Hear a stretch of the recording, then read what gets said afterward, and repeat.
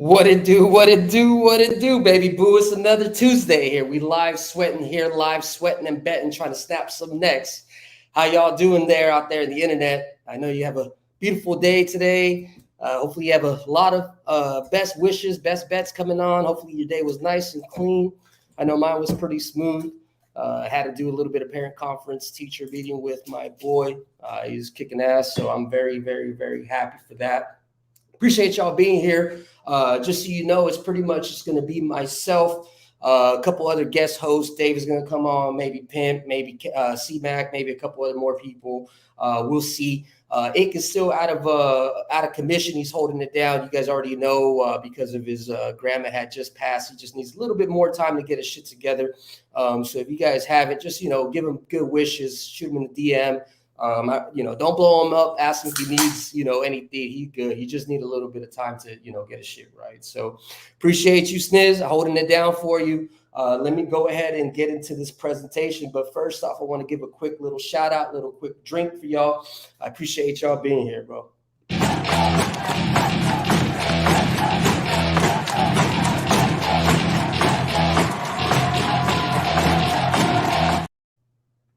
Yeah. So without further ado, let me get into these breakdowns. That's the reason why we all here today. I know that we already missed a couple games in regards to Rays and Angels. They already started. It's already 2-0 with the Rays winning. Mets, Marlins is still 0-0, top of the second. Twins, Reds is still 0-0, top of the second. So let me just go. Hold up everything. We got a special guest appearance. My right-hand man didn't even realize this dude's been capping for a cool minute, but shit, we lived in the same county pretty much our whole entire lives. Could have been even schoolmates at one point.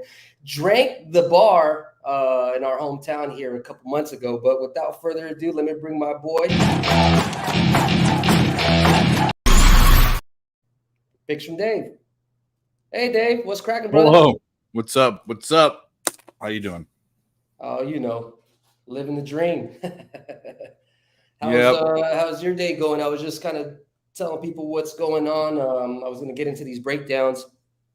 Rays and Angels have already started. So the Mets, Marlins, Twins, and Reds. Did you have anything in those games that we needed to kind of touch up on, or that you had any thoughts on that we could still, get on top? Or I don't like the bet that I have in this Mets Marlins game. I'm on the over, but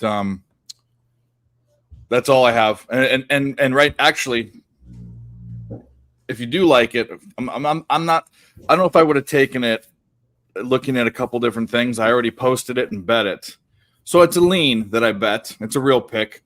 I don't know if I give it out now, but you can get a better number than 8. I'm sure. I don't know what the live number is. It's probably 7.5 or whatever, 6.5.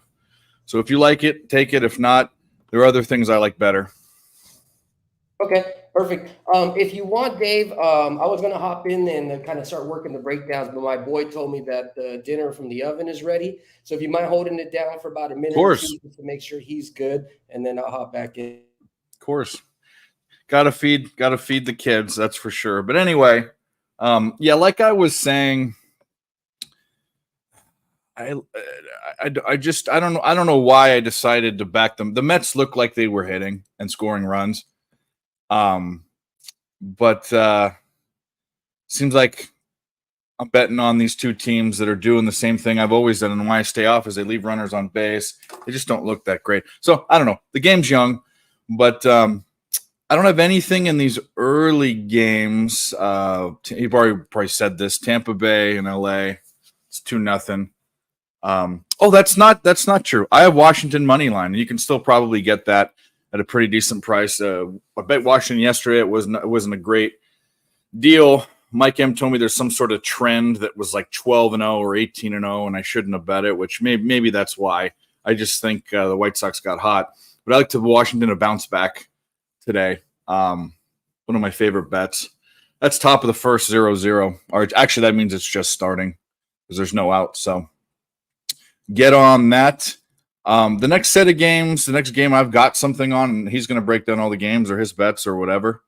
But I like the under In the Boston, Texas first 5, it's 4.5. I know that would seem kind of counterintuitive, but looking at these pitchers and then looking how these teams are going, even if you look at how they're hitting and their run creation and their ISO and everything else, that does sometimes the stats don't equal runs. Just go look at how many runs these teams are scoring. They're not scoring a ton of runs.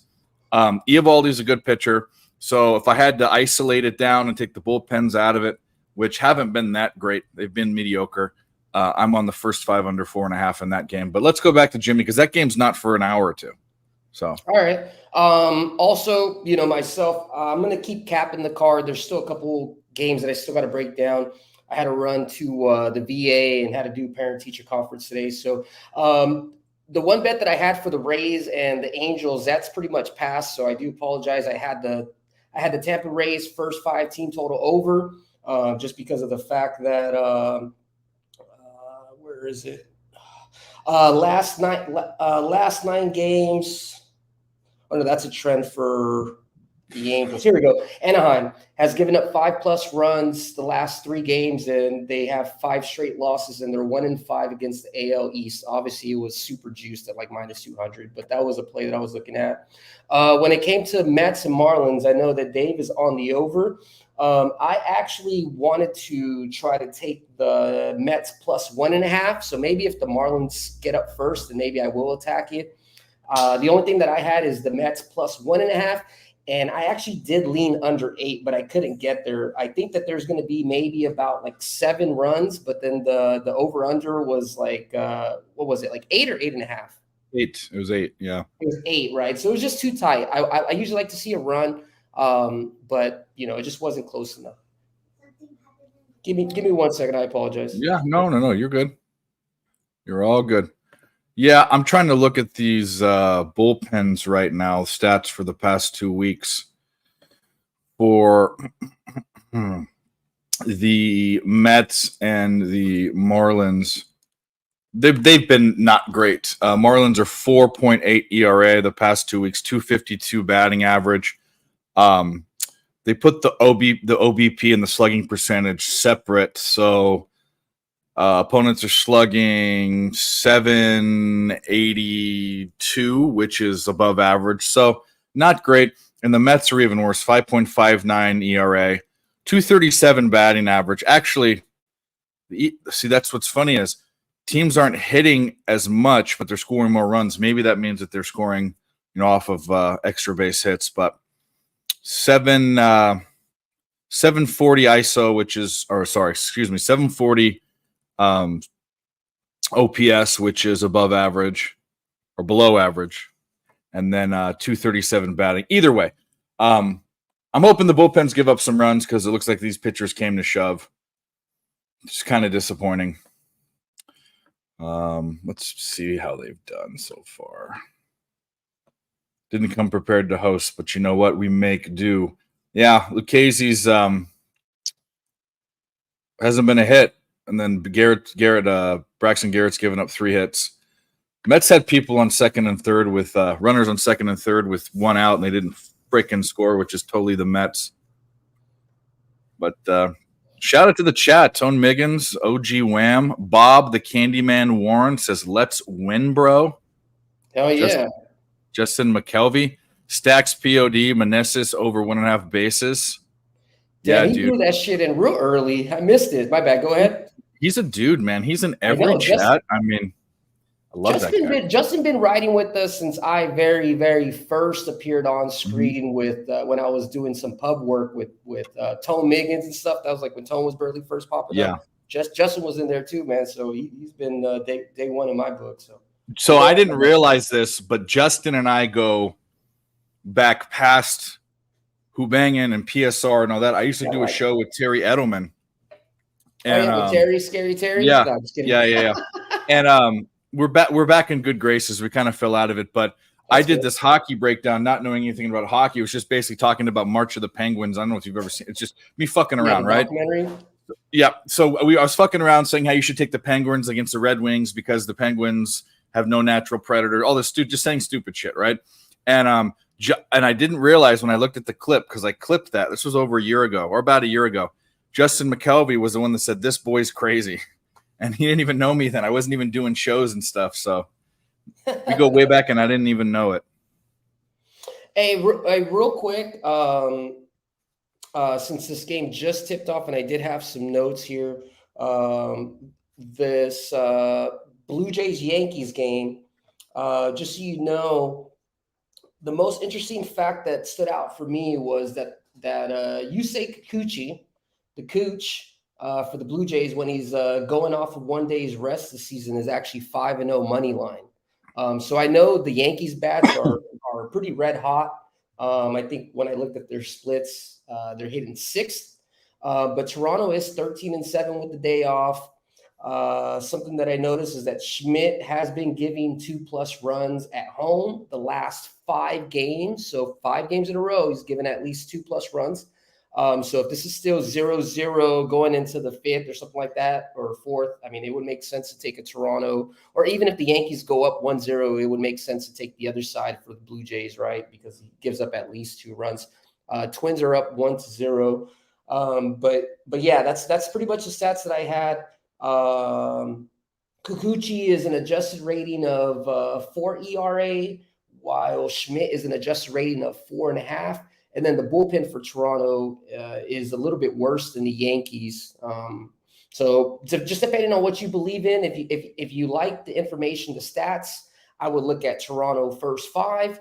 If you like the SQDL look, I would look into Toronto money line. I haven't taken a play on it, but that's just what I cap. What's up, Crystal? Crystal says, good evening. Jay's up 1-0 against a great start. So fuck, man, right when we were talking about it, right?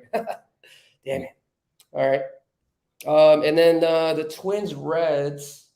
Cincinnati. Yeah, Twins Reds. I had it capped that game.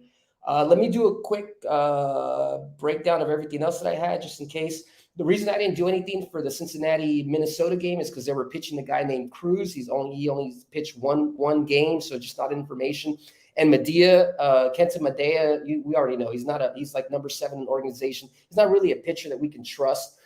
His last 7 games, he's actually only won 2 out of the last 7 games for the Twins, even though Twins are supposed to be the better team. The Reds are fucking flailing. So I stayed off of that game. I couldn't find an angle. When it comes to Chicago Nats, this is really the one that we should probably get on if Chicago goes up 1-0 or before it gets crazy. So you have literally one of the worst pitchers in Urena going. He's 0-7 team record. He hasn't won a game, or the White Sox haven't won a game since he's been pitching. I think he got traded from another team too. So his team hasn't won a game when he's been pitching, period. He has an adjusted 8.48 ERA -7 units, while the bullpen is 5.5. So that means that Chicago White Sox should technically give up about 6 or 7 runs. While the Nats, they have this guy named Jackson Rutledge. He was a prospect. I think he got drafted last year, the year before. I couldn't even cap this game because last game he got tagged. He had like 17 earned run average. He gave up 7 runs. That was like the only data that I had. So the only noticeable trend that I also saw is that the Chicago White Sox, the pitcher, Urena, does give up 3+ runs in the last 6 of 7 games. The hitting splits does favor Chicago. So I would lean towards the over. But one thing that would give you confidence about fading Urena, like I said, this season when he's a starter, he's 0-7 money line and he's 0-7 to the run line. So this guy just gets freaking annihilated. So that's probably the first play that I'll probably give. I'll let you know when I lock it in. And then Philly, Atlanta. I'm on it already. I'm on Washington. Okay, beautiful. And then Philly versus Atlanta, you have Sanchez going up against Strider. Sanchez is the number 9 pitcher in the Philly organization, 7-9 team record, 4 ERA adjusted. His short-term trend, he has won 4 out of the 7 games for the team. The bullpen is pretty strong for Philly. They've only been giving up a run and a half. But when they're in position to win the game, when the bullpen is in position to win the game, they're 1-3 team record. So for whatever reason, if Philly needs to come in and their bullpen needs to save the game, that's not a good situation. We want Philly to be winning ahead. The other thing is that Strider, even though he's the number one pitcher for Atlanta, his current adjusted ERA is actually slightly higher at 4.2. So even though he wins when he's pitching, the team does have a record of 11-3. The bullpen, we know, I think it's like the worst in all of baseball right now. The adjusted split with the home split, it's about 6.7 ERA. They're averaging about 4 runs given. So they're getting a taste of their own recipe in terms of getting smashed or getting the home run ball smashed. So when it comes to that game, the only way that I can look at that game, and also it correlates perfect with the splits. Philly is second in splits, while Atlanta is 24th. So the only way that, and another thing that I did see is it's not a complete correlation, but when the Phillies are away and Christopher Sanchez is pitching with no days rest, this season is 3-1 money line. So I put that in the Killer Sports SQDL. That's what said it was active for today. So that's like another note for Philly. So the only way that I would play this game realistically is either a Philly first 5 or a Philly team total over. I expect Philly to score at least 5 runs. What's the team total? It can't be more than like 3.5, right? Maybe 4.5. Let me look at that. That might be my first official that I make on the show. Let me pull that up real quick. The Philly Billies? Yeah, Philly team total over. I had the live screen. Oh, fuck. And it goes to NFL. Forgot it's NFL season. What's up, Gary? He said he's broken over the man. I know. I couldn't believe how many people had like that actual shot of his leg, like in the shape of an L. 3.5. Oh man, I did not even want to see it. I didn't even try looking for the replay, and it just came on my feed. That shit was horrible. Yeah, I didn't look at it. I missed it. I'm not going to watch it. I'm not into that. 3.5 for the Phillies. Okay, so I'm going to give that as the first official play. Phillies team total over 3.5. Let me see what it's on my book. It's 105. Bet online. Okay, perfect. That's what I use as well. So lock me in. First play, minus 105, 3.5 Phillies. Let me put that in right quick. What are the Phillies doing against right-hand? I mean, granted, it's Strider, right? But they're actually hitting really well. Well, that's what I'm saying. They're hitting really well. And Atlanta has clinched. And I feel like Dodgers are still pushing. They understand. They're thinking ahead, because most likely than not, it's going to be Atlanta versus Braves, right? And I guarantee you, if Braves win the home field advantage, the Dodgers are fucked. So okay. Well, here's another thing. So yes, so we see the Phillies push at the end of the year. That's what they do every year. They sneak in usually. We're seeing Atlanta like kicking back. But here's another thing: Atlanta had a great bullpen. Past 2 weeks, they have the worst ERA in the MLB. Yes, yes. I'm gonna tell that. I like that. The worst. They should give up 4 runs. They have the past 2 nights. I'm with you. And you know what? The game just started, so I got to switch over to the live and try to see if I can. Oh shit! I didn't get it in. Yeah, I didn't get it in either. So if you have one of those books where it's automatically giving it to you from the get on your live screen, then go ahead and make that official. I'll let you know when I actually have it on my screen, so I can make that. Yeah, I might open another book up here, but we'll see. And then let me go back to touch this Nationals game. Everything just locked up right when I just said that. Tom Miggins has Harper home run plus 475, a little over half of a unit. And Miguel Rojas home run plus 1,200, quarter unit. He's also chasing the Palacios home run plus 850 for a little under half of a unit. All righty then. Let us know what you guys are sweating on in the chat. Appreciate y'all hanging out here with us.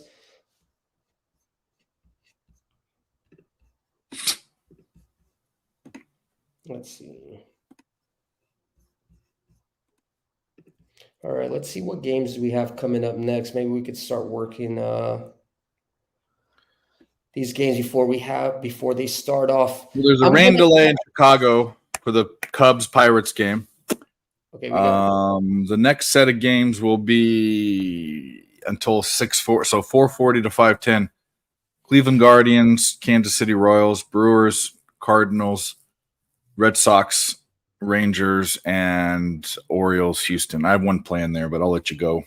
Okay. Well, what I was going to do is if you want to talk about Pirates or Cubs or Guardians and KC, go ahead. Don't have any play in those games. Okay, perfect. What I want to do is, like I said, because I told you I'm a little bit behind. You guys already know I'm going to have to go to my boys' soccer practice in a little bit.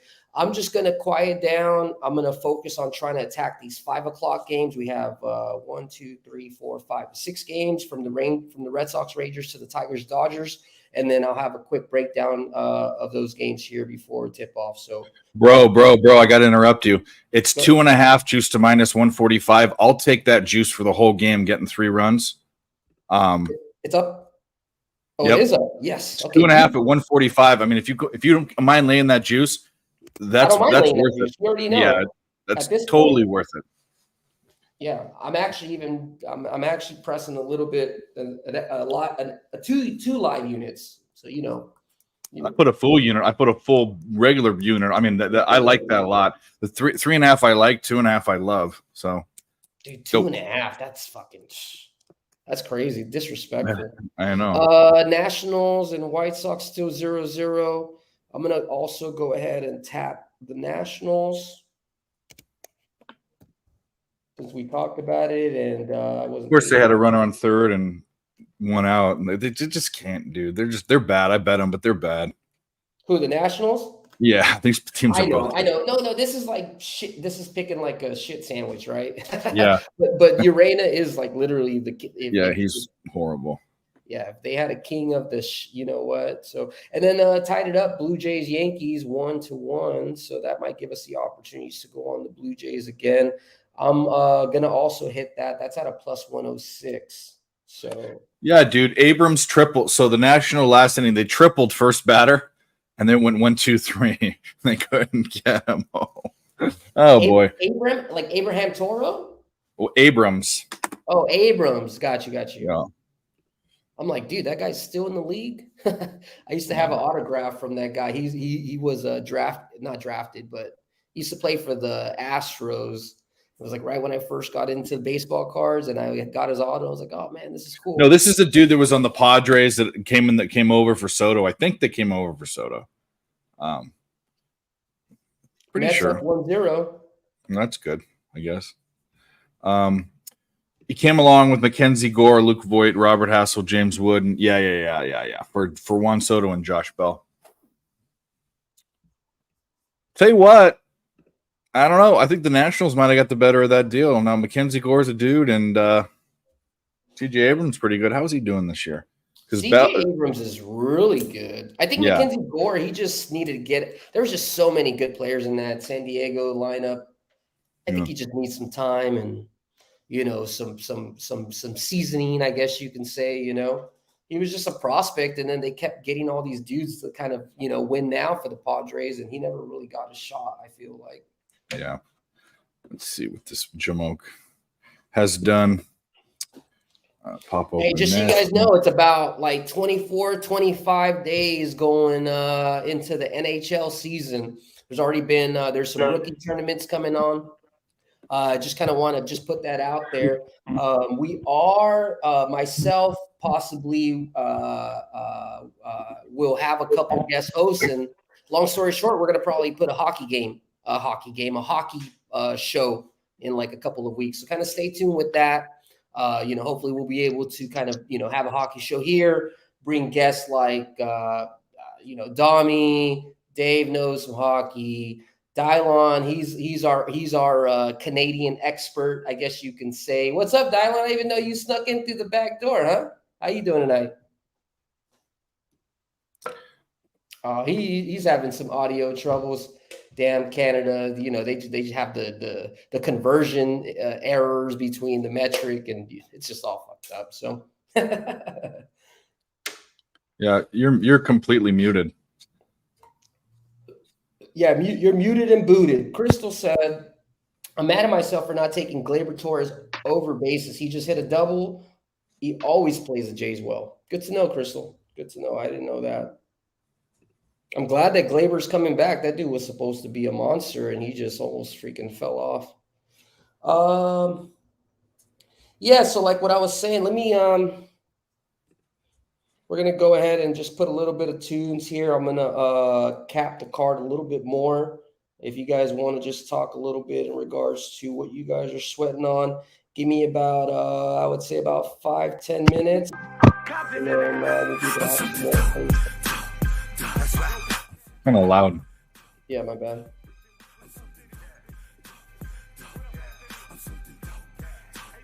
There you go. That sucks. Hitting a double play, but that's okay. Oh, the Phillies, they had a strikeout and then hit by a pitch, and then double play. Looks like they're going to. Is that it? Yeah, we can hear you now. Perfect. what's up, Dylan? What's going on today, boys? How you doing, bud? I'm doing all right. Doing all right now. Appreciate you coming through, Brandon. And we had to do it on a Tuesday. This live sweat Tuesday, sweating and betting with the boys. We had to be here. On a Tuesday. Hey. I already had some tacos. You already know what it is. Oh, did you? No, it is That's what I Tuesday. had for dinner, yeah. Yeah, like my boy LeBron would be like, it's Taco Tuesday.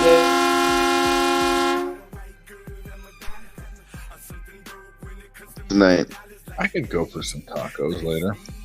Yeah, How y'all doing tonight? Dave, I cannot wait till you get here in November and all these out-of-towners come, dude. They're gonna leave like at least 10-15 pounds fucking bigger, man. In and out, tacos, burritos, birria, quesadillas, menudo, freaking. Well, we have an In-N-Out across the river here. I hate driving and they don't DoorDash. There's a great place across the way I get good menudo here, but I will say the Mexican food's okay here, but it ain't fucking Southern California Mexican food, that's for sure. I want to take everybody to this place.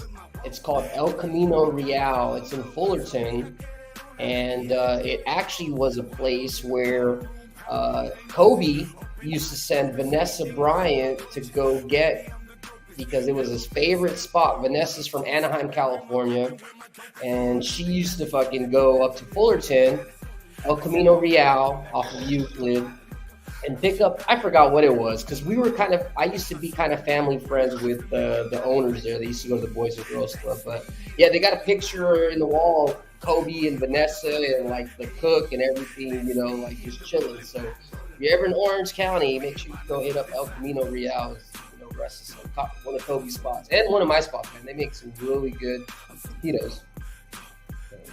Let me go ahead and these cards here talking about all this. You know what I miss that they don't have here are those not just Del Pollo Loco, but those Mexican chicken rotisserie chicken places. Like Juan Pollo and those. But you get the beans and the rice and the potato salad and all that shit. They don't have those here.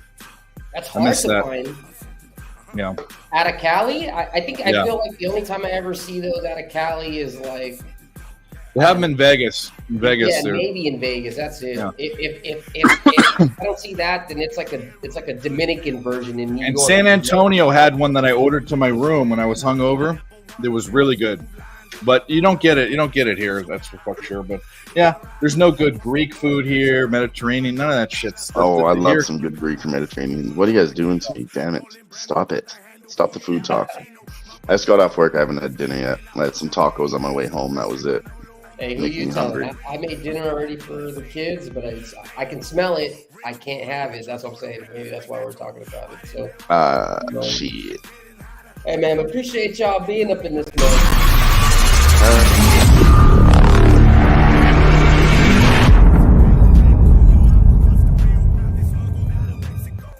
Hey, we're going to take a quick 30-second break. Go ahead. If you need to go hit up the restroom, go ahead and go get some smokes. Go ahead and get your snacks. We're going to be here for How am I going to go get smokes in 30 seconds? Slash pay some bills.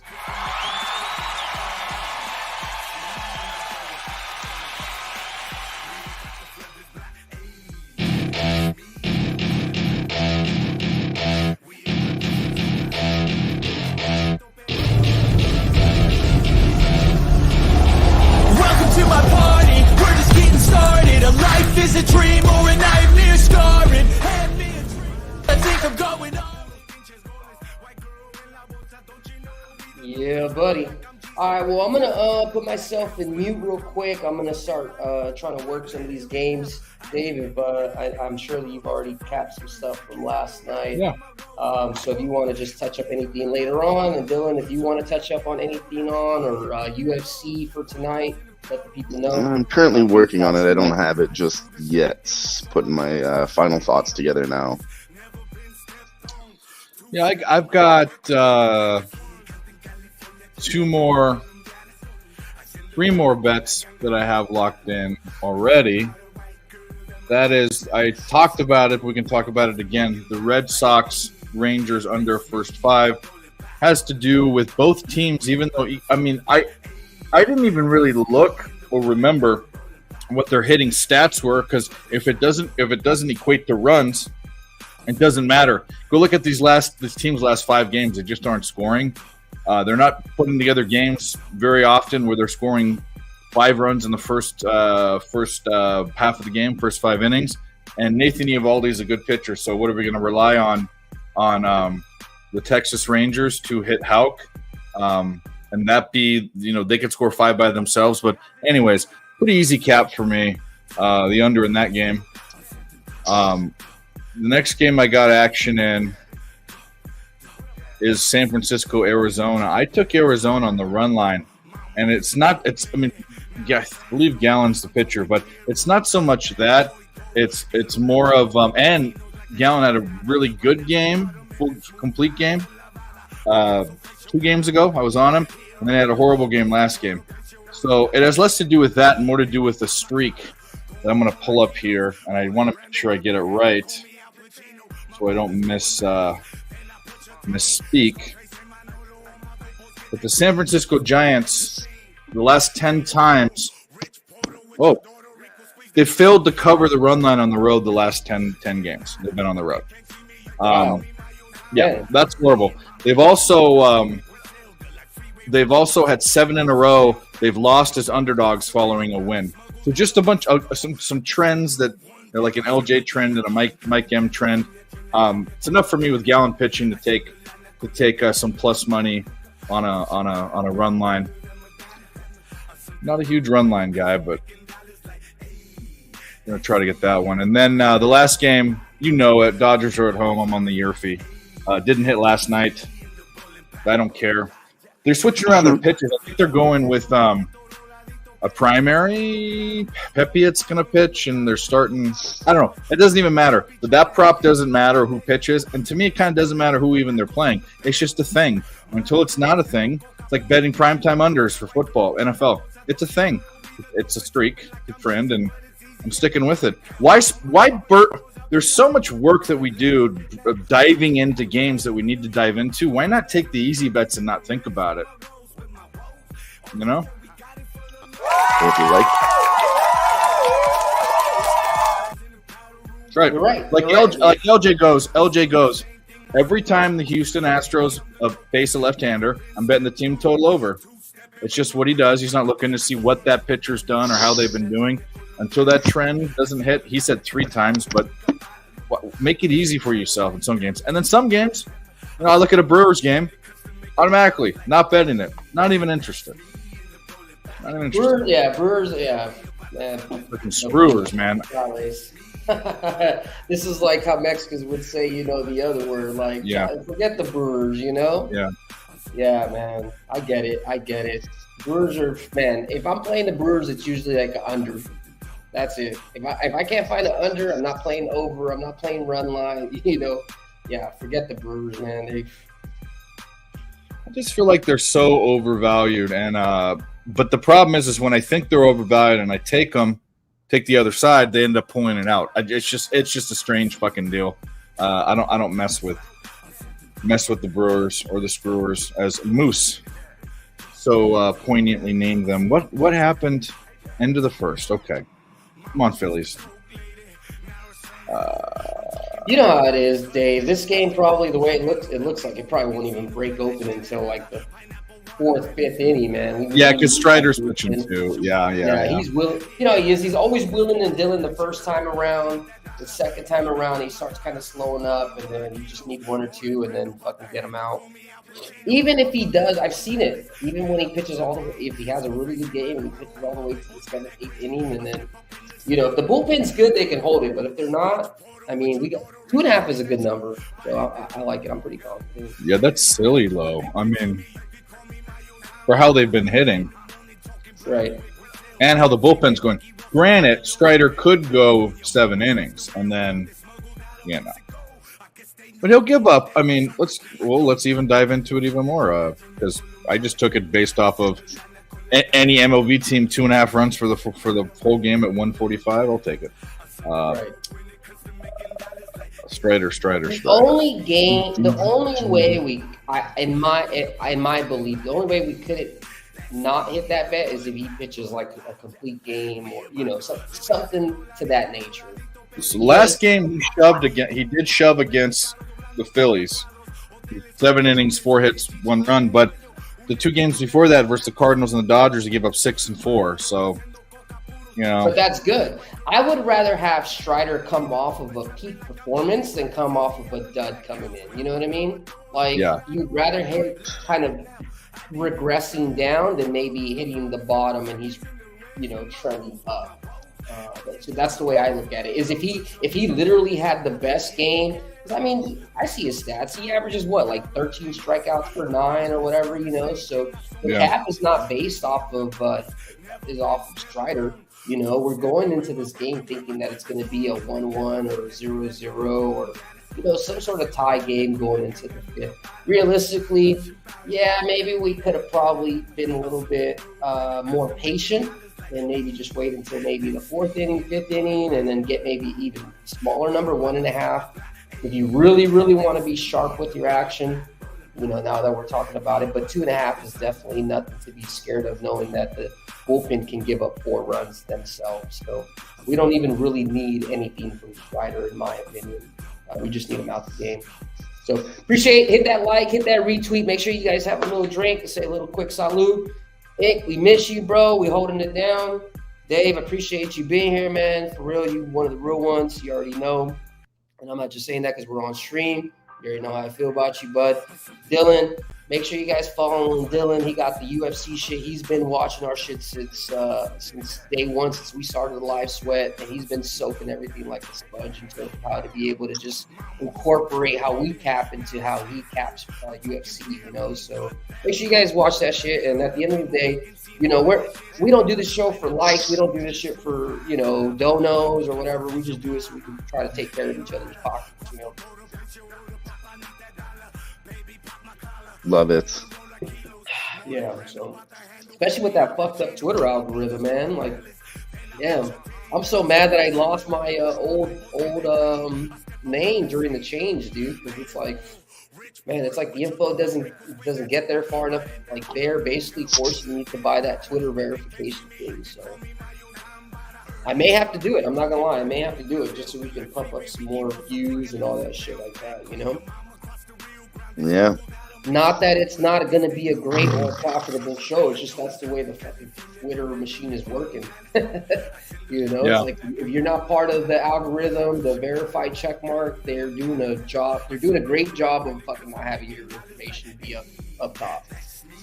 So, but that's business, man. That's business. Sometimes you got to pay the cost to pay the piper. That's why I always said, like, another thing, if I ever in the future wanted to do some tout shit and do some picks from like a different website or some shit, that's why I would never do it on like a different site, like, because you have no control. You want to be able to pick and choose everything that you have. At the worst thing you want is like for somebody else to tell you, hey, like, we don't want your shit no more. And you're like, what the hell?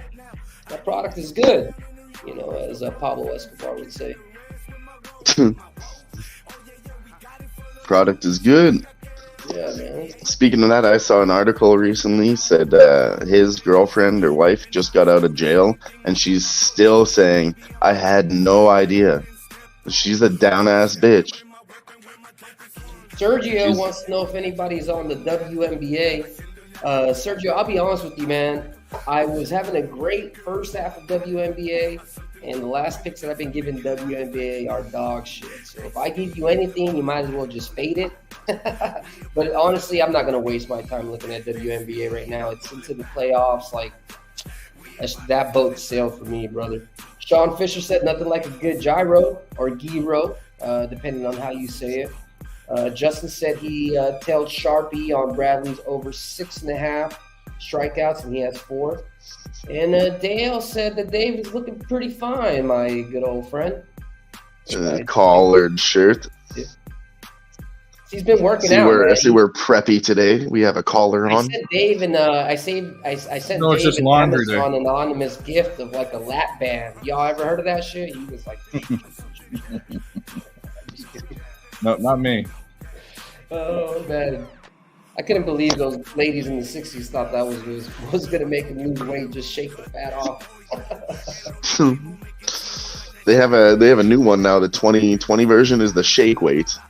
Oh yeah, it's gonna give you biceps just shaking it. Wait. Dylan, show me that again. How does that work? How do you do it? Sometimes you can get too involved also. And then you're working your left and your right bicep. I remember I saw. It's like, come on, who needs that training? We've already been doing that our whole lives. Like, those muscles are strong. Yeah, all you gotta do is just go, just take it straight. I was like, I'm not even gonna do it. Do it, Jimmy. How do you work out your triceps? Yeah, I'm just working. I'm just showing the triceps. We ain't doing no. Oh man. It's like the same as fist pumping. Dale said Dave just looked like death on the weekends for long hours streaming. Yeah, well, I mean, fucking that shit's ridiculous. I'm not gonna lie, Dave, and that's another thing, bro. Oh, White Sox are up 1-0. That's another thing, Dave. Don't like that. It's commendable, man. 10 hours you'd be going all day long on Saturday. That's crazy. Like 12 or 13. Yeah, more than that. And then, well, it's Thursday, Friday, Saturday. I do every night, and I have my own shit, and then people expect me to be there on their shit, and I do it, and that's just what happens. By Saturday, I feel like I literally want to die, and I told people I might die this football season, but at least it'll be like fucking the dude from Point Break dying in the wave. At least he's doing what he loves, you know. Right, you do what you love. You need to drink some water, Dave. Well, I drink tons of water. That's the problem. That's the only reason why I'm alive is I eat produce and I drink a lot of water, but I also eat a lot of Cheez-Its. Fucking. Speaking of, I'm getting tacos though. I'm getting tacos. I already decided. I'm ordering tacos. I might even eat them right in front of your face. But I'm gonna get. You're not gonna eat them in my face because I'm probably gonna have some tacos on the way back from soccer practice. So. Maybe we should have a taco party. Hey, but you know what? Just like Dave said, Dave is a busy man. He's doing streams all day, every day. If you haven't already, make sure you fucking follow this shit. I'm sure everybody in here is doing it already. Sure. They all do. I did see that Dave has a new show coming up tomorrow on something else. You want to talk about that a little bit? Yeah, it's with Allie Burns of I don't know if she's technically with Wager Talk. Doesn't matter. She's Plus Money Honey. She's been with Picks and Parlays. Now she's with Wager Talk. But we're buddies, and called Settle the Score. It is a sports show, not totally about. In fact, it's hardly at all about picks. We'll be giving out picks and talking about it, but it's basically taking an issue that has two different sides that people are passionate about and talking about it. Like the issue this week is the Deion Sanders effect. A lot of people have a lot of things to say. I have my opinion. She's actually on the other side, and we're going to involve the chat. So that's really what the show's about. But it's just a good time to talk about sports and have a show that isn't just live sports betting, for 45 minutes to an hour. And, we'll see how it goes. Nice. Definitely. And that sounds like a breath of fresh air, Yeah. I know that we have a lot of stuff where we focus on like gambling content and stuff. Yeah. It's cool to talk about all kinds of the other stuff, like I don't know, what did Rogers do with the what is it called? The Weisska, that drug that he's smoking? Well, ayahuasca, yeah. Ayahuasca, it's cool to talk about stuff like, the sports stuff, that's still sports related, so we'll see how it goes. We'll see if that ayahuasca gets that boy back on the field. Speaking of the ayahuasca, did you see his handshake? I think it's with Brees Hall. But basically, he takes his hand and he puts it up in the air like he's holding a joint, and then they touch joints, and then they put and then they put it out on the lineman. His career is over. Yeah. Dude, I saw a fucking video of that today. Holy fucking shit. Oh, not Chubb. We're not talking about Chubb. Aaron okay, Rodgers. Well, maybe that too. I didn't go and watch either video. I do not want to watch the Chubb thing. I do not. Dude, I wasn't even trying to. It just came up on Twitter, and I was like, oh, what the fuck? Yeah, it is bad. That is, like I said, it's like a shape like an L, like your forehead. Like I tell you, I've watched some bad injuries in UFC where guys kick legs or they get slammed onto their shoulder. That is way fucking worse. Way worse. That's like something you see in Saw movies. Oh my god. How did it go? Did the leg go like this, where instead of going your leg to the back side and then backwards, like inwards and then back?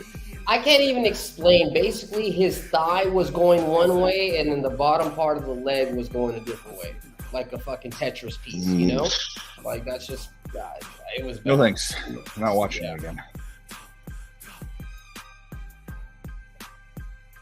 Yeah, I haven't seen.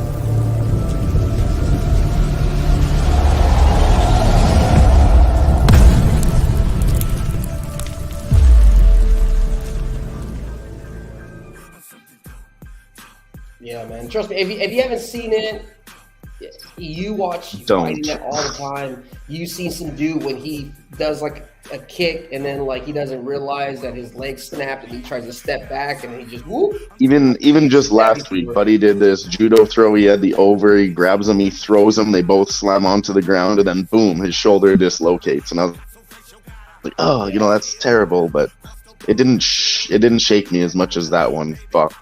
Yeah. No, you know what was the worst one? Is a couple years ago, and I don't remember the kid's name, but I'm sure Dave remembers. It was during the NCAA basketball. I think it was like the conference finals or like the championship. And the dude from Cincinnati, they were playing on a floor that was a little bit elevated. You could tell like the fans were like below.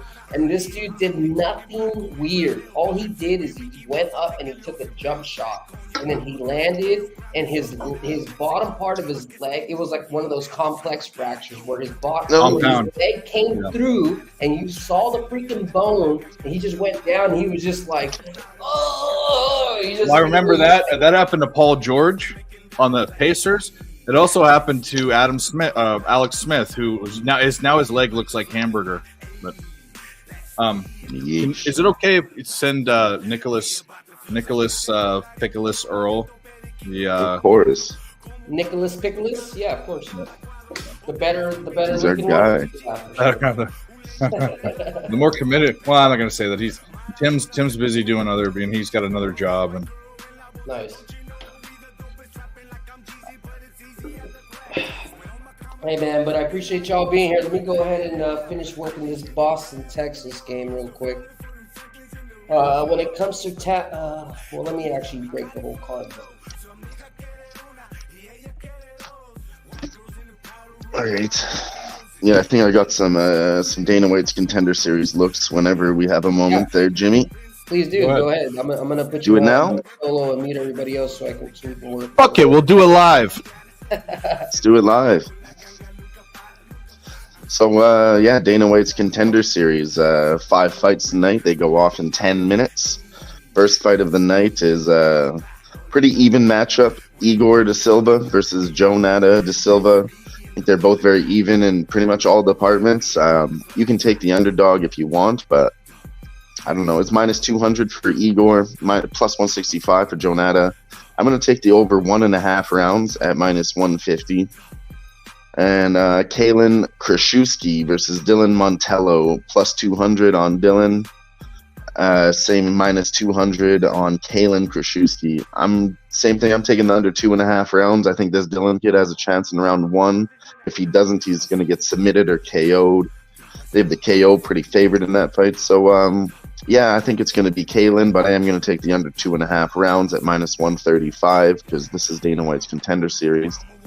Next one up is a females fight. Talita Alencar versus Stephanie Luciano. And Dave, what are we doing here? Taking the women's underdog. Oh, okay, that's Take what the we're doing. ugly chick. Usually a good angle too. That works at higher level experience, but in low level MMA, you want to take the underdog. That doesn't apply here, but at high level, it absolutely does. Absolutely. Take the under or take the over rather, but I don't know. Oh, if the that's over too. Absolutely. Yeah. I'm gonna have a look at the over after this. I didn't look at that price, but I do like this fight to go the distance. And if you're gonna take the underdog, you might want to take her by decision for an even bigger price. Next fight up, fourth one, Jacoby Jones minus 250 versus Dan Allen.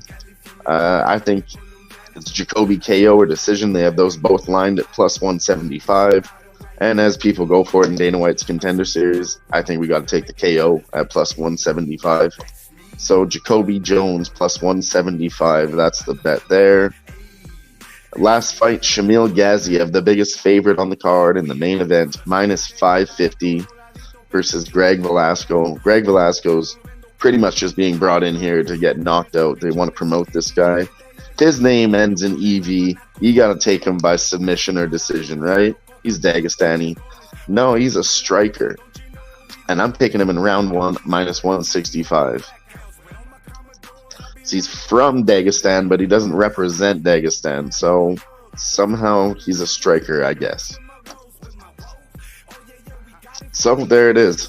Shamil Gadziev, round one. Jacoby Jones, KO. Stephanie Luciano, plus money or by decision, as Dave liked. Under 2.5 rounds, Kaylin Dillon.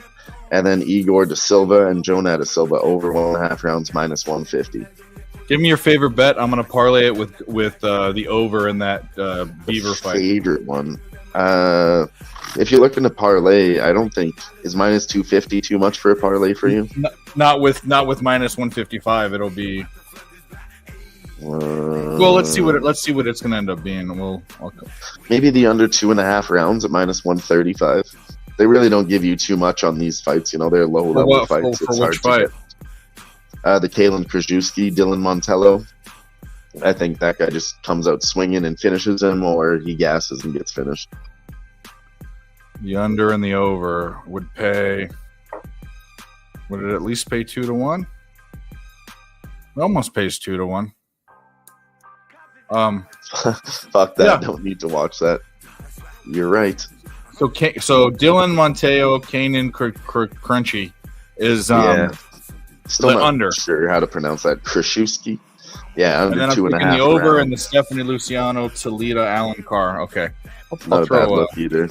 Yeah, I didn't actually. I said I would bring that up. What's the price on that? You looking now? Minus 155. Yeah, that's not bad for a women's. Really I know it's not. That's why I kind of want to take it. Now I'm gonna take that with you now that we looked at it. I'm parlaying this. It'll be my only bet in this. I'm gonna parlay it. Well, I say this every time I give a Dana White's Contender Series breakdown. These are greasy fights. Whatever your betting size is, just cut it in half. I'm not as confident in this stuff as I am UFC, but I like to take a shot and give out some bets here on a Tuesday, but I'm not telling you to put as much as you would on a regular bet at all. Well, it's not that you're not as confident, Dylan, right? From what you explained, it's just there's a lot more grease. Yeah, are like up and comers, so it's like less information. Yeah, it's greasier. I'm less confident because there's more variance, and I don't know what's going to happen. Really, some of these UFC fights, I really can see what's going to happen. These ones, this is my best guess. You know what I mean? You know what? Right. So it's not like you're not confident. It's just that there's less information that you can cap off. Is what I'm trying to say. I'm not going to parlay it. I'm taking that over, that chick over at minus 155. That's what I'm taking. And then let's say, like Dave asked me, my most confidence one. We can go Shamil, round one, pretty confident in that. Jacoby Jones, KO, because that's what they come out here to do. And then the under in that Lajewski fight, that would be the third one. What do you guys think? You think that Chubb hit was dirty or freak accident? I actually I didn't see it. That's just football. I only saw the clip. I didn't see the full game and the setup towards it, so I don't really think I can speak on it from that perspective. Yeah, I was watching the game, but I turned away, and then when they said he got hurt, I didn't want to watch it again. I don't like doing that's not my deal. I don't like watching people get hurt. Yeah. I mean, I'll tell you this. I didn't watch it again, but I saw the play. It didn't look like nothing, you know, it didn't look like anything weird. It was like one player was pushing to the other player, and that's what kind of gave more force. But I mean, that's football though, you know, like yeah, weird stuff like that happens. That's why it's such like a respected, you know, man's sport. Because man, no matter how big or how strong you are, like anybody can get jacked up. You know? Yeah. Update on these games. You got the Cardinals Brewers 0-0. KC's up 2-0 against the Guardians. We still got a 1-0 game in the Phillies Braves.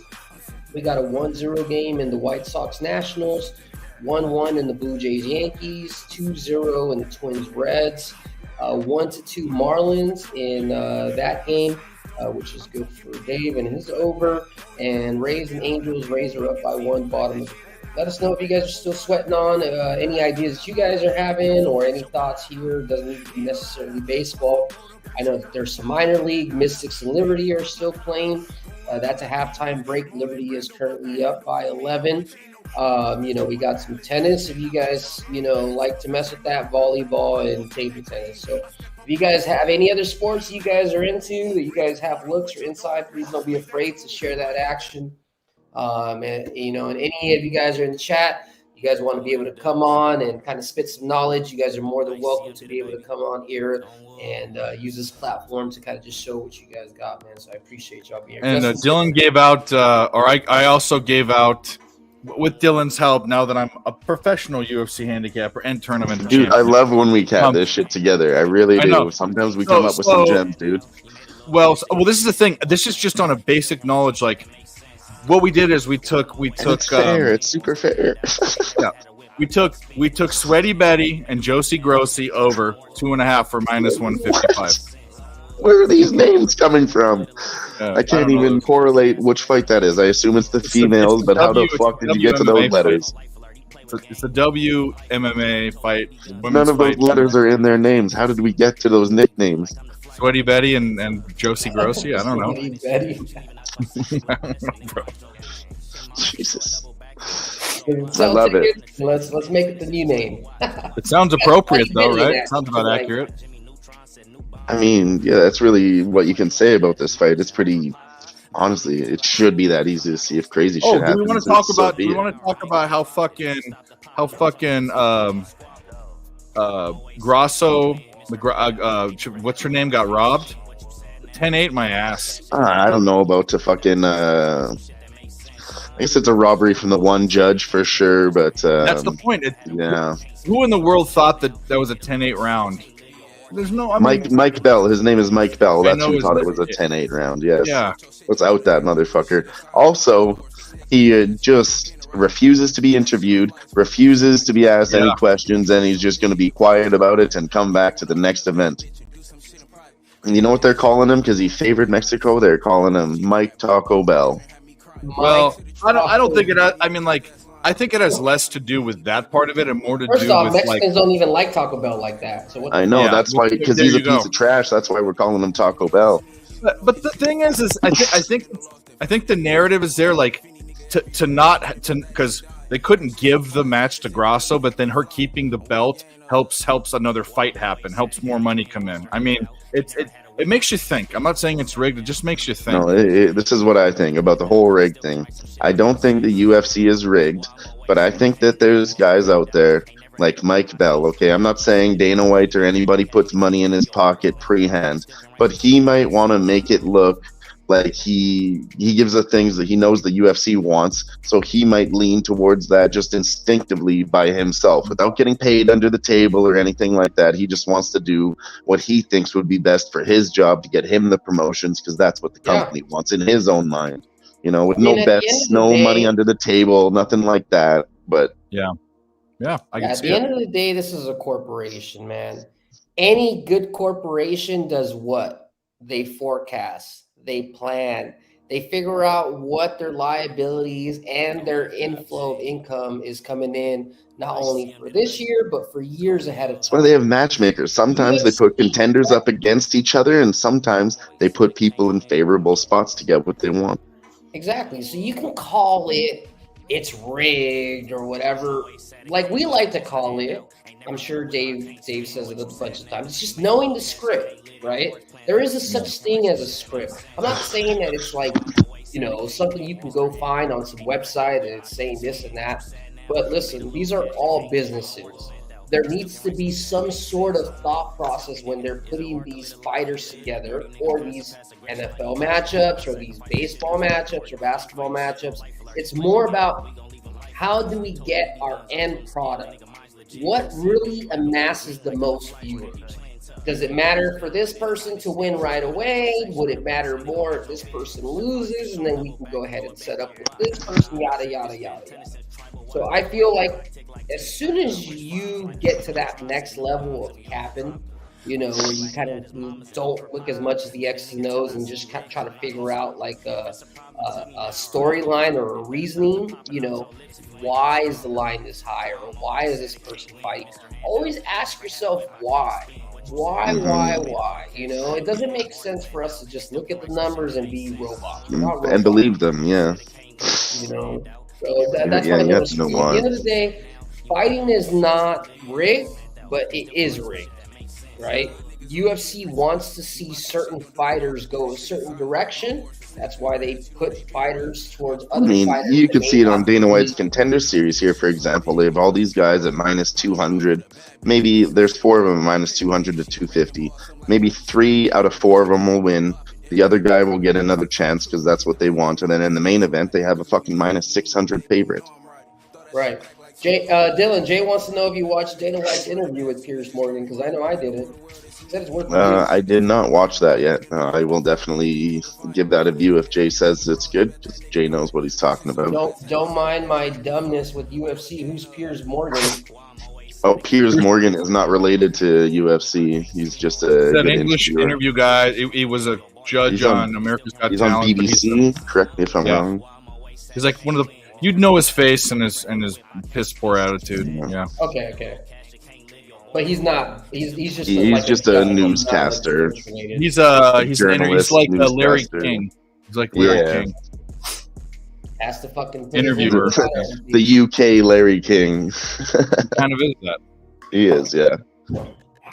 He's got a big platform, so yeah, I do want to see that. See what interesting things might be on there.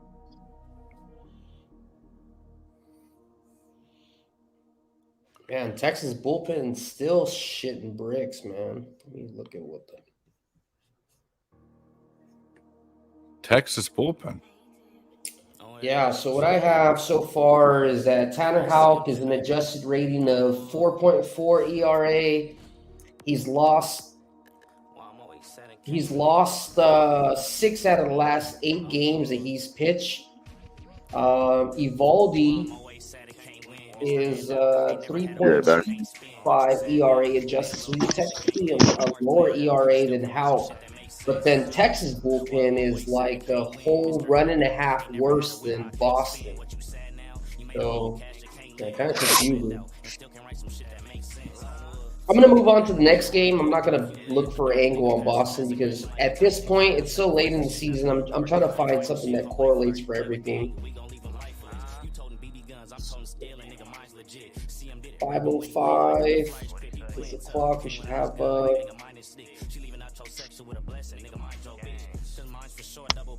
Rangers and Red Sox game is about to kick off. Cardinals is up 2-0, bottom of the first. It's still 1-0 in the KC game. The Pitt Cubs game is delayed. 0-1 in the Braves, still bottom of the third. Bottom of the fifth. Nats are still down 0-1. Blue Jays are now up 2-1. That's good. Mets and Marlins, top of the sixth, still stuck at 3 runs.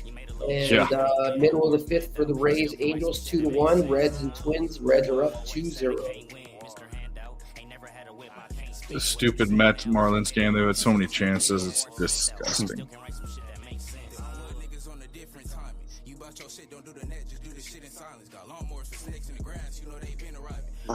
right. This is not starting up yet. Let me bring up the book here. I have some boxing I want to talk about happening. Yeah, for sure. Go ahead. It's I'll get some more numbers and try to figure out where else we can go. Joe Joyce versus Zhilei Zhang. Now, the first time they fought, Zhilei Zhang is a big fucking guy. He's huge. And he was like a plus 600 massive underdog. And I mean, he knows how to box. He's been learning. I've been watching his shit. And so I took him as a chance, and he cashed. And now he's a minus 110 pick'em because he beat the hell out of that guy in the first fight. And people are saying Joe Joyce is going to win. I mean, he opened as the underdog again, and he's back up to a pick'em, but he's only minus 110. So I'm going to put some more money on Zhilei Zhang to beat that guy again. And then There we go. Francis Ngannou versus Tyson Fury. If you haven't heard about that match, we're taking Francis Ngannou at plus 700. Good luck. Oh, yeah. Let me explain. We're doing it for the culture. Why... There's no cap. We're doing it for the culture. He's got one-shot power. Okay, Tyson Fury is susceptible to being knocked out. Deontay Wilder had that power. If Francis Ngannou can just catch him with one, it's over. And number two, Mike Tyson is actually training Francis Ngannou, and he's got 6 weeks to train him. I think the commies came in while you were trying to break that down because you went all pixelated. I'm going to be honest with you. I think Tyson Fury, even though Tyson Fury is known as like a first of all, I think so too. I think Tyson but I'm taking Fury a dog TKO, shot. I think it's TKO status. He's gonna. I think so too. And the thing is Francis Ngannou is a big guy that can take hits, but he's never taken even a jab from a guy that's 6'10" that boxes. Feels like a shit ton of bricks, even though it doesn't look like it. He's gonna jab the fuck out of this Stipe?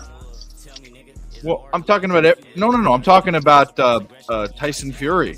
Oh, I thought you meant like when Francis Ngannou did take punches, like Stipe hit it. Stipe hits a lot harder than people think, but still, like I get your point. It's actually valid. Saying, Francis Ngannou, it looks like he's Tyson maybe Fury's good at being the hammer, but maybe not very good at being the nail. Well, this is what I'm saying is Tyson Fury is so big and his arms are so long. He doesn't look muscular. He's a fat boy. But the thing is when he's jabbing it, it looks like it's not doing anything. That's still hitting like a shit ton of bricks because that's a long arm with a guy that knows how to. I mean, all he does is jab all day on a fucking bag. So I think he gets TKO'd, and I think he gets TKO'd probably in the first 4 rounds. You think so? Yeah. I don't know. I would say it might go the distance at least. Maybe I'm being favorable to my guy, but I mean, every time he's been an underdog his whole life. This is my point. And anytime everybody tells him it can't be done, he fucking does it. And he's been doing that his whole life. And I get it's Tyson Fury. I get that. But at plus 700, we have to take a shot. Yeah, I probably won't be betting that at all. Still 6 weeks away. I might change my mind, but I don't think so. What does it say? Yeah. Guillermo in the chat. What's up, fellas? What's up, Guillermo? Hey, buddy. Washington can't score. God damn.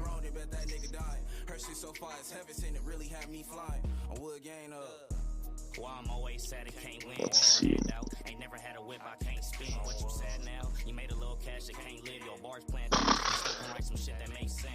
Yeah, that's going to be a big one. That's on Halloween too, October 28th, Halloween weekend.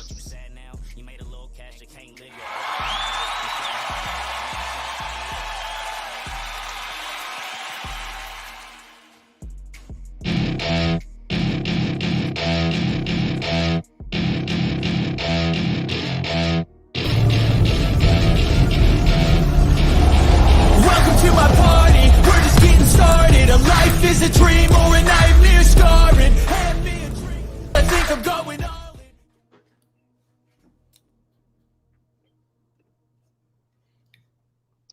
And to Jay, I've watched some of Tyson Fury's interviews. If you listen to his interviews on Ariel Helwani, they're always interesting. Tyson Fury is the most interesting man to listen to. He definitely is. Hey man, appreciate everybody being Overcoming here. I know normally drug addiction 2 times. I mean, come on.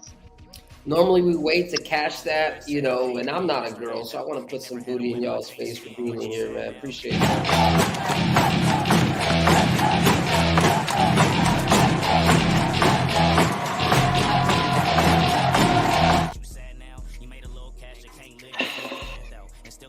Each and every Tuesday, we got Blue Jays up 2-1. That first plus 106 is looking all right. Phillies, Braves, we're still stuck at 0. Plenty of time. We're pretty much just waiting on Strider to get taken out of the game so we can go ahead and take advantage of this shit as bullpen. Red Sox, Rangers took off. Dave was looking at the Spurs 5 under. I know when I capped the game, it's already underway. But like I said, it was kind of just split information between the bullpen, the starting pitching, and the bullpen. So I didn't get to the hitting splits, but it just doesn't correlate all three. So, you know, we're staying off. White Sox Nationals, we expect to see a lot of runs. It's been rather quiet. 1-0 Nationals, still waiting for them to wake up. Mets Marlins still at 3, still stuck at 3, and Rays Angels still stuck at 3 as well.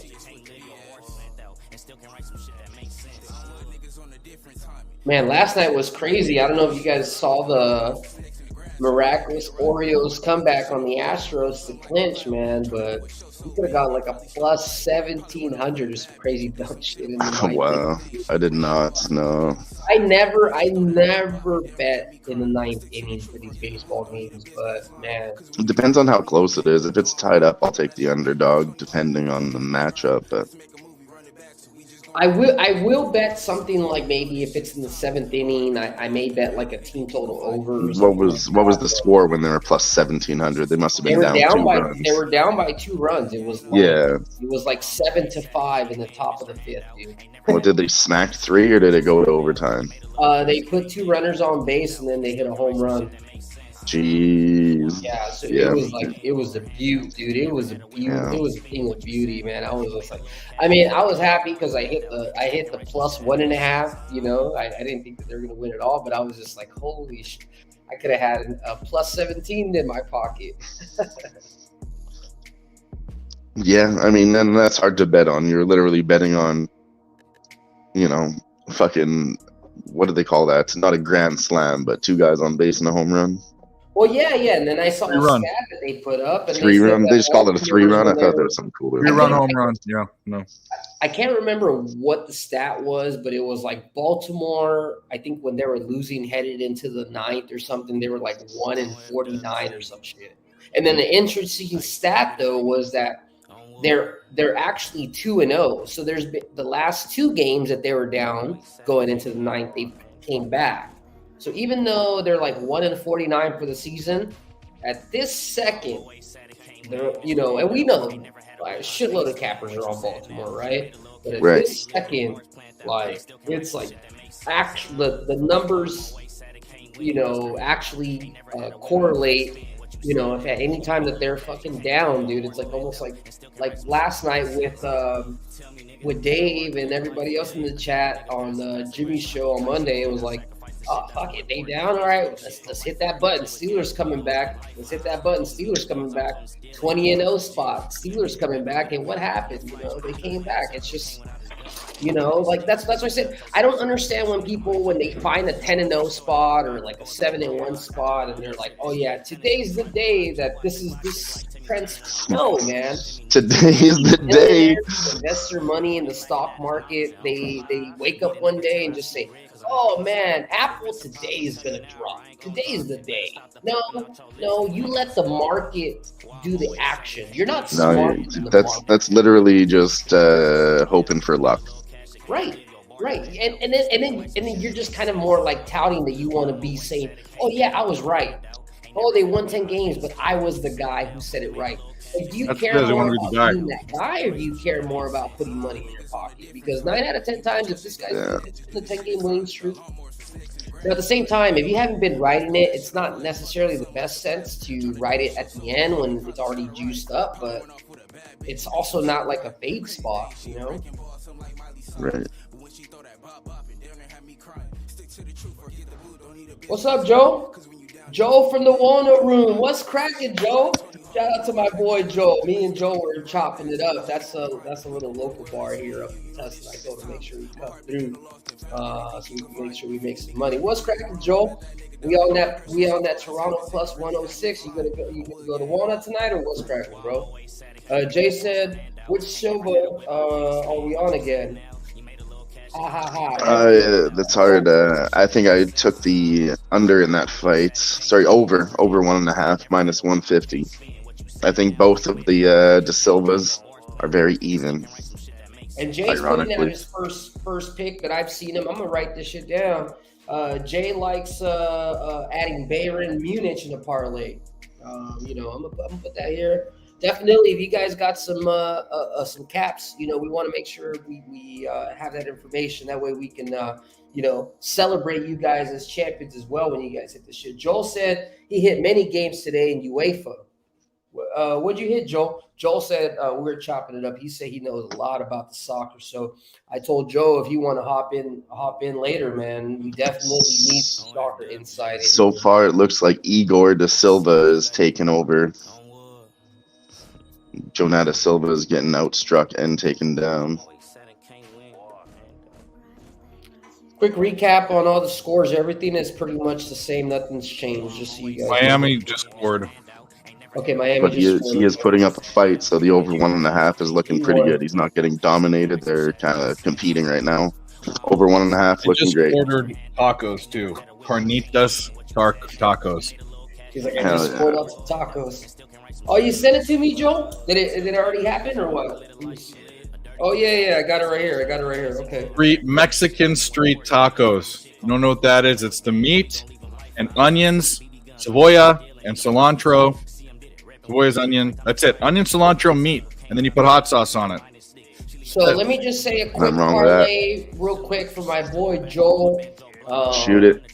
I just met him at the Walnut. He's been hitting soccer. I really don't know, and I don't know soccer myself, so I can't vouch for it. I just know that this is what he's on. It looks like these games already passed, though, Joel. It looks like he was on the Manchester City versus FK Cervana. That one. Okay, never mind. So I'm not even going to put all this information, Joel. So Joel sent me a quick little text of his picks, and he had a 5-team parlay, and they all hit. So congratulations, Joel. If this is what you're doing on a daily basis, make sure you get this shit ahead of time so I can put that out for you. And next week, if you want to come on, Joel, let people know, bro.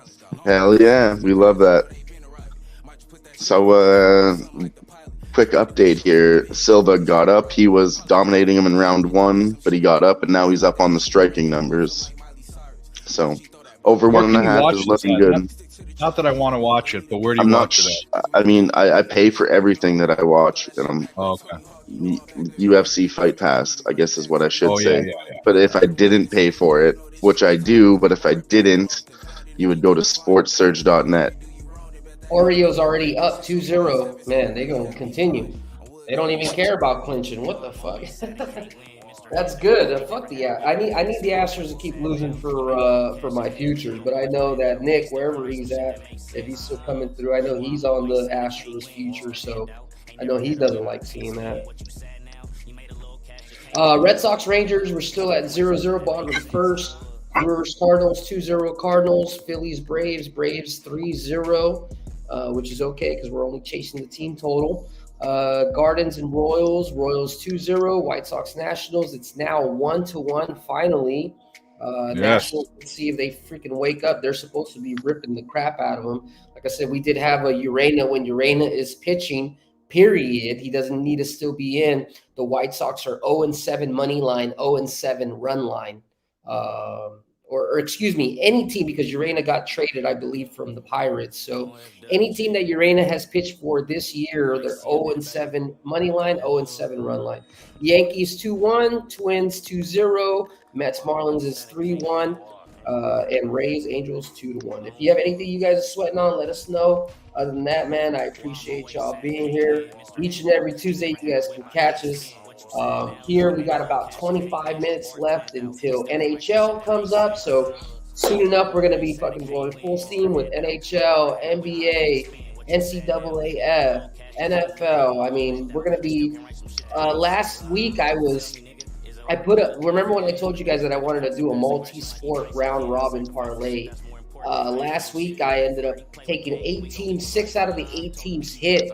I ended up putting a ticket together for about $71, and I ended up getting a net return of about $180. So I'm looking to do that again this week. I will probably make sure that I do it a little bit earlier. So just make sure you're following my Twitter so you can see that. But basically, we're trying to put like 2 baseball, 2 college, 2 NFL, and then eventually, you know, in these other sports, we'll open it up. So, if you guys don't know what round robins are, I would advocate to look into it.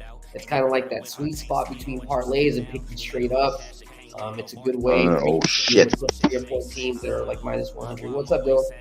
Well, this motherfucker came out strong in the first round, but the guy survived. Over 1.5 is still looking okay. He wasted his energy beating the fuck out of him for a minute straight. He got 35 strikes in 1 minute. Nice. But he gassed, and the over 1.5 is still live. Hell yeah.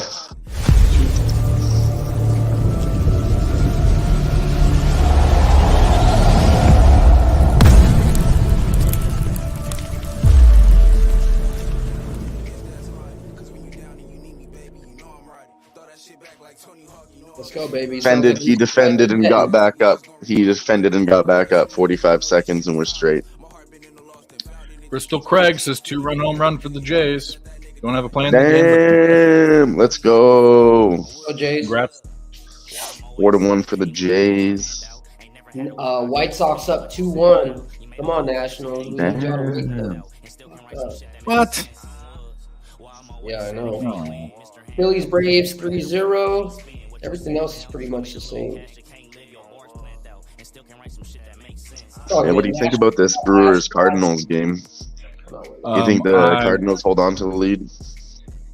I actually didn't finish capping that game, so I can go back and look at it. You said Brewers, my ears closed. Oh, really? That bad? I haven't bet them since last. I bet them a couple times this year. I should say that, but definitely no more. I can never get them right. Right, you know, whether they're Fair. on one side or another. What's this girl's name again? Well, she used to be a lot hotter. Then she got old. That's what happens. I saw a funny meme. Jenny Finch. Jenny Finch. Yeah, Jenny Finch. Oh, yeah, I remember Jenny Finch. Yeah. It was a funny meme where you had a guy and a girl, and then the guy asked the girl, "Hey, I want to go on a date with you," and then the girl was like, "Nah, I ain't." Something just happened. Tell me enough time went by. Fuck. I don't know what happened, but I'm just wondering if enough time went by. I just switched to my betting screen and I come back and the fight's over. Beat the hell out of him. She was from I think it was 45 seconds though. She went to UCLA, but she went to La Mirada High School. That was her. Yeah, I remember playing with myself to her when I was in high school, watching her play in college.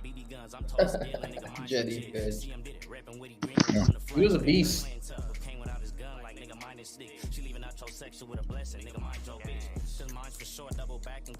You know what, Dylan? When it comes to that Cardinals Brewers game, I almost would like to bet under 8.5. What was the fucking? But I'm just talking. It's not something I'm going to pull the trigger just yet. But you were talking about what's the angle for that play. Oh, I was just wondering. I was looking at it live, and it seems like the only game that's closer, reasonable to bet on right now. I put some on the Blue Jays before they got too high. Everything else is just such a wide line. I would be okay with blessing an over 6.5 in the Marlins Mets game, because that technically would go to where Dave needs it, and it's still technically underneath the under. So I don't see why that really come. Blue Jays Yankees, that's gone away from us, so that's already gone. Yankees Nationals, I mean, you get the Nationals at plus 160, bro. If you haven't gone on that game with us, that might be a good line to be able to get on. What else? This Phillies bet is not looking that great, because I'm looking at Strider. He's through 5 innings. He will have thrown 65 pitches. He's going to go another 2 minutes and 37 seconds into round 2. We cashed that bet with 7 seconds over the 1.5 mark. Let's fucking go. Oh yeah. Who? The first fight, I had over 1.5 rounds. It was just past it by 7 seconds.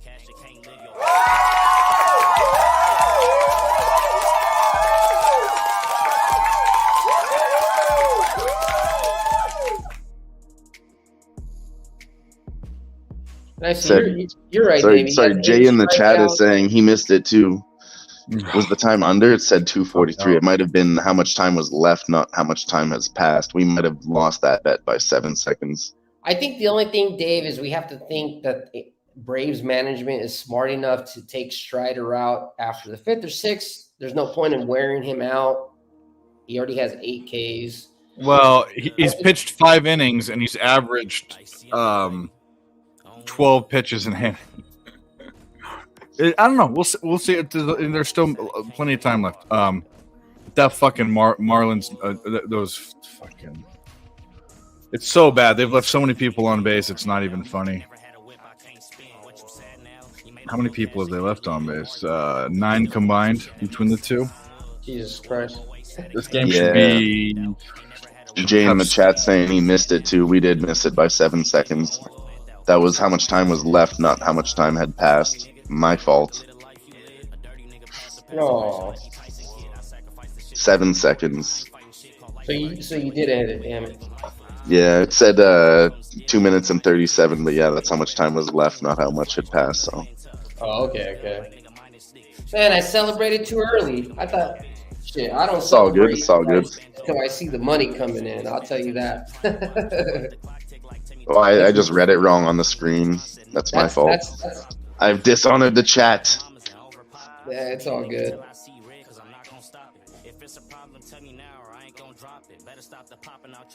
Damn, I had some people who wanted to watch the show and stuff. It was weird. I tried to put it on Instagram, but it wouldn't let me put. You used to be able to put the link directly on there, and then now it just lets you copy and paste the word. Oh, fuck me. 2-0 still bottom of the first. Let me grab my little vape pen real quick and take a little smoke, and then we'll keep digging into these numbers, man. I appreciate y'all being here. Hour and a half. In about half an hour, I'm about to take off just so I can go coach my boys' soccer game. Quick little update. While I was gone, I was doing that pretty much every week. I think we were out of 7th or 8th place out of 13 teams. And now we're in 2nd place. So it's kind of I feel like I got to be there. These kids need somebody to freaking just be, very tough. They're only 5 and 6-year-old kids, but, you got to teach them young. So we actually played 3 games this weekend, and they scored 8 goals over 3 games. So it was pretty good, triple header, and they had enough energy to win the game. So. Jay said, I'll probably take the inner draw, no bet, Byron money line in a parlay. Nice. I love that, man. I love y'all breaking down any looks, anything else that we're not doing in the chat, man. That's what it's all about. If you guys know anybody that's not in here, that's kind of out in your little network that you like to talk sports, you like to gamble with, you like to go to the bar and shoot the shit with, make sure that they know the live sweat every single Tuesday. And this is just the little portion of what I do or what Dave does.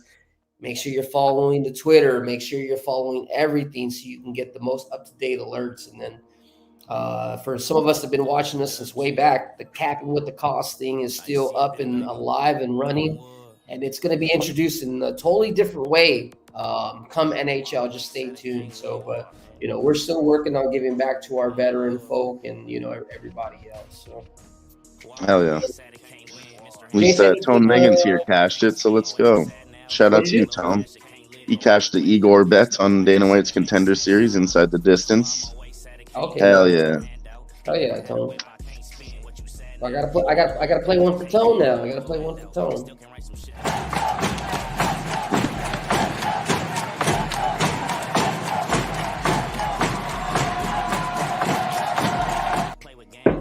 Let's fucking go. I'm Tony Steele, and nigga mine's legit. See him did it, rapping witty green like I'm the flyest. He playing tough, came without his gun like nigga. Still delayed in that Pitt Cubs game, man. That might just be a tomorrow game, a doubleheader now. Still 0-0 in the Red Sox Rangers game. Looking outstanding for Dave's under. Cardinals 2-0, top of the third against the Brewers. Like I said, we thought about leaning towards the under. Probably now like a 6.5, 7.5. You missed the best number at 8.5. Orioles is up 2-0 against the Astros. White Sox against Nationals. We're trailing on that. We took the Nationals money line. If you're not on that, you can still get a plus 160 or so. We have the Phillies team total over 2.5. He's still willing and dealing. Strider is, so we need his ass out. Blue Jays, we're winning that bet 4-1. Twins 2-0. Rays 2-1, and Marlins 3-1. Top of the 7. Let us know if you guys sweating on anything. If you haven't already, go ahead and make sure you guys hit that like, hit that retweet. If you guys are on the cell phone, I know it doesn't really show you. Just go ahead and exit out of the chat, hit that like, and then go back in and show. Appreciate that. That does a big job of being able to get us in the algorithm. And if you can as well, even if you want to just put a comment on whatever you bet on or bets for tomorrow, you can put a comment on the show as well. That also does help us to be able to get a little bit higher on the algorithm. So appreciate y'all being here for damn sure, man. Can't wait to see some of y'all here come November. And when we're doing this little horse race meetup, that's something that I cannot wait. And then we're going to be doing Ducks versus Golden Knights little meetup. I talked to like 2 other people that they said they're in. So we're up to I think 8 people. So we can get at least 10 more people, 12 more people.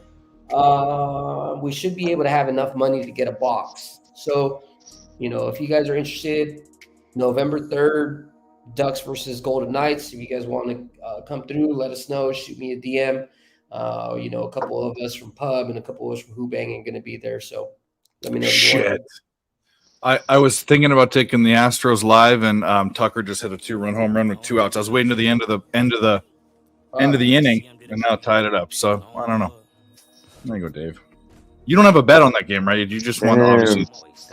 No, I didn't have a bet on that game. I didn't get there to cap it, but Twins just smacked it around too. They're up 4-0 now. To me, if I were to give my I don't know, a bar breakdown, right, without looking at these numbers, I would think that the Orioles and the Astros would go over, because Orioles is fighting for their playoff lives in terms of winning the AL West. And Orioles, they just did clinch, but you would think that they would not be pressing everybody, but it looks like they're still going steam. So I don't know. I'm just talking out of my butt, but I could see this being another, maybe 7 to 8. This could be definitely an over game, given that it's 2-2 at bottom of the first.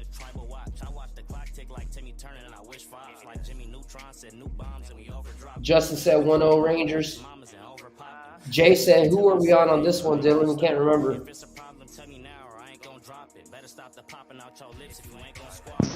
This next fight, I like Kalen Kraszewski, and I took the under 2.5 rounds at -135. There you go. Joe put out some picks for tomorrow. You got Real Madrid, Arsenal, Bayern Munich, and Inter. I don't know a lot of soccer, but those are very favored or main names. So, you may need to put them all together to get maybe like a minus, or I would think maybe like a plus 250, plus 180 or something like that. Those sound like all favorites. But appreciate that, Joe. You already sent me that text. You had 4 favorites, and you had 5 favorites, and they all cashed. So do what you got to do. It don't matter. As long as you're cashing that shit. Twins are up 4-0 now. Besides that, Brewers got a run. They're up 2-1. And everything else looks pretty much the same. No, the Cardinals are up 2-1. Like what? Don't scare me like that, Jimmy. Shit. Right. Cardinals are up 2-1. Yeah, because they're up. Give me a half a heart attack there. Like, what? How?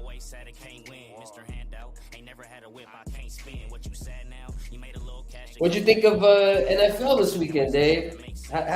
Did it work for the most part, or anything that was kind of like, oh shit, like Oh, yeah, no, I'm anything smoking. you were actually looking in terms of spot on? It's we want to continue, or No, I did real well this week, and I what am I in NFL? I'm like, I was actually no this week. I need to pull it up. I think I'm definitely up about 9 units. I was up 10. I think I might have lost a unit this weekend. I can't remember, but everything's right on everything. Everything's right on target. There were 2 reads that I had, and this is why I know that when you're seeing things correctly. I mean, I'm a Niners fan, but the Rams were leading, and the Niners had to come back, and the Rams covered by the hook. Then Arizona went up on the Giants, who I think is a horrible team, but Arizona's just that much worse. And they came back, but they didn't. The Giants didn't end up covering. So when you can see things with really shitty teams, and you're able to cash with them against really good teams, you know that you're there. right? But it was good. I saw a weird stat or something saying that not about the Cardinals, but about the Broncos, saying that they've led in the first half for like 8 or 9 weeks in a row. And we know how that ends up, but I'm just saying Broncos first half, maybe a good look. Do they have a bye already? I don't even, oh no, they're playing the Dolphins this week. Okay. God damn. We got the Giants, Niners, Falcons, Lions. We got the Chargers, Vikings, Saints, Packers. Texans are going to Florida, face the Jags. Denver's going to Miami, face the Dolphins. Titans versus Browns. Bills, Commanders. Colts, Ravens. Pats against the New York Jets. Panthers, Seahawks. Chiefs, Bears. Cowboys, Cardinals. Steelers, Raiders. Eagles, Bucks, and then cap off the Monday night with Rams, Bengals.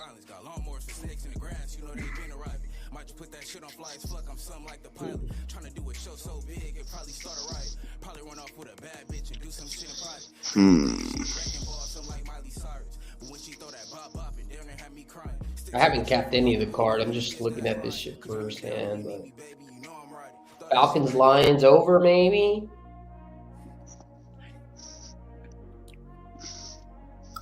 Chiefs gonna beat the brakes out the Bears, man. Bears definitely are not taking that next step. I don't know if it's the quarterback's fault, Justin, or the coaching, or I got to look at the second game, but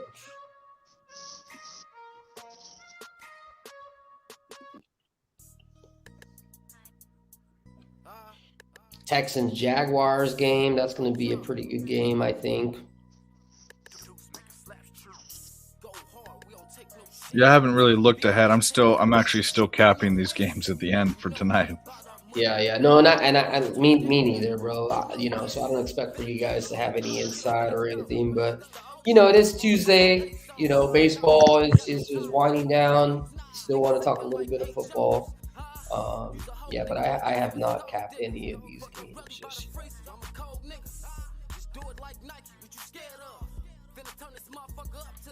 Colts, Ravens.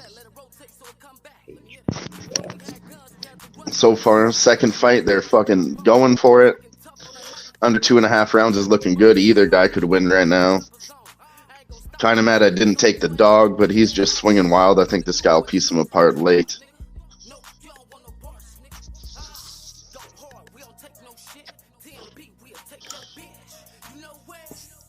I wanted to bet on Dylan Montello because his name is Dylan. And he spells it like me, but that's no cap.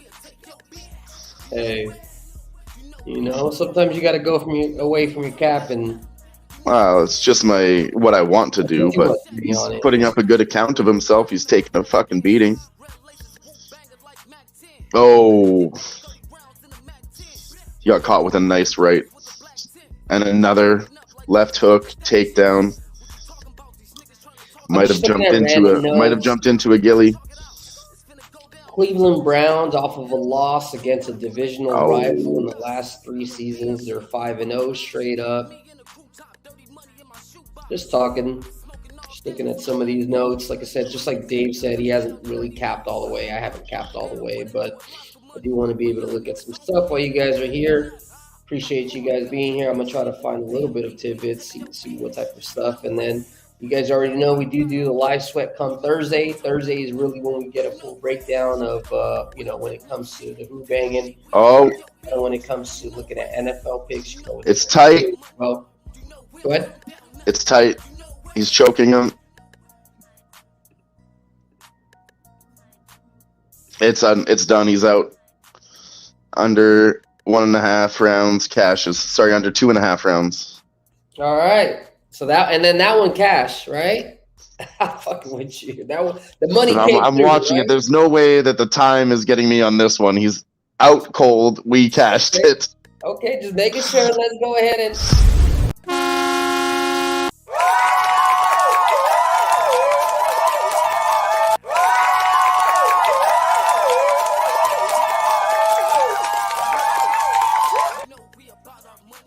Cash that shit, baby, from the north. Hell yeah.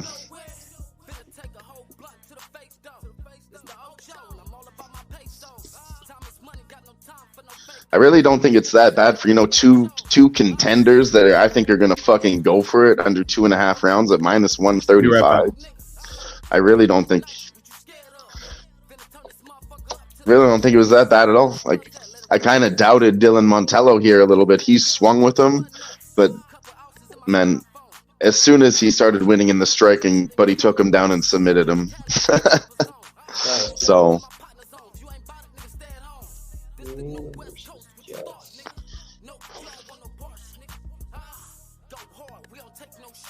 yeah, the ref checked his arm and he was limp. Jesus. All right, so far 1-1 in Dana White's Contender Series. First bet, we lost by 7 seconds. Doing good.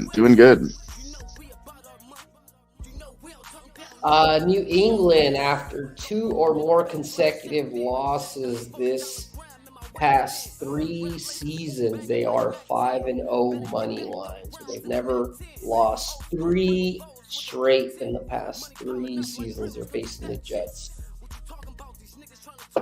That's an interesting look. The September game schedule for New England and the Jets aren't good, though. Looks like New England usually sucks in September. So does the Jets. They're both 2-6 straight up. New England is 1-6 against the spread, and the Jets are 2-6. So, Texas Rangers up already over the Boston Red Sox. Do you have a cap on that game? No, I didn't. I ended up not finding an angle. Dave had the under 4.5. Ooh. What's the score right now? 3rd inning, 0-1. Okay. It's looking pretty good. It's looking good. It's on track. Yeah, the only thing that I took, I had the Blue Jays plus 106. I had the Nationals. I think it was like minus 123. Oh no, my bad, 128. And then I had the Phillies team total over 2.5. And that's at minus 145. And right now it's Phillies, Braves, 6-0 Braves. So doesn't really matter. We don't need 7-0 Braves. We don't need them to win. We just need 3 freaking runs from the other side. Not bad. I was just looking at it now.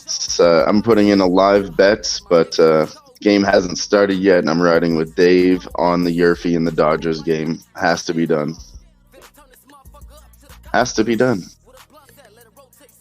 I'll tell you teams that have nice hitting matchups in terms of individual players.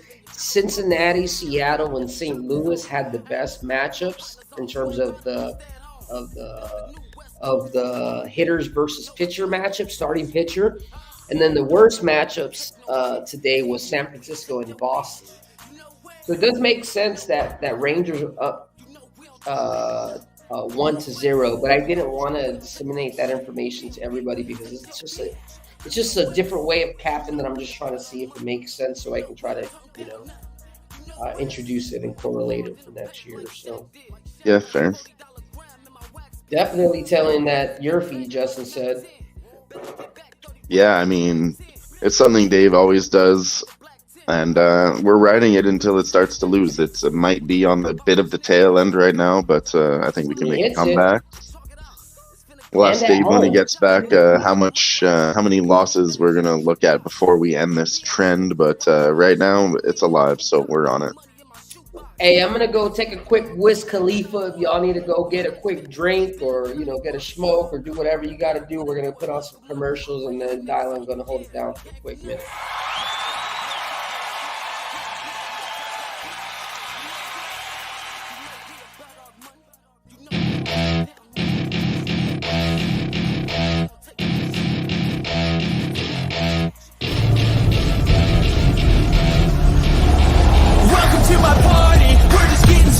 Life is a dream or a nightmare scarring. Hand me a dream. I think I'm going all in. Hell yes. Hell yes, everybody. Glad y'all here with us on a Tuesday night on the live sweat here. Our boy Sniz, he couldn't be here with us tonight. And he's the life of the party. We love that man. So shout out to Sniz. The show really isn't what it is without him. He brings a whole bunch of energy to the show, and we're just trying to vibe, bring his energy alive. You know what I mean? Hell yeah. Justin tailing the Dodgers Yurfie. Jay. He's doing fine. Just busy tonight. We all got our own personal things going on, but he's doing great, Jay. Thanks for asking. Yeah, he's doing good. He just needs, everybody takes shit differently. Some people need a day or two. Some people need a couple weeks. So, however long my boy needs to get back in track, is whatever he's going to do. He held it down for me. I know some of y'all kind of more newer to the live sweat, but I was MIA for about a month or two because I had to deal with my own stuff. But we've been together, rolling together for over a year now. We were doing something outside of Who-Bangin, and we brought the channel to here. So he got my back, I got his back. Dylan is and I got your backs. Yeah, Dylan is like our third brother. He got everybody's back and shit, But yeah, he good. I talked to him today. Just need a little bit more time. Like I said, if you got his number, got his message, I really wouldn't, flood his shit with like, "Are you good?" or whatever. But just say, let me know if you need anything or if we miss you. Just know that he's doing great and everything's, okay with him. He's holding up and he's going to be back as soon as he can. Yeah, because last thing I want him to do is feel like he needs to come back. Nah. He's such a giving person. You know what I mean? Like, I want to make sure that he focuses. Yeah, man. I just wanted to give him a shout out because you know what he always says? It's about family, and we bless him. We don't stress him. And he's really about that life. So I wanted to give him a quick shout out because he really is that guy. It's not some fake persona for YouTube. He really is that nice in real life, too. So shout out to Sniz. This one's for you, buddy. Cheers. Yeah, and another thing, like Ick always has my back in terms of this. Every single show we always say, shout out to all the veterans out there. You guys already know I'm a veteran myself, so if you got any family or friends that are in the service or have served, appreciate the service very much. That shit is near and dear to my heart. So I want to give another quick shout out. If you have anybody that has or is serving, I just talked to actually a friend of mine. I don't know if he's watching right now, but Sean Landon, man, miss you, bud. First time I actually talked to him this week in it's been like 15 years. This guy used to be one of my road dogs up in Afghanistan. So it was nice to talk to him, man. So, obviously we're here to try to make bread and all this stuff like that. But it's okay. We can do a quick cheers to family and friends, everybody. Yes, Dave, get your drinks up. No? All right. All good. I know you'll take one later. Oh, shit. My bad, Dave. I got you. That was the damn freaking commies. That was when Dylan was doing his thing. Go ahead. Huh? Oh no, I thought you were talking. And somebody damn freaking commies freaking muted you. You know, I don't know what the hell was happening. Why would I be a commie? How is Canada a bunch of I didn't commies? say Dylan They are. said. I They're all didn't say I'm Dylan just said bugging. I'm bugging. Commies did it. Relax. I'm bugging. Unless you're divulging some information that I need to know, Dialogue. No, I'm joking. There's no information at all. Oh shit.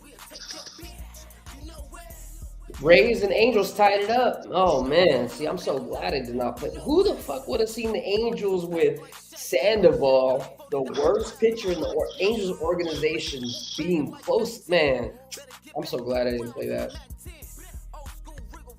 Marlins still 3-1, Twins 6-0 now. They're spanking the Reds. Blue Jays still 4-1. White Sox, Nationals. Nationals is up 4-2, baby. 4.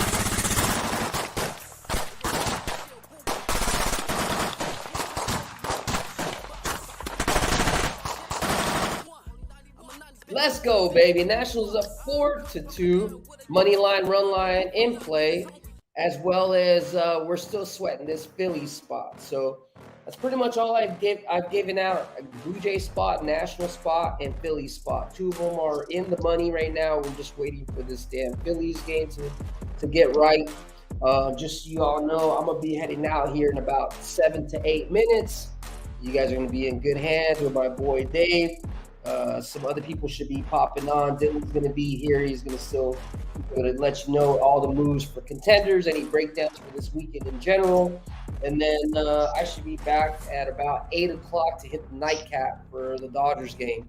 If I finish a little bit sooner, I'll let y'all know. If there's anything that I see while I'm coaching, I'll hop in the chat and just shoot y'all real quick. So Barney said, Dave, yucky. So Jay said, absolute safe, fellas. Yeah, leave it to him. Yeah, Jay, you already know, man. He's a good, he is a real good guy, man. I'm telling you, me and him, fuck all the bullshit about the show, man. We talk off chat and we have our own family conversations. And yeah, man, I love that guy. There wouldn't be nobody else that I'd want to start the live sweat, which is from us, brought to y'all, brought to Who-Bangin. But it's Ixnizzle and Jimmy Gomez's live sweat. He's my right-hand man. I love that guy. Does a lot in terms of being able to, pass the word. And, he's very unselfish. So that's why, I always try to make sure that it worries about himself also, put himself first. But, I appreciate him. I acknowledge him. I love that man. So I know you out there. Maybe you watching this shit. Maybe you're not. Love you. Hell yeah. And shout out to all your bros, man. Check on all your bros. Make sure all your friends are okay and your family. Yeah, man. You never know, especially if you become, our age. I'm in 30. I'm pushing 37, so it's coming to that age where I'm having conversations with my guy friends and,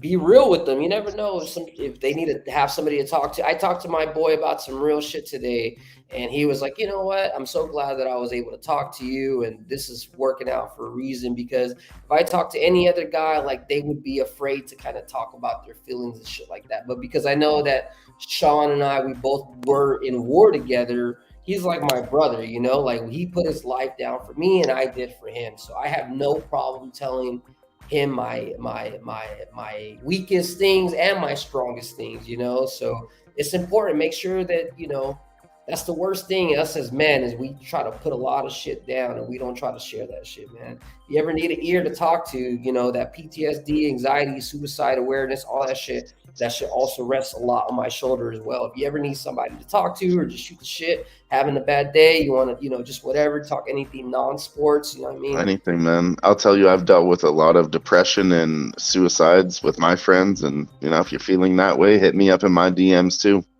I'd love to help. Sometimes it's nice to hear from a person that's not related to you at all, and you get an outside opinion with nobody that's ever going to tell anybody about what we talked about. Yeah.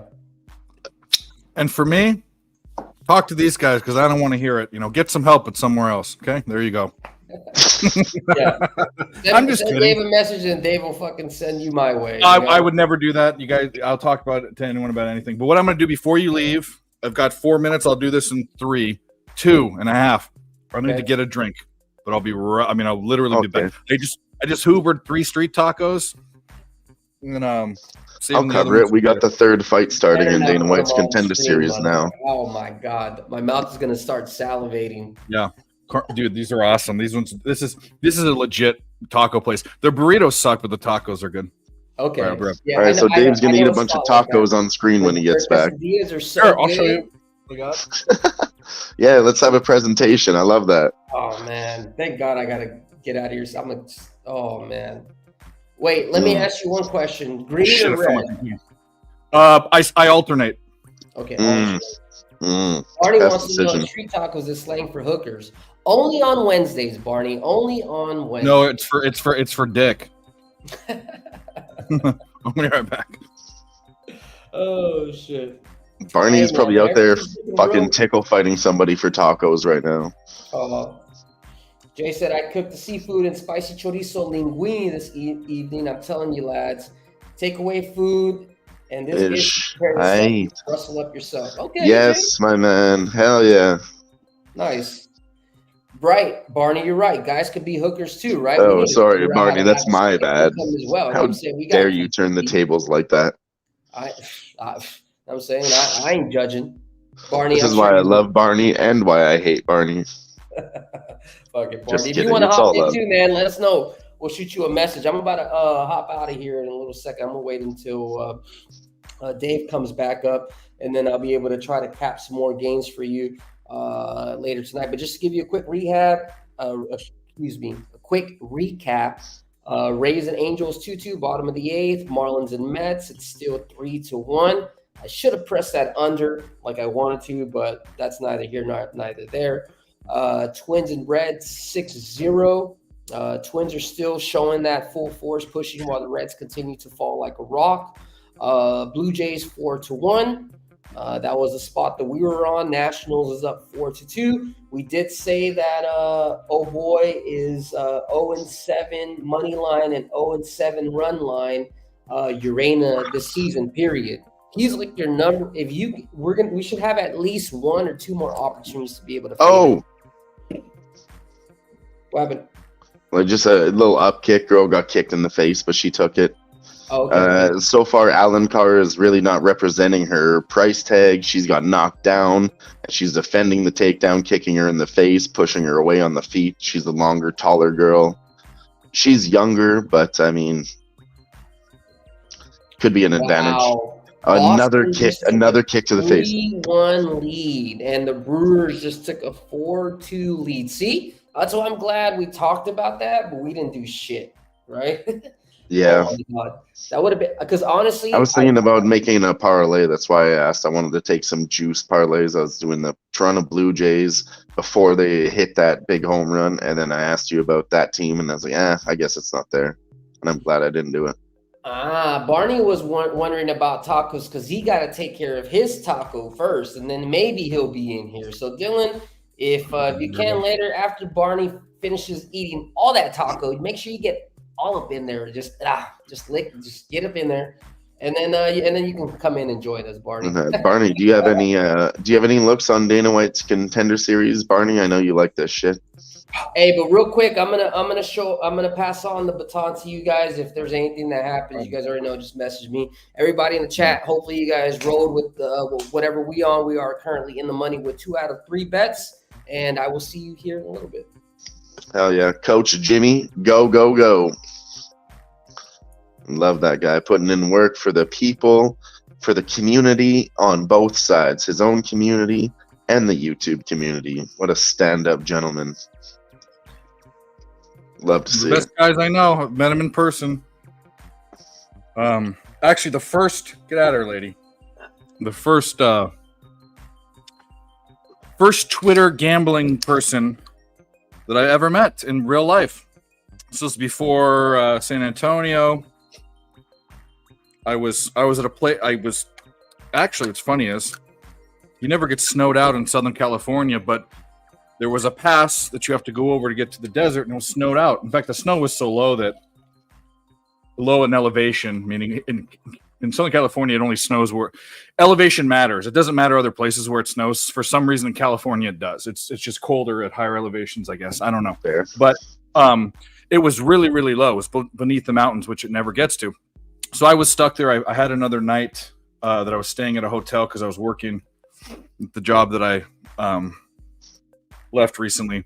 And I'm doing a show, and he jumps in the show. He says, "Oh, you're at such and such place," and he knew right where I was. And I said, "Yeah." He's like, "Come to this place, such and such." And that's my old stomping ground. And actually, Jimmy went to a high school that was one that I might have gone to. I didn't, but he knew. He knows. Right, real quick before I lose my train of thought, this girl, she won a bit of the first round, then she got taken down, kind of defended it a little bit on the ground. She didn't really do much with her takedown, and then she managed to get up at the end, and then she shot for another takedown right at the end of round one. So it is looking good for our underdog right now, Stephanie Luciano, going into round two. Sorry, carry on. Fine. No, I'm just saying. We met up and we drank and we closed the bar.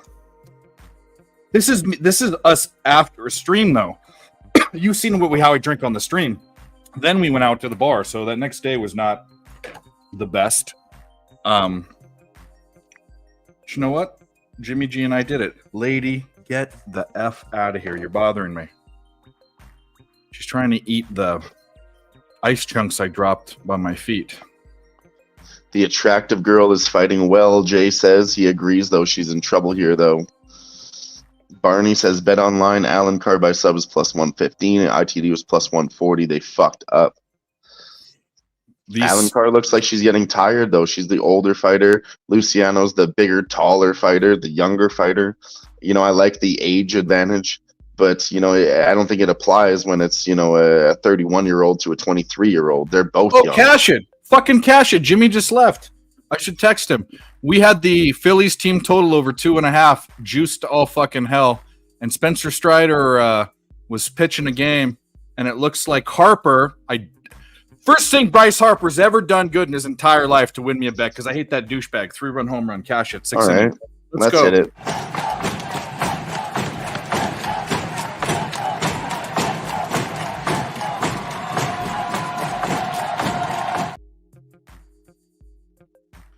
Hell yes.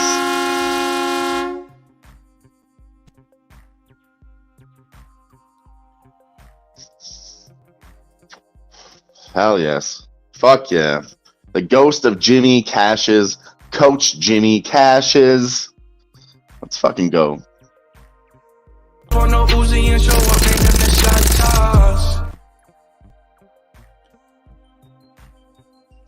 Fuck, come on. I hate this phone. That's how our guy does it. That's what we do every single Tuesday here on the live sweat on Who-Bangin Sports.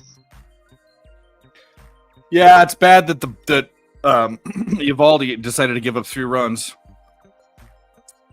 Raise 6-2, yeah, because that's not looking good. The first 4-under, and I'm not going to hit the over in the New York Miami game. So that helped. That Phillies bet helped a little bit. It helped. Not to mention I had a full big boy unit on it, and it was juiced to all hell. But I don't think I've ever seen a team that's hitting good. Gary Pop says Razor 4-2, now 6-2. Yeah. Yeah, Barney, she can't use her length. Get the fuck out of this. Yep. You're not wrong. It looked good until it didn't. Use your length and get in here.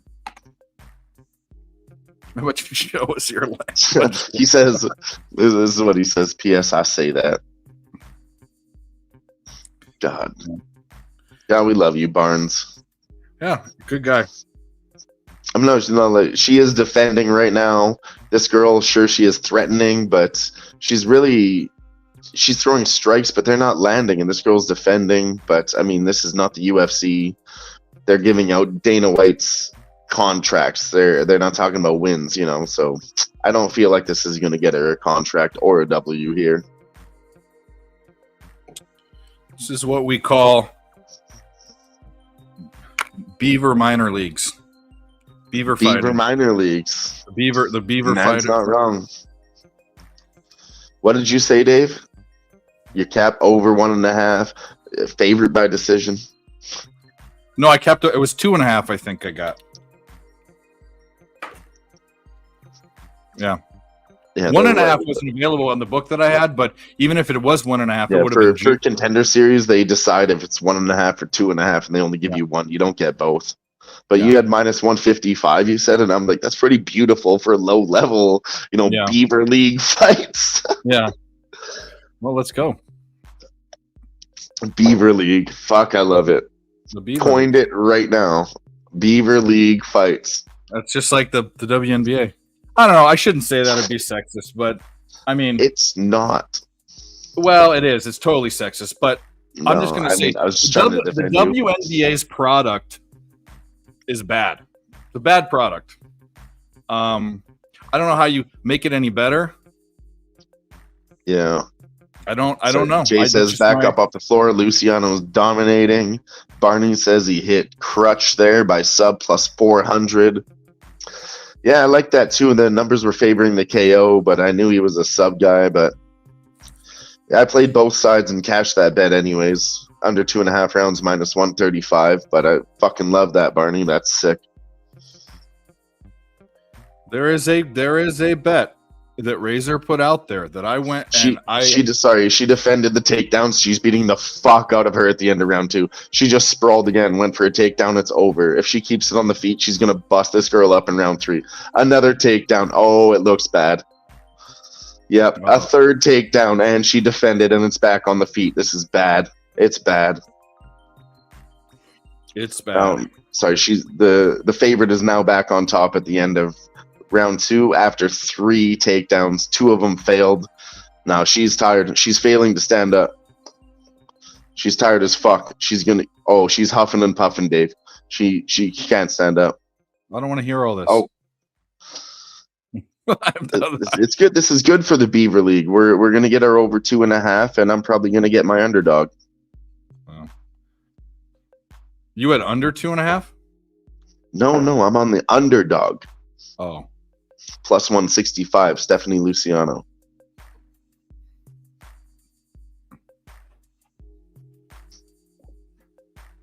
It's like I had never thought about it your way, but if this is, the lowest level of women's MMA, why wouldn't we take the underdog? It's something I do at high level UFC MMA, so why wouldn't I do it on Dana White's Contender Series? Yeah, I don't know enough about it. I'll teach you right now. Plus -200 is a fair line. It sounds bad, but it's fair. That's basically as close to a pick'em as you're going to get without getting, Barney says you're way behind. Let me know when it gets. I'm way behind in Canada. Anyways, so Stephanie Luciano's a plus 165. That's not too far gone for an underdog.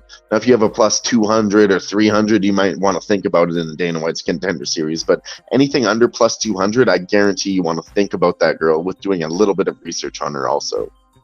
Barney, let me know when it gets to 229. Okay, that's all I care about. Let me know. Oh, she's piecing her up now. 20 seconds into round 3, piecing her up. Defended the first takedown. Through about 10 strikes, sick combos. It's very clear that Alan Carr has no striking.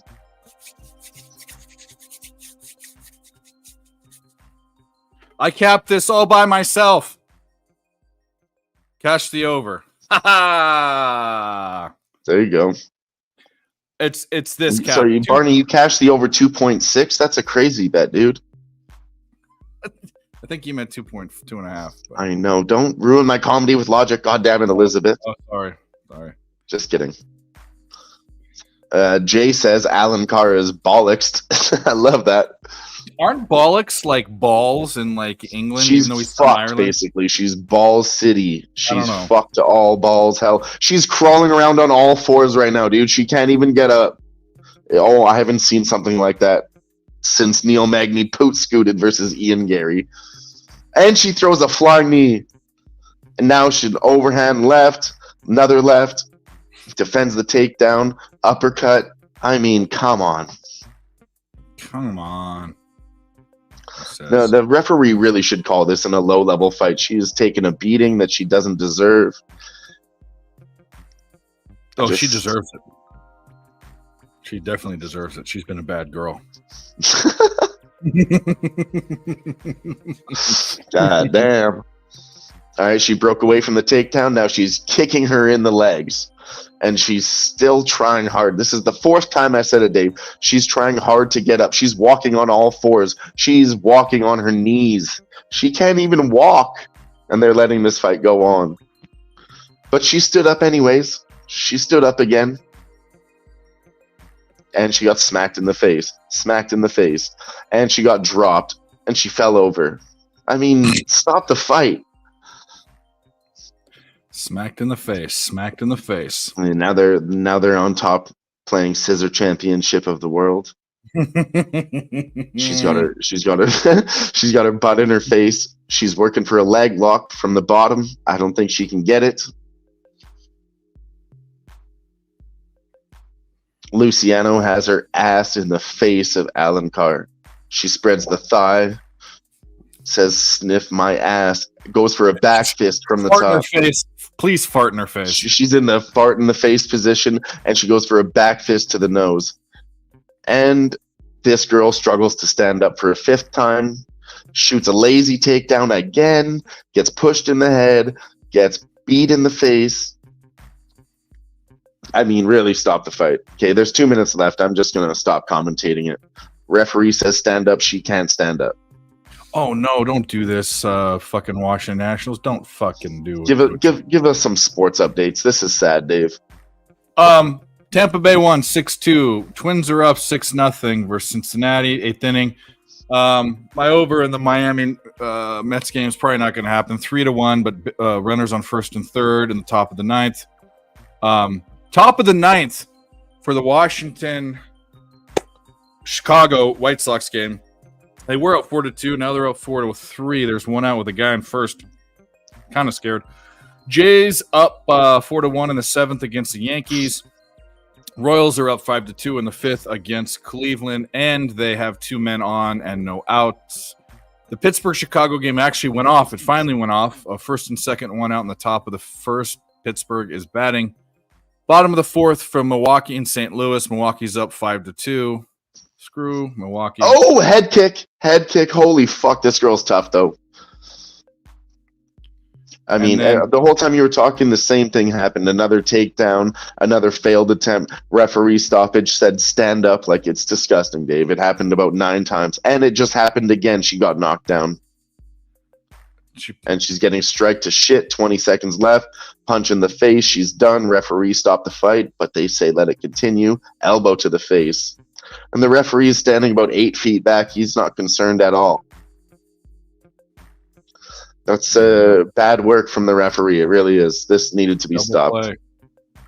You don't ask that fight to be stopped 7 times in a contender series. That's terrible work by the referee. Nice job by Stephanie Luciano. We cashed the underdog play. But that's fucking terribly, terribly bad refereeing from Jason fucking Herzog. But here we go. We cashed that shit.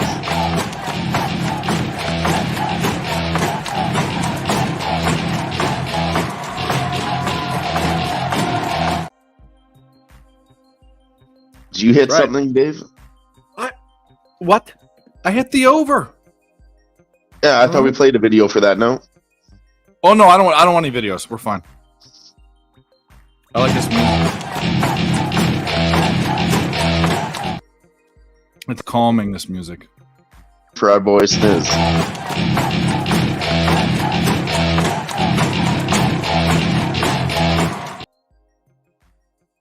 Land's finest. Ixmizzle. It's a draw, he said. Jay said. No way. How is that a draw? Well, there's the fuckery live. That was a complete domination. That was a complete domination, one-sided. Is a UFC bet a 3-way bet? Like you have to bet. Here's the fight statistics. Significant strikes 90 to 32. Takedowns attempted 1 to 18, but takedowns defended are 14, and control time was 6.5 minutes to 4 minutes. So she defended the takedowns, got her own control time. 89 strikes over to 32. If that's a fucking draw, that's just... So here's my question. Is a UFC money line? It is a draw. 28-28. Well, here's the question. A UFC money line, is it like the money line if it's a push, if it's a draw, you get it back, or is it a three-way bet? You get your money back. You do? Okay. The three-way bet is like wins. It's a draw. It's a tie. Everybody gets their money back. Okay. Yeah. Soccer's a three-way. Soccer and hockey you have three-way. I'm not sure we've seen a draw in Dana White's Contender Series in a long ass fucking time. People that are betting on split decisions and draws are on fire right now. I saw some of the best bets from UFC. A guy put $10 on a plus 8,000 for that fight to be a draw. $810 returned. Profit of $800. One guy put $150 on a plus 6,000 for a draw, Dave. Like, who does that shit? To win like 6,500. It was stupid. Sorry, 6,500 on a $150 bet. On plus 2,000 and 3,000 bets all the time for first touchdown scored and shit. But I mean, for a draw, that's crazy. That draw is crazy. It's so rare. I saw some statistics. I think before 2023, they hadn't happened about a 5% chance, and then in 2023, they've hit at about a 18% clip or something, which is crazy for a plus 5,000, a plus 8,000. Don't do it, you stupid scunt. Get this guy out. And I don't know the people that pick these matches. They try to pick their best ones to go to a draw, and they're really good at it.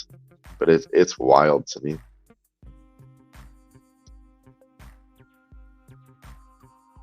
The next fight up, we have Jacoby Jones. Barney is saying Jones by sub at plus 600. I'm on him by KO at plus 175. Anyways, Dave, I'll be back in. Go ahead. Well, looks like. Oh. So you'll be back? There we go. Yeah.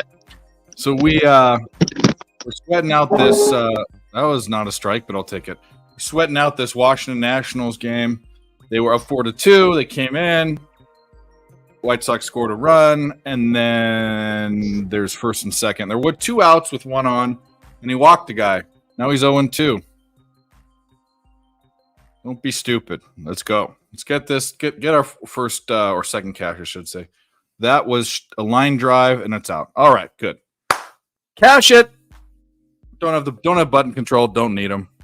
They don't have the eagle with the guns, anyways. That's what we want. We don't negotiate with terrorists. You guys know how we do, because all you guys watch all of our shows, and we appreciate it, and we love you.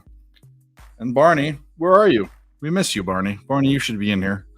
Shout out to Jay. Jay, if you ever want to come on, I mean, I don't know what your situation is, but we love to make the show international. It already is. We could have three countries. We'd love it. I've had a Canadian guy, and I've had a guy that lives in a Canadian that lives in Thailand come on the show from Thailand.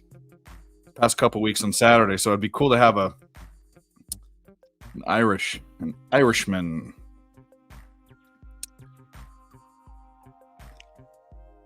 Definitely tailing that.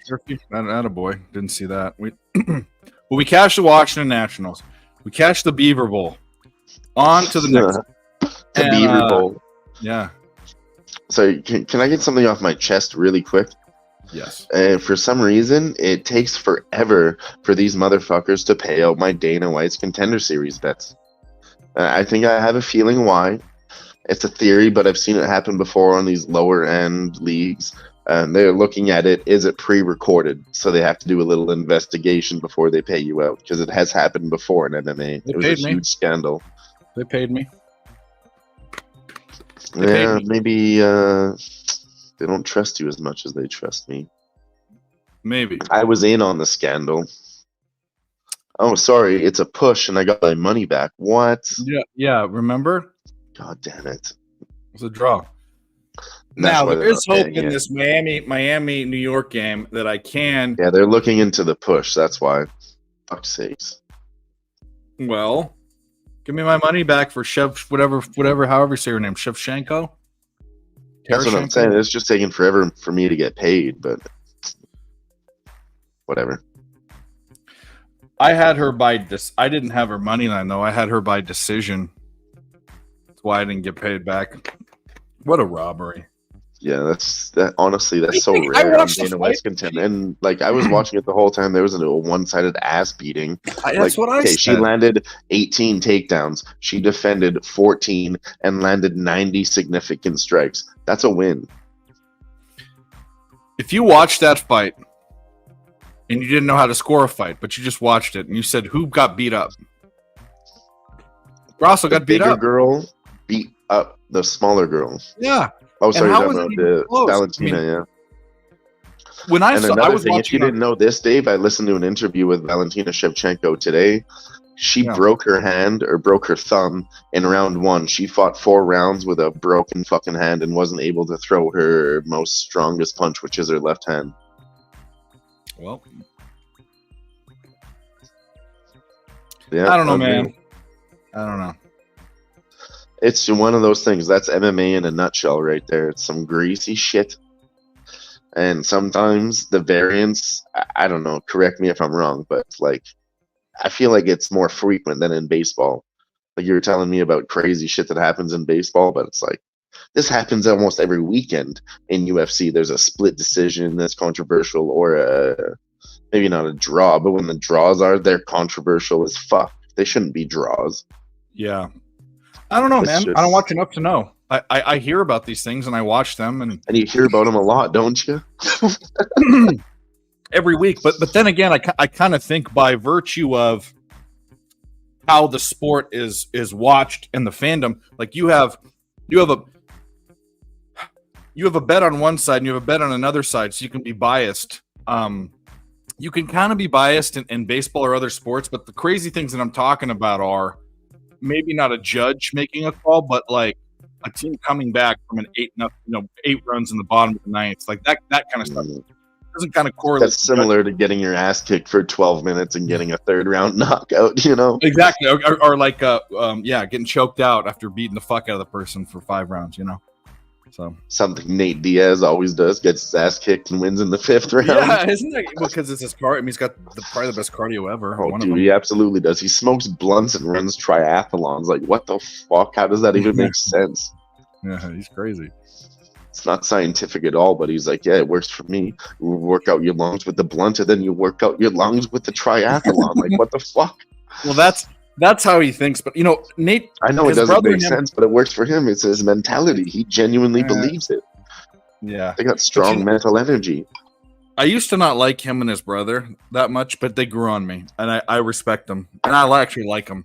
They're really good, and they run one of the best academies. I mean, the Brazilian Jiu-Jitsu they were trained by the Gracies from the beginning, and now Nate Diaz and Nick Diaz are carrying on that tradition and teaching boxing in their gym. Like, their gym's pretty fucking fire.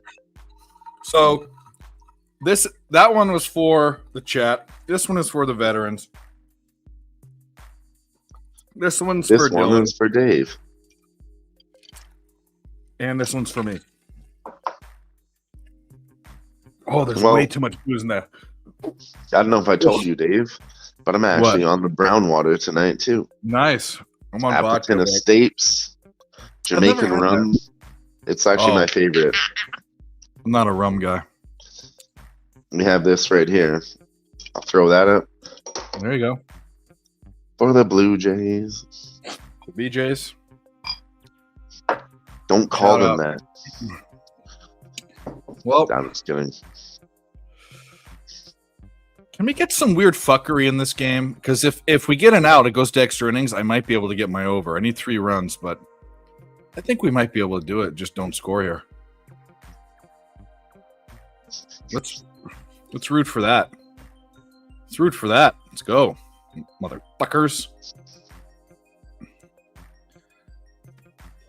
What do we got here? What do we got? We got brand new batter. 2 outs. Brand new batter. And he pops up. Can we catch it? Will they catch it? No, they can't get there. Stupid idiot. Now he's going to get a hit. Now you could have gone extra innings, and now you're going to lose.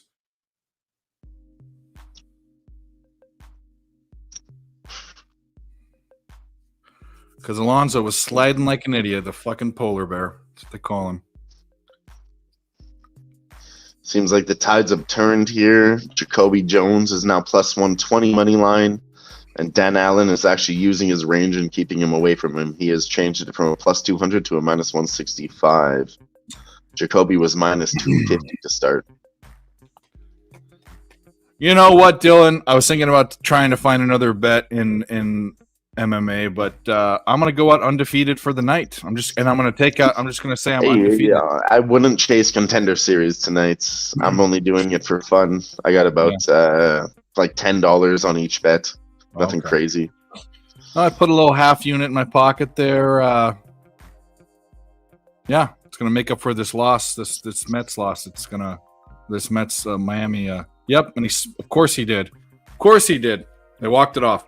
Well, I will say this. We missed it by 1 run. That's how close it is in baseball, too. You go from almost getting an out to walking off, getting a hit. That is scunty, so that's okay. Yeesh. So on to the next.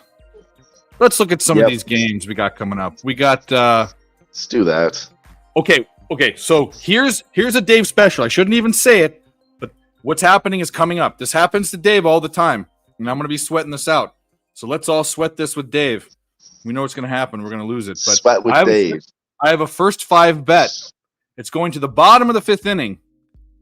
If they don't score a run, I get it. If they score a run, I don't. We need 3 outs. Watch. Picks from Dave. This. It's going to happen. We're going to fucking lose it. I'm going to watch it. I'm going to watch it right in my face. Just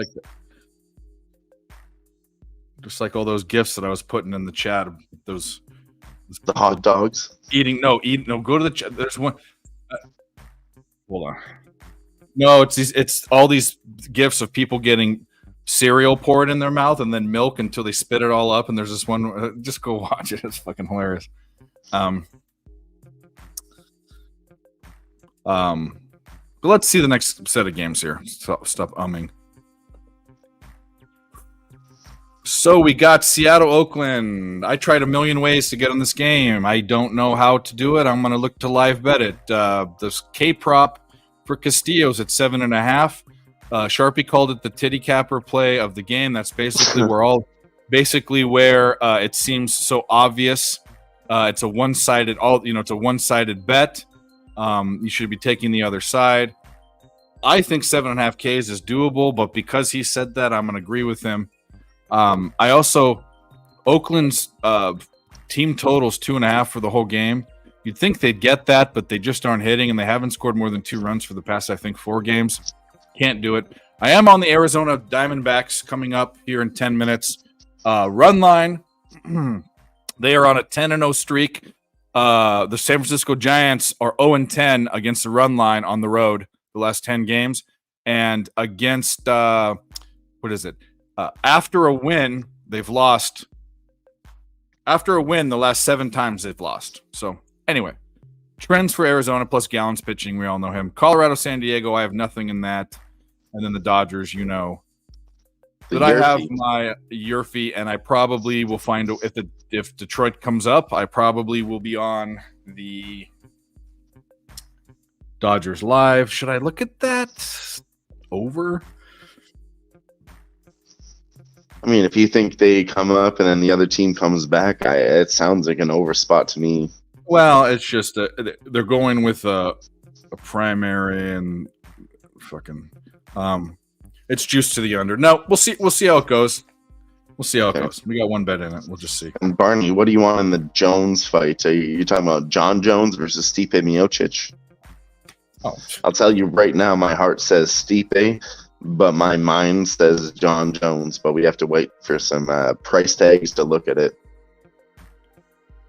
Oh, they walked him. Come on. Probably going to be looking at playing both sides at under 4.5 rounds It's going to be competitive. I guarantee you we get like a minus 120, minus 150 on under 4.5 rounds with two of the best heavyweights in the world. And I don't want to bet against Stipe, and I hate John Jones. So I'll probably take some juice.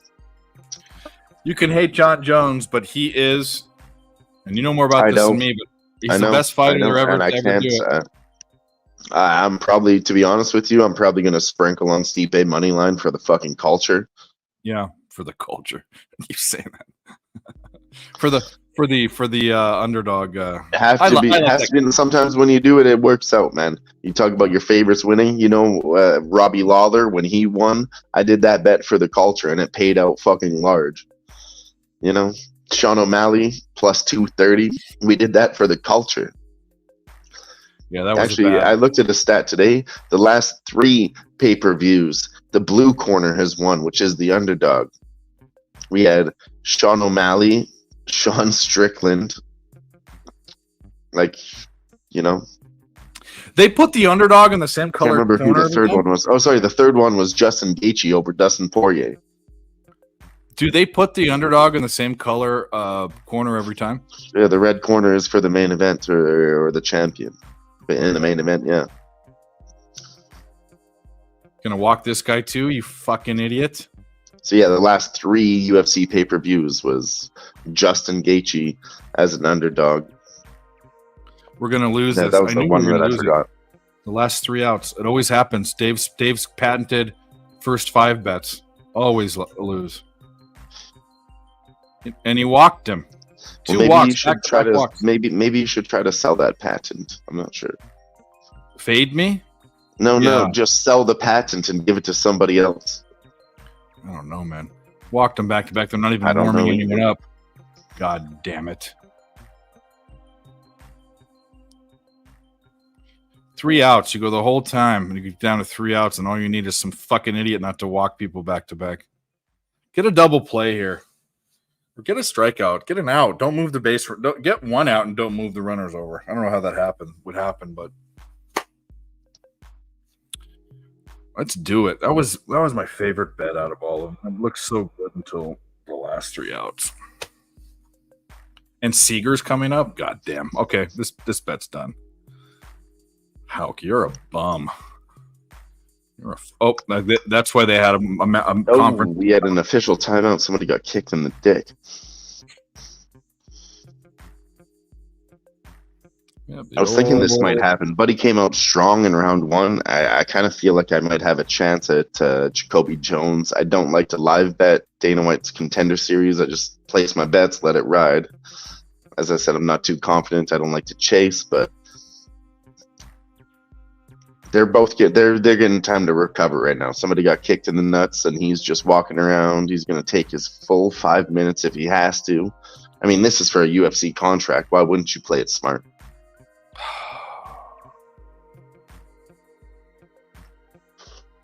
Barney, I don't want to do the mess around, and if you're talking about a tickle fight, yes. That was a strike. Okay.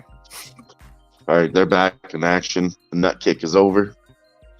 Jones goes for the takedown now. Let's go. I knew he was taking time to recover. Yurfie, Diamondbacks run line. The Yurfie and the Dodgers game and the Diamondbacks run line. Yep, that's what I'm on. All right. Well, I might actually one-up you, Dave, and parlay those together. What do you think about that? That works. Let's fucking do it. Man, this stupid motherfucker. Oh, it's a hit. And that's it. And Dave, they don't even get an out, and Dave loses his bet. So there we go. Diamondbacks plus 125. Stupid Dodgers, fucking stupid motherfuckers. Minus 120 on the Dodgers, Yurfie, Arizona Diamondbacks, plus 125. Let me just put this together and bring up a quick number. So fucking stupid. Where is it? Double parlay gets you to plus 312. So I'm in.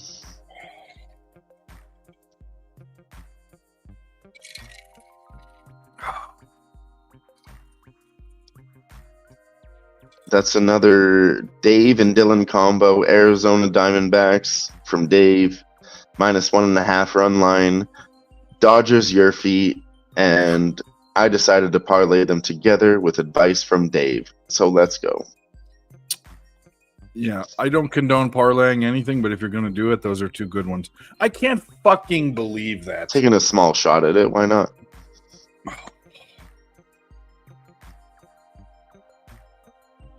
I don't get any echo. What do you mean, buddy? Jay, I don't know what Jay is saying. That's disappointing. I'm so sick of this happening. It really happens too much. Jay was saying that he wants to join.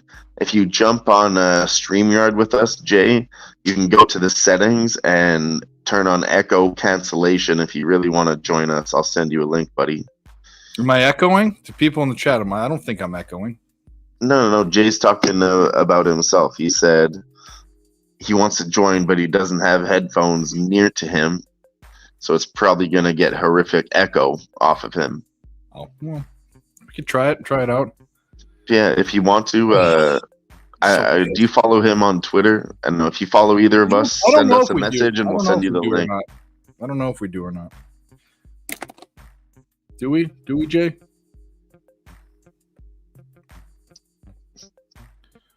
Barney, I'll send you the link right now. Don't even dare me. I'm gonna be in a bad mood. I need to do some other bets here. I need to get crazy. That one bothered me a little bit. Okay. It's a posted bet too. I care about those more than I care about anything.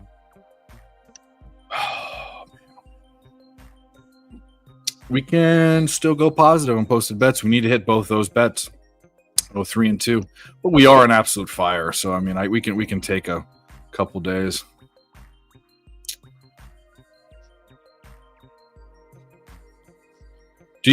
We'll follow picks from Dave on Twitter. Go there and follow me or tweet. You don't have to follow me if you don't want to, but DM me.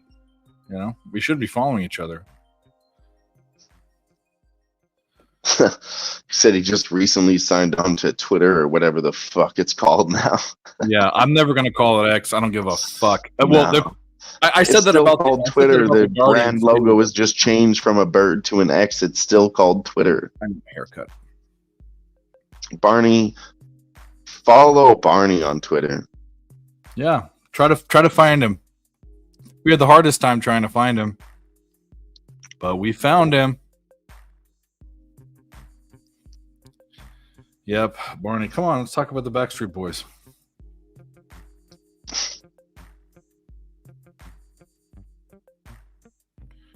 Yeah, if that happens, I heard something like that he's going to charge a membership to be on Twitter. That's going to fuck everything up. But I'll just go to YouTube. It'll be all YouTube. Yeah, I will absolutely disappear. Or Instagram. I fucking hate Instagram, but I'll use Instagram. I have Instagram. I just made it. I have like 40 something follower. It's like peon. Yep, I will not pay a billionaire another $1. Don't do it. Never have, never will. Well, that's why he's a billionaire. He fucking finds, creative ways to make money. Creative. Yeah. Take over social media and charge people for it. That's pretty creative. Who thought anyone would do that? Send people to Mars. Yeah. I mean, he is a genius. Build electric cars. He's actually, honestly, if everything he says works and we come to the future, he is going to be the visionary of the future. I don't care what people say. Yeah. Like we talk about things you see in movies with like tubes and flying cars. He is going to be either the end of us or the change of us. The end of us. There you go. Let's not get too political, but oh, here we go. We have a fucking big troll in the chat. Just kidding. It's my girl from work, Andrea. Streak still going. It was going pretty fucking good. 2 weeks ago, we had a shitty UFC event. Last week, we got a draw. This week, we're going to pick it back up and buy some more hot dogs for the team. Shout out to Andrea. She's a G. Shout out. Shout out to Andrea. What else are we getting on here? We just popped off in the Mariners, A's, and Giants, Arizona Diamondbacks game. Hey, yo, Andrea, way to go. Cheers to you. I know you'll take a drink with me. Link me. What? Are you trying to get... Is this some of this fucking homoerotic shit that you're into, Barney? Yeah, Dave, can you link Barney? I'm not able to link him. I'd link him if I could, but I can't link him, so I hope that Dave can link Barney. Let me see if I can figure out what linking is, and then... I tried to make that sound as dirty as I could. Hell yeah. Andrea, let us know what you're drinking on, and anybody else in the chat, let us know what you're on, what you're drinking on, what you're chilling on, or just how the hell you're doing. We want to hear it all.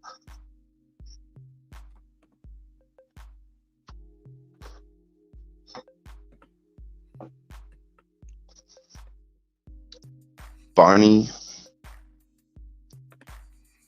I just put it in the group chat. I don't know why that's not being done anymore, but it's not. And a lot of people lacking heart and commitment. Well, I don't know.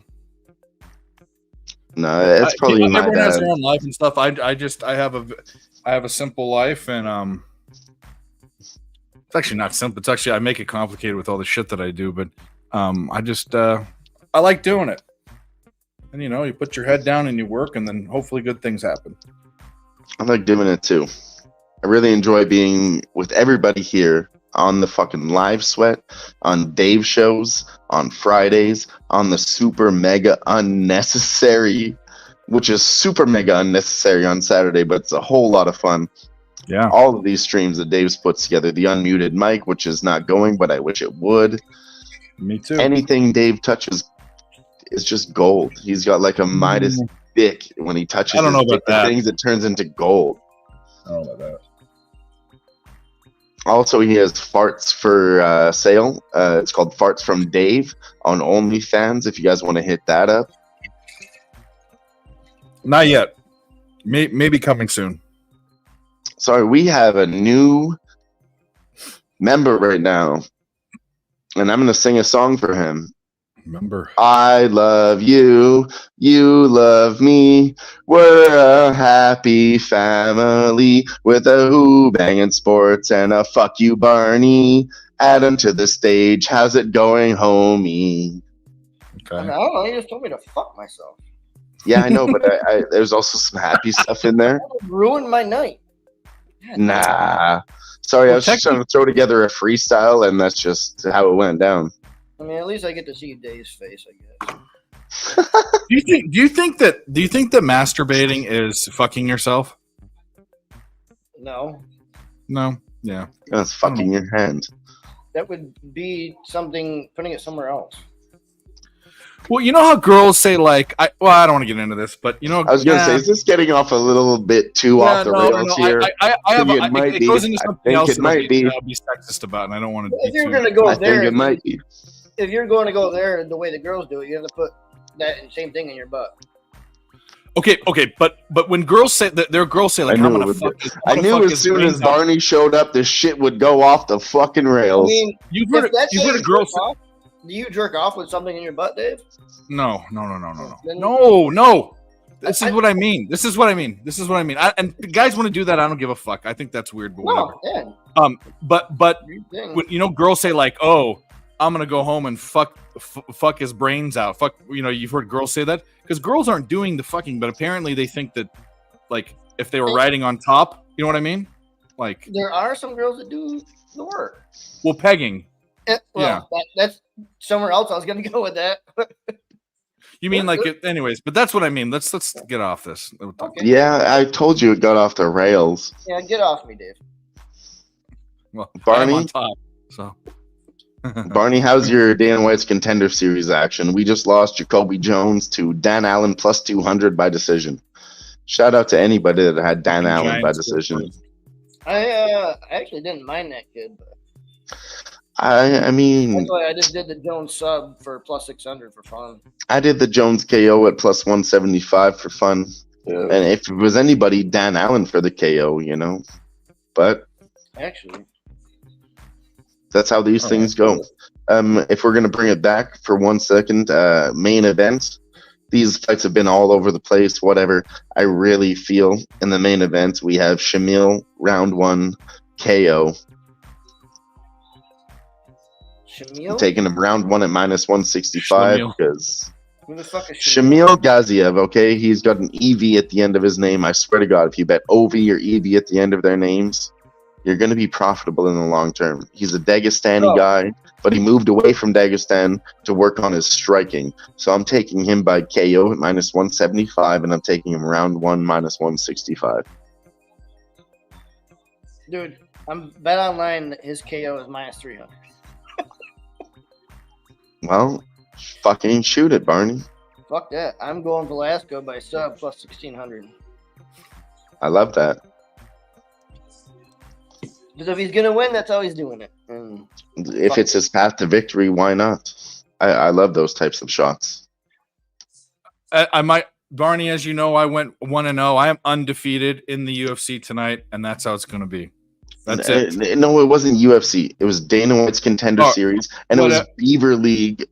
It was fights. Beaver Ball, but it was, hey, Dave. Dave knows. No, it wasn't Beaver Ball. There's no ball involved. There was Beaver League fights. It's whatever it was. he's got a point. There is no ball. Beaver Brawl. The Beaver Brawl. The Beaver Brawl. Yeah, the Beaver Brawl. We had the over because we know that these girls can't finish each other. We watched who fought who was a Canadian girl with the name I can't pronounce that fought the Mexican chick and lost. Jasmine Jazadavicius versus Tracy Cortez. Okay, I was all Tracy the fuck Cortez, over Tracy Cortez minus 125. She was on a 10-fight win streak. And Jasmine, she's my Canadian girl, okay? She's my Canadian girl, but I just won a big ticket on her as an underdog. And is she going to do it again? Absolutely not, dude. She's a fucking... It's recency bias in a nutshell. She had a few good performances, and she's up against Tracy Cortez, who's about to compete for the belt. She has a win over Erin Blanchfield. Sorry, I got carried away. Well, the problem is this. Here's the problem with that, with what we saw. She got her ass beat, but she had like little rabbit punt. They have nothing behind them. Like the only women that could knock people out was like Holly Holm. She's a tiny girl. She's fucking. That's a different story, though. We're talking about 145-pound women. She's 125. You know, she is a tiny girl. So fucking slow for her size. Like her punches are like. Yeah. But like Amanda Nunes is like the only, and Cyborg. Those are the chicks that knock people out. I agree, Barney, but she's faster than most of the division. I don't know about that. Who's faster? Probably anybody. Me. Anybody. I don't think so, dude.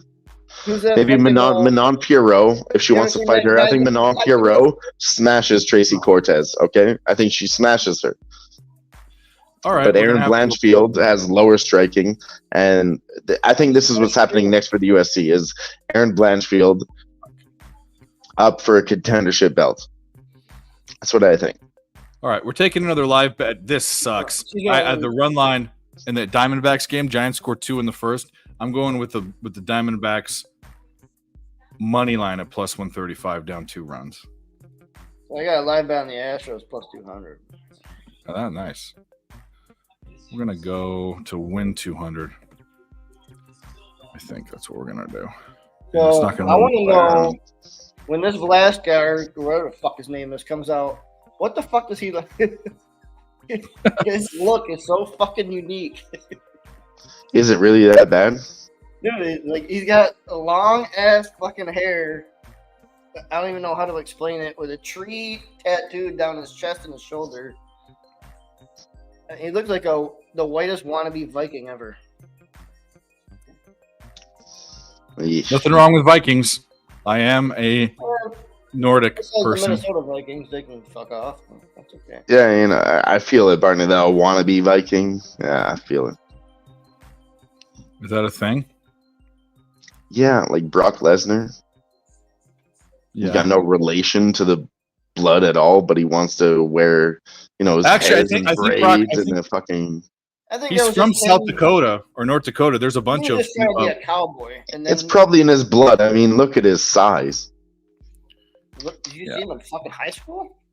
He's from South Dakota. There's in the Dakotas up there in that area. There's a lot of Norwegian people. Yeah, Same with John Cena too. He said that. German descent. My favorite interview with him, John Cena. Somebody asked him, "How did you get so big?" And he said, "Well, as a child, I fancied myself physically fit, so I used my bicycle to get around town." So did I. 'Cause I was poor. He's funny. He's actually pretty clever. He's a funny guy. Like I think. I don't mind him personally. Like, Yeah, yeah. As a wrestler, I don't know. But nobody ever saw him ride his bicycle. You know what I mean? bicycle, bicycle. Bicycle. Want to ride my bicycle? Yeah, you guys can't say that for more than 5 seconds. Queen is way too popular. Oh, my Just bad. kidding. Bicycle, bicycle. Queen's amazing. Oh, Queen's one of my favorite bands. Ditto. You say you're on the turf project room like always? I want to ride my bicycle. I want to ride my bike. Ride my bicycle. I had their greatest hits. I had both of them. Well, there's 3 of them actually, but there's the pinkish one, the maroon one, and the green one. And on one of those, it had bicycle, Shit. and then the next song on it was Fat Bottom Girls. Un momento, por favor. We have Tone Megan's in the chat. Yeah. Home Run cashes it. Yeah, How do you pronounce that? I want to say Palacios, but I know think that's wrong. I think that's close enough. Palacios, whatever. You should have parlayed them. This one's for you, Tone. Yeah, Tone, that fucking Cash that shit. Let go. that home run, cash Jimmy and mine and Jimmy's bet. That fucking kills me. I still think it's somebody unzipping their pants. I know that I don't know how they No, don't it's get a it. zip up, not a zip down. It's a completely different sound. Barney, you might used to be kind of used to the zipper down. Maybe that's why you associate with it. Yeah, because I can get it down. Yeah, I Okay. leave that's my zipper enough. down all the time though. Well, not after sex, after peeing, but I don't. I'm always free balling, so I can't. I used to free ball, and then I got fat and sweaty, and it wasn't good. Well, let me tell you guys something. I'm forced to wear fire-rated coveralls at work, okay? And I free ball. I told my German friend at work, he's not from here. He's sitting there sweating with his jeans on. I taught him what going commando was, and he's like, "You're really doing that?" And I said, "Buddy, it's freeing." He never even understood the term. Let me ask you a question. You have your own set of coveralls, right? Yes, I have my own Okay, set of hopefully coveralls, and I wash what them I mean? by myself. Fuck. Okay, I was gonna say No, they all share. well, you never know. I mean, I don't know. No. By commando, I mean like he's wearing jeans underneath. I'm still wearing he's gonna boxers, wear but all I'm wearing braided up. nothing else. It's just boxers and nothing else. You Yeah, I braided got his hair. That's why it's free balling. If you're going commando, that's nothing at all. Okay, I don't know. I don't know the terminology. I The thought terminology is that. I thought free balling's like no under. What the fuck are we talking about this? God damn it! The fuck So is yeah, this? it's just this is what happens every time Barney shows up. He turns it into a gay conversation. What the fuck? It's 'cause Why would I come because- up with this? It's because we don't have Jimmy here firing off 25,000. Actually, you know what? I'm out of here. Just kidding. All I'll be right back. There's no one that can. I can't press the buttons around the show, but I can sit here and filibuster.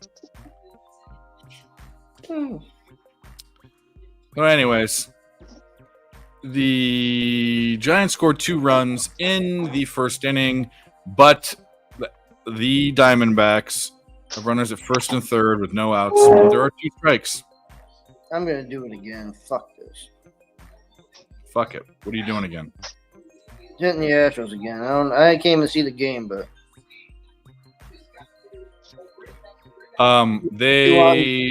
It's 2 on, 2 out. Yeah, I see that. I just don't know. I don't know who's up. Or Yeah. not. I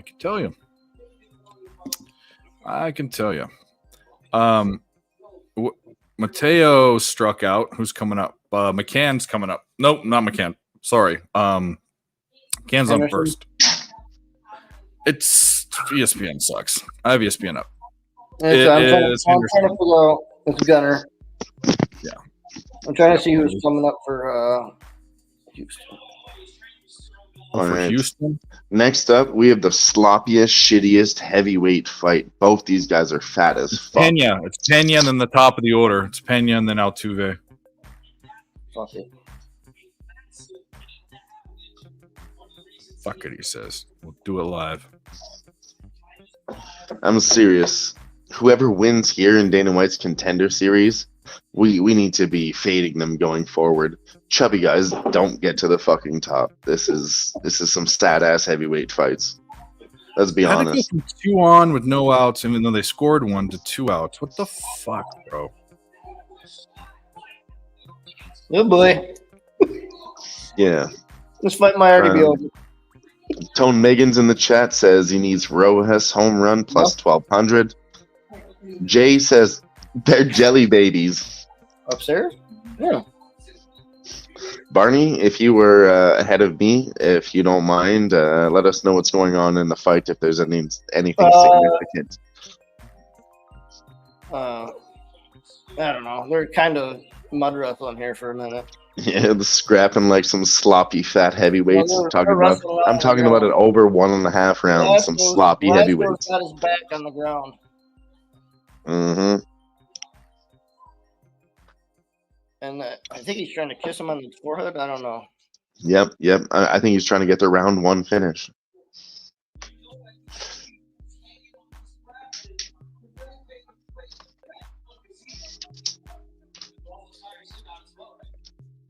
I know somebody got knocked down in the first punch, but I honestly don't remember who it was. I mean, yeah, And I just think this guy does an Gazi 8.5 inch reach advantage, grapple advantage. He should be able to get it done. If he doesn't, I'm going to fade the fuck out of him going forward. Gaziev's on top now. Where the fuck is he? Yeah, I need him round 1 or by KO. I know he's not a grapple guy. He's too fucking heavy to grapple. Well, this doesn't look great for round 1 unless. In heavyweight, you have to be a little bit lighter to grapple, dude. Unless Velasco's absolutely terrible and he gets fucking fist pounded here. I don't know. He's not as good as I thought, man. I just watched. Sorry, I'm 20 seconds into round 1. This guy took him down and got his back taken. That's fucking. Yeah. That's embarrassing. It wasn't a good This look. guy should have never been a minus 550 favorite. Marty. Now he's starting to piss pound him. He's got his back. Gaziev's got Velasco's back. Pokes in. Can't see it. I don't know how deep it is. If there was one piece of advice I can give anybody watching this or any of you, if Shamil Gaziev wins this fight and goes forward into the UFC, fade the fuck out of him. This is an embarrassing performance, dude. It's over. Submission first round, 2 minutes, 20 seconds. Gaziev? Mm-hmm. Yeah, but he looked really bad in the first minute, okay?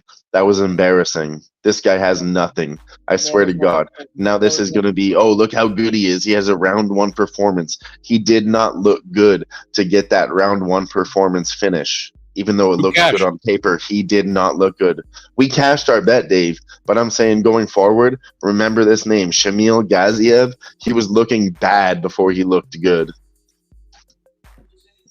I don't like this. I don't like this guy at all. Okay, so you're giving out advice, so I'm going to give out some advice too. Please. But we're ending the melon season. But if you ever need to, when you go to the store, when you want to pick out a melon, I'm telling you, the thing is, and this is true because you can, there's nothing worse than getting a bad watermelon or honeydew. What you do is you get one that feels heavy for its size, right? So like if it feels like it's too light or it's heavier than you think, Right. there's more juice in it. Yeah, that's what you do. Tone Megan's, I'm talking about the Dana White's Contender Series What fade. the fuck is that? I don't know what they're doing. Where did this come from? I'm talking about the Dana White's Contender Series fade, Tone. That's what I'm talking about. This guy going forward, I think he loses his next fight. He might be heavily promoted after a round 1 finish. I think it might be a little bit of a recency bias. Everyone's going to say he looked good in his round 1 performance, but I mean, he looked good after, but he almost got beat in the beginning. It was just a deep scramble. He would have choked him out. He had the better skills, don't get me wrong, but I think he might have a lot more to work on.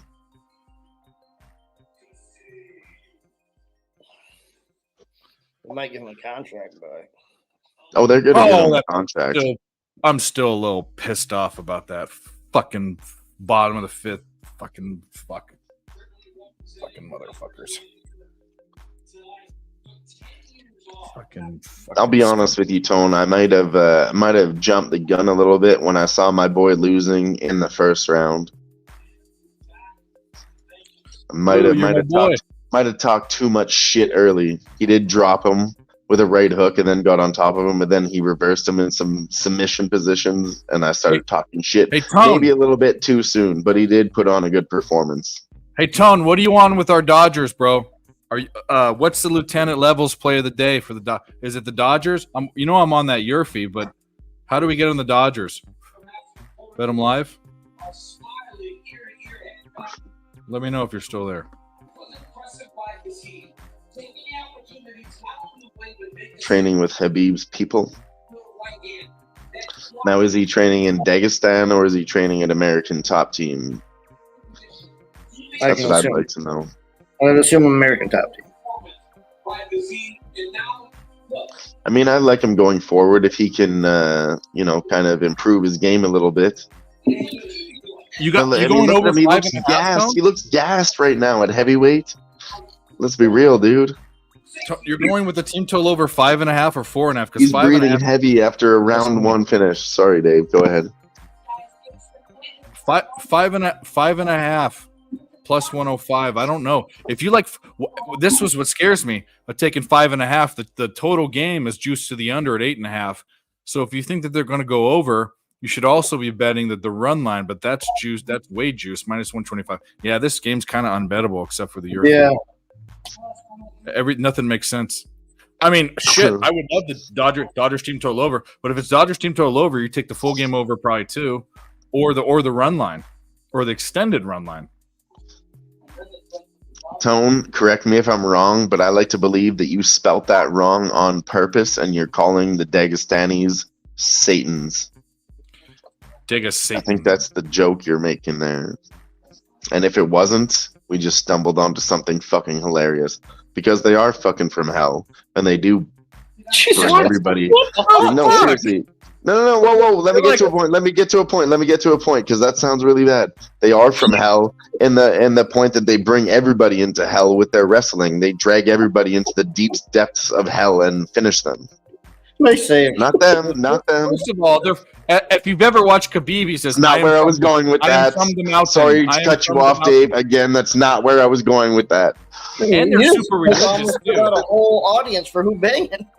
They're super religious too, bro. They're like, no, I would never ever disrespect them like that. That's not what I meant. Yeah, they'll find you and fucking kill you. That's not even the reason. That's not what I meant. All love, alhamdulillah. I don't like that he left and isn't fighting anymore. That's why I think he kind of pussed out. I mean, he was amazing, but then he just left. Like, he has good fighting years left in him. You know why? Because he's scared. No, I can actually tell you right now if you want to get into some backstories. Why? And legends. Why?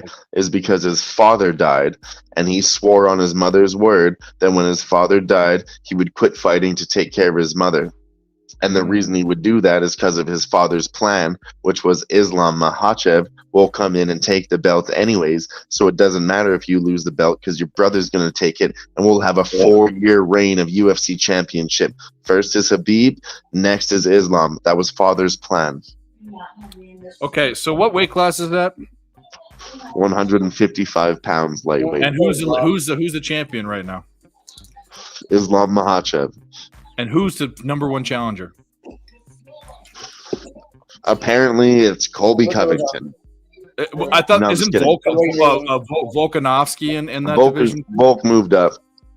Yeah. That was a joke. Apparently, the number one contender is Colby for everybody. He's talking about fighting at lightweight and 170 and taking. Colby Covington's belts, that big, but he's a fucking big fucking mouth, right? stupid cunt. He's that big mouth, right? Yeah. Yeah, I don't know who's up next for the belt with him. The Ultimate Fighter just ended. Michael Chandler and Conor McGregor have a fight that's probably going to overtake that. And then I think maybe the winner of that They fights have for a the fight belt. that's never gonna fucking happen. Or actually, it's Charles Oliveira. Now that I looked it up, Charles Oliveira versus I Islam would for be the shocked rematch. if Connor fights fucking that fight. I haven't even looked that far ahead, but yeah, You want to know why? Rematch. Because he knows he's gonna lose. So He's not. He's so not he doesn't. stupid. He's a Yeah. scared little bitch now. That's all. Yeah. Well, he got absolutely dominant. He got. And I don't know. Has he even gotten? I know they said he did it first, and then he didn't get cleared for the USADA pool. So I don't even know if he can fight. I heard in the Khabib Connor fight that he was, because he talked shit or whatever and about his religion or his dad. Or hey, some real quick. Sorry, Yeah. Do Bronx takes his fucking belt back. Thank you. Yeah, buddy. Honestly, I may be wrong. I really don't care, but I'm going to be betting on a lot of underdogs. This is a season of upsets. I think people are overhyped on Islam. He's not as good as Khabib. He's shown fucking mistakes. And if you watch the tape on him, I guarantee you Charles Oliveira is going to come back more prepared than he ever fucking was. I've been watching Charles Oliveira since I was a fucking kid, okay? He's the one guy I've watched come all the way up. He's going to fucking get it done. The Silva got it.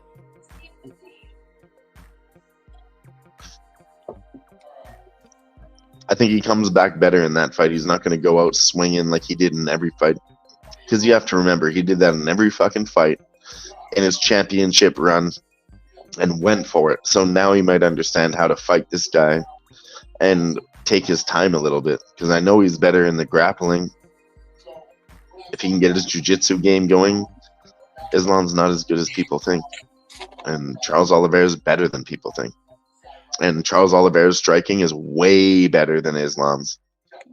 Way better. I was gonna say, like, isn't it it's a bad proposition if you're a submission guy against these Dagestanis because they're all wrestlers. I mean, they're strong. They're strong for their size, and they're wrestlers. So you're not going to submit. They're going to take you down. They either cancel each other out or they work in your favor. But either way, he has that in his bag, and his striking is way better than Islam's is. So that's how you win the fight. Is you have to win by, well, you can try to knock him out, but you have to win by decision and keep it on your feet. But the problem is they talk about the Dagestani fighters, the way they wrestle. Even when they put a grip around your body, it takes the wind out of you. You can't breathe. That's how strong they are.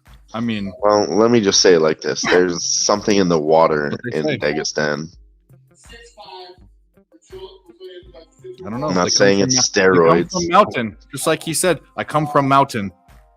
I don't think they actually do gonna beat steroids at all. I think they just train to fuck. Like they have nothing else to do. What was that? What was that press conference where there was this one big mouth guy talking? He's like, "How can you beat me? I come from mountain," and like that doesn't mean anything to us, but to him, that's like a prideful like I'm like fucking the backwoods fucking. Well, you know what Habib said before he was popular. He said, "Dana, I want to fight your chicken. Let me fight your chicken." You know what that meant? That means prison bitch in Russia. What does it? When you get called a chicken in Russia, that's like a deep ass insult. Let me fight your chicken head. Because the chicken is the prison bitch that gets fucked by everybody. He gets passed around like a bitch from the other guy that's a prison god, which would be Dana White. What? The lowest bottom bitch. Well, I don't want to talk about like that. Dana White's chicken. Fucking chicken. Dana's talking shit about Saturday. The chef fight. Which fight? The Shevchenko fight. He goes, that was not a fucking 10-8 round. This is what a 10-8 round looks like. Yeah. Well, then, if he wants to talk all that shit, then fire Mike Bell, the guy that fucked up. You're in charge. He's the employee, but he's not. They're different associations, and Dana White has no control over it. That's why he's so mad. Didn't you say that, like... He gave the tall girl a contract. What's that, sorry? He gave the tall girl a contract, he said. Yeah, because she beat her ass. She should have won that fight. So this Bell guy really isn't... He's not available for interview or for anything. He just disappeared. Nope. I listened to Ariel Helwani's podcast. He's the number one MMA guy. He reached out to anybody he can with all of his contacts. I'm just saying, he reached out to everybody. He reached out to Las Vegas. He reached out to his publicist, and they said, nope, he's not available for any comments. But Ariel's fucking... A lot of people don't want to go on a show because he's kind of a prick. I mean... Yeah, but listen, he puts in the work, and I guarantee you he's not a liar. He's a very honest man. If he said he called those guys and asked for an interview, and they said no. People come out of his interviews not looking good. Like, he asked those questions, you know what I mean? So, like, I understand that. He's a good journalist. I hate to say it, but he asked the hard-pressing questions. I hate to say it that I lost that. It blows my mind because even though the fight was, you don't let it go to the scorecards, and perception is everything. And Grasso came back at the end of the fight. I watched a person, I'm not going to say girl, I watched someone else beat someone else's ass. And that was a tie. That was a tie. My fucking ass. There's a case to be made. Like the swing round, they say was round 5, and they gave it to Alexa Grasso 10-8. Like, it's totally fucked. Every judge had that right. 3-1 at that point, though. Every judge had it right in round 5, except for Mike Bell. Had he given it a 10-9, Valentina Shevchenko would have won. Oh, that blows me. It bothers the fuck out of me. I watched this chick beat the fuck out of her, and there were moments of fight back, but these are the times we live with. Yeah. I don't know what to say. Happened last week with a big favorite, Israel Adesanya. Sure, he got beat pillar to post. I'm not questioning that, but it was crazy, he lost, right? Bro. And then we saw another crazy thing happen again the next week. Like, it's just... Yeah. So, and like I said, I'm not swinging that it's rigged. I think some of these people think that if they say what the boss wants them to say, they might be favored for future opportunities. And I think it's all in their own head. I don't think they got paid under the table. I think they're trying to grow their own careers by making the right decisions that they think favor their own careers. Fuck his career. And he's going to get another job. That's the worst part. Well, nothing. And that's where I think it's rigged, Dave, is because everybody's saying, including Dana White, he shouldn't be a judge, but he's favoring the UFC, and they continue to let him be a judge, but nobody's paying him under the table. He just continues to get his regular salary, and it just keeps getting left unsaid. You know what I mean? Yeah. That's all I'm saying. I think there's underlying thoughts that never get said, and I'll leave it at that. Oh, why can't I get? Oh, I can't get the Dodger game because it's on. What is it on right now? Dodgers. What can I watch? Watch live. MLB extra innings. I have MLB. It's a blocked out on MLB TV. Yeah. Is it blocked out in my area for some Yeah, it is. I guess I got to watch it on fucking Stupidville. Ooh, Jake Collier fight week. What do we got on that? I'm not betting Jake Collier, I can tell you that. I think I'd have to go and check, but I believe he's on a 3-fight losing streak. Arguably, like 3-2. Yes. Last time I won, I placed, like I said, Dave, for the culture. I placed a bet on Andrei Arlovsky versus Jake Collier. Diamondback scored, and he lost that fight 100%. All right. We got big things happening. So right, go ahead. Not only did the Diamondbacks score, it's 3-2. That's what the book's telling me. And we got the but that's the next thing I was going to talk about. The Tigers scored. We got the Earfy. So both games are going in our way. Let's fucking go. I deserve that after that stupid fucking cunty fifth inning. Sorry, scunty. Which fifth one do you inning. want? You want the ass, Dave? What is that? What is this? It's a football. Is that Uno Tampa? momento. Yeah, I want some ass in my face. Let's go. Oh, Yeah, it wasn't supposed to be a football. Yes. Fucking That's just now we're space. cooking with That's not an fucking ass. fire. Let's go.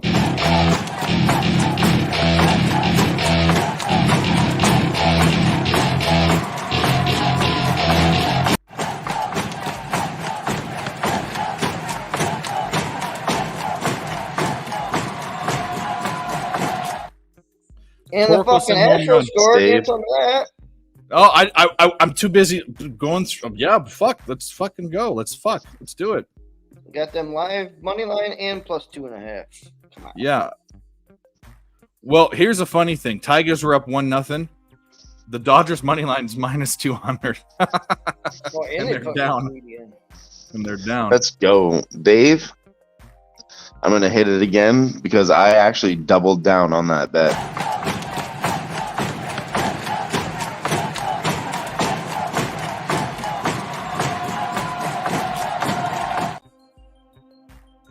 What's tomorrow's? I'm not good. Because I was down on the UFC Dana White's Contender Series. I won 2 bets, and one was a draw. Bit of a disappointment there with all the juice I took and the underdog draw. I ended up just a little bit below even, so I doubled down on that fucking Yurfie, Dave. Let's fucking go. That's awesome.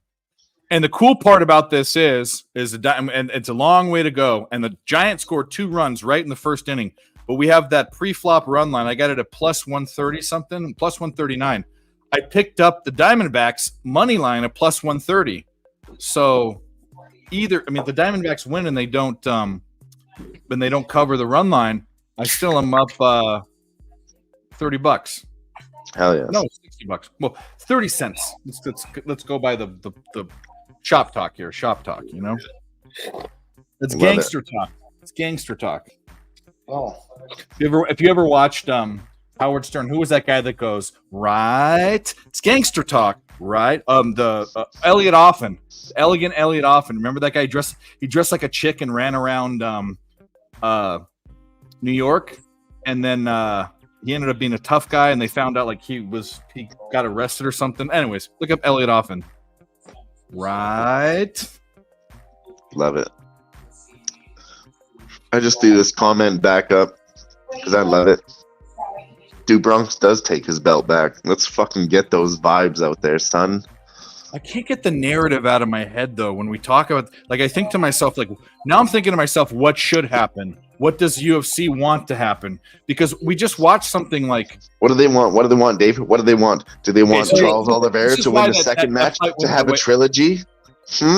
That's exactly what I'm talking about. So, like, they didn't want it. Okay, the girl beat her ass, but they couldn't say that she won, right? They couldn't do that, but they could do it. They could put it so that it was a perfect draw, so that there's more to go. You know, TBD. And that's what Valentina Shevchenko was saying on her interview. She said, "I want to listen to Mike Bell because I want to understand. Did he score it this way, or did he think, oh shit, maybe I have her up too much, and now at the end in round 5, I might need to make up for my shitty scorecards in the beginning, and that's why I changed my mind." Like, what is it? Like, why did that happen? That's a horrible judge. He should be fired. He should just be fired. If that's the case, we fire him. need them to come to terms and like be able to be interviewed and be put on the spot and say, okay, now, like, just like all the fighters are after the interviews, like Dana White is on the post-fight press conference. If there's ever anything that bad, maybe the judge needs to come out and sit in front of the media and answer for himself. Then maybe would you think twice about the decisions that you make for the fight? Yeah. Or how about this? How about you shouldn't even need to be saying this? They should be perfect. Like you should, if you're an umpire or a referee or a judge, you should your mistake rate should be .003. You should be 99.9% Maybe accurate. that's honestly a good rule, and I've never heard that on a lot of podcasts. because- But let's because say you're you're right. I can You're right. judge a fight. Let's say they You want me to drop judge a below that fight? average. Dave, let's say they drop below that average at least once. Okay, then you're fired. Now that's set a standard as for where you need to be an MMA judge. And if you don't hit that standard or you go below it, you're boom back to the regional scenes, just like these fighters are after you took that decision away from them because they couldn't pay their fucking bills. Yeah. God damn it. What? You, Sorry, I got a little bit excited there. I'm passionate. Back home runs for the Orioles. Oh no. But no, that's literally the topic of discussion on a lot of MMA podcasts, Dave. And nobody has brought up that angle like you have. That's a very smart, sharp angle. It really is. If you're an umpire in a game, if you don't want to be replaced by a robot, 99 out of 100 calls, strikes or balls, you should be correct without knowing the zone. Because you're professional. I can call strikes and balls, but they should be better. If you're a referee in a football game, you should be making the right call when it's. I feel like that could apply to most sports. Say you make, every single sport. let's call it for baseball rules. Example: 3 strikes, you're out. Okay, 3 bad calls. Maybe you're not out, but maybe you're not in the top league what you do anymore, is you or run you're it over not a in season. top charge. You run it over the season, right? And you can tell because they have that stupid fucking thing. They have the strike zone. And the wrong calls, they can see which wrong calls, right? On the animated one, you know what I'm talking about. They can tell which one it is. And if you're not 99, or let's give them like 3%, 97 out of 100. If you're not there, then you're dumped to the minors or you're fired or something. Like that's it. Or at least like how many people are out there doing it? Like, why are we picking from the same 5 judges in the UFC all the time? Like, how is there nobody else? You know, Nobody wants to work. That's not it. It has to be. It's cronyism, bro. For sure, it's cronyism.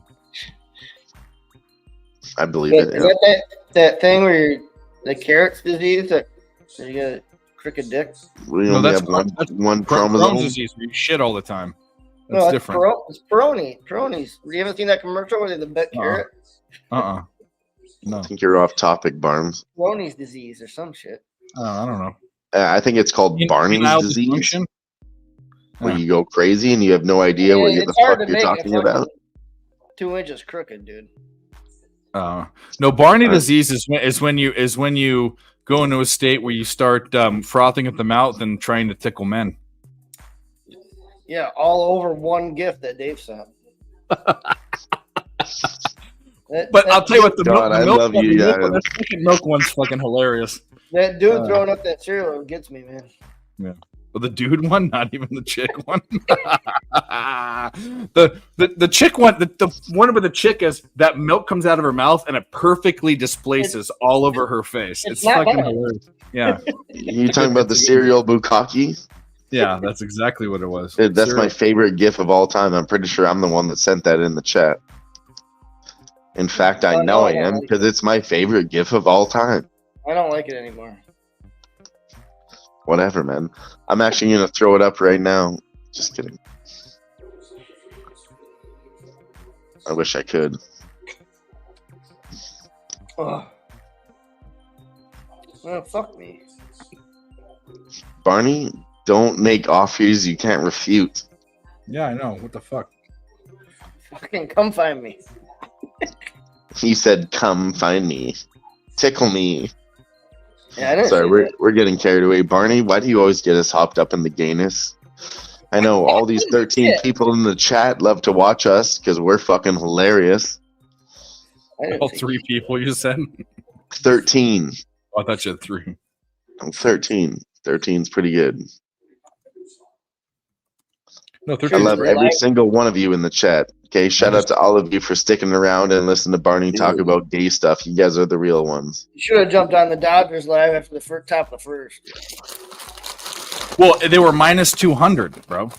At the top of do the that. first, at the end? Yeah, minus Oh, really? 200 down a run. Yeah, that's what I was talking about. That's crazy. Well, ain't stupid. Lady, come here. And Dave, I think you were gone when I was talking about this, but I said live. I'm taking a live bet, and it's Dave's bet. It's the Dodgers Yerfie because we've been riding, and it's been losing. But you said it's at home, and they lost last time. But the trend isn't over. So I actually had a question for you: is how many times would it take for that in a row for the trend to be over for you? I don't know, but this one probably 3 in a row. But also, I took a bad. Yesterday was a bad one because I'm taking it not blindly, but I'm betting it no matter what I hear. But Lance Lynn and the other pitcher, Rodriguez, weren't giving up runs in the first inning, so it was a bad time, but it doesn't mean I still won't bet it. By the way, look who's in the chat. We need to shout out the chat because there's someone very important in the chat. Big man. The big man. What up, though? DJ Big Boss. He's up $13,000 tonight. No, I'm just kidding. I'm not sure if that's true. Well, that was for the people that are in the chat. No, I know. I'm just bugging. How you doing tonight, DJ? We'd love to see you. I always love to see your face. What up, buddy? And if you guys haven't heard, if you go to Boss Burgers next weekend, they have a half off on milkshakes. You guys want to go check that out? Yeah, half off the happy ending milkshake. Is that my grandmother? 50% off. You get it. You might get a hand job from Barney's grandmother in the end. I'm not sure if that's. Barney tends to recognize her. We're not sure. Barney, is that your? I don't want to be rude. Is that your grandmother? My grandmother's not a redhead. Oh, okay. Yeah, no. Neither Update, is she. It's not Barney's grandmother. It's died, obviously, because she's a gray head. She's a gray head. You don't know that. Oh, for sure. Prove it. But if you don't want the half-off milkshake with the happy ending, you can always get the 50% off a half-cooked burger, or you can buy 3 burgers, but you only get 1 every day at Big Boss Burgers. When they talk about the meat, you know, you've heard of 80-20 beef, 80% meat, 20% fat. It's 20-80 there. It's also negotiable if you know the boss. It's negotiable. He might cook it 75% for you if you're really nice. And I heard that's fair in America. In America, a medium rare burger I heard is fair. In Canada, I'm not even making a joke right now. You're not allowed to serve medium rare burgers. Can't do it. They're all well done everywhere you go in Canada. No joke. Because you can get E. coli. You can get the reason why you can eat a piece of steak medium rare is it's not all ground into each other, you know? But you ground all the top layer in. I don't like medium rare burgers. Medium's fine, but thank you, DJ. Red is fine, but not bleeding. Honestly, I'll tell you something. If I ever come to meet you guys, I do want to try a medium rare burger. I cook them by myself when I get my own fucking beef and all that, and it is better. But they don't serve it to you at a restaurant. Can't do it. Well, I like medium rare steaks. In fact, my favorite steak is black and blue. If it's a fillet, it's black and blue, which is my favorite steak is medium rare, and I'm starting to think, why wouldn't you get your burger the same way? Well, the problem is the meat. The meat quality, I know. Steak, you can't get the disease inside, but if you grind it all up, it's all in the middle. You know, you have to cook it a little. Anyways. Yeah, you have to do it yourself. I get it. There's a horse about to go off right now. His name is Pussy Galore. And where? Strathalbine. In Ireland or something? Australia. No. You got time to bet it? I have no fucking clue. The site's being weird right now. You can't even watch it. Well, then what do I care? Which I just found out, so.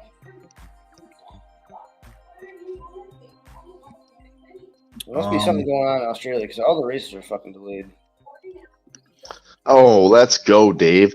Arizona Diamondbacks up 5-2 now. Where the fuck you been? It's been 5-2. I don't know. I've been not watching baseball. I've been looking at my UFC and martial arts. We've been pushing those graphics. A lot of fucking fights on this weekend. There's a plenty of fights this weekend. You want to talk about them, Barney? What are you on for UFC fight night here? I am not on a single thing yet. Let me ask you I'll some tell you what I'm questions if not you don't on. mind. I'm not on Jake Collier. Okay, let me talk to you about the main event: Rafael Fiziev versus Mateusz Gamrot.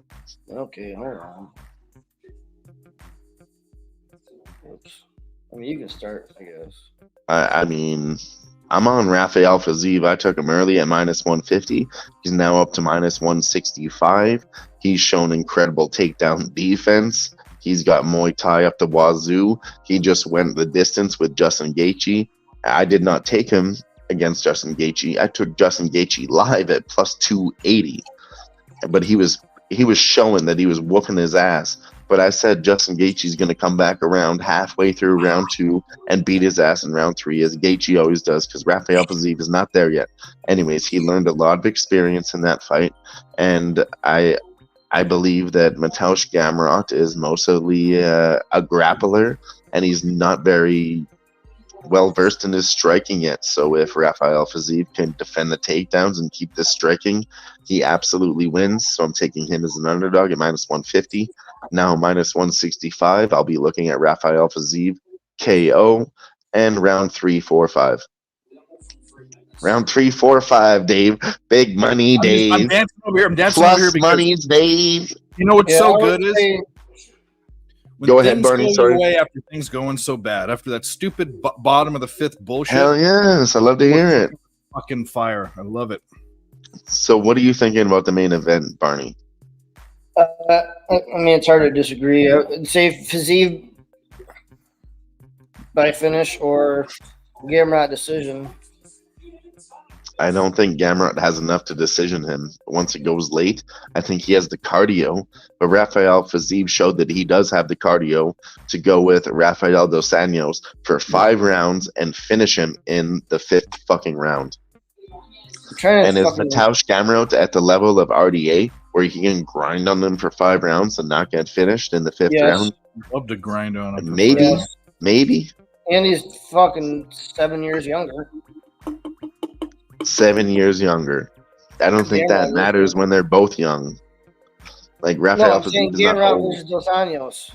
So Gamrot's gonna. Oh yeah. In that fight, Gamrot's absolutely. gonna Yeah. have better cardio to keep up the game, but America. Fuck Alright, yeah. And then I'll go real quick through these. I'm taking Dan Ige over Bryce Mitchell plus 150. I mean, Bryce Mitchell is one-dimensional grappler. If he can't get his game going, he gets fucked. You have to take the underdog. Brian Battle was minus 200. I'm taking him at minus 175 now. Charles Jourdain. That's really the only early leans. Lick my butt and suck on my balls. But if you want to hear the rest of the breakdowns, I'll be talking about it on Thursday night on the Fight Lounge. Barney is actually going to be a special guest on Thursday. It's going to be wild. Love it. Nah, I'm just kidding. I'm putting him on the spot. But he's going to be a special guest sometime on the that's show so whenever he has time. Now you have to fucking do it. What the fuck?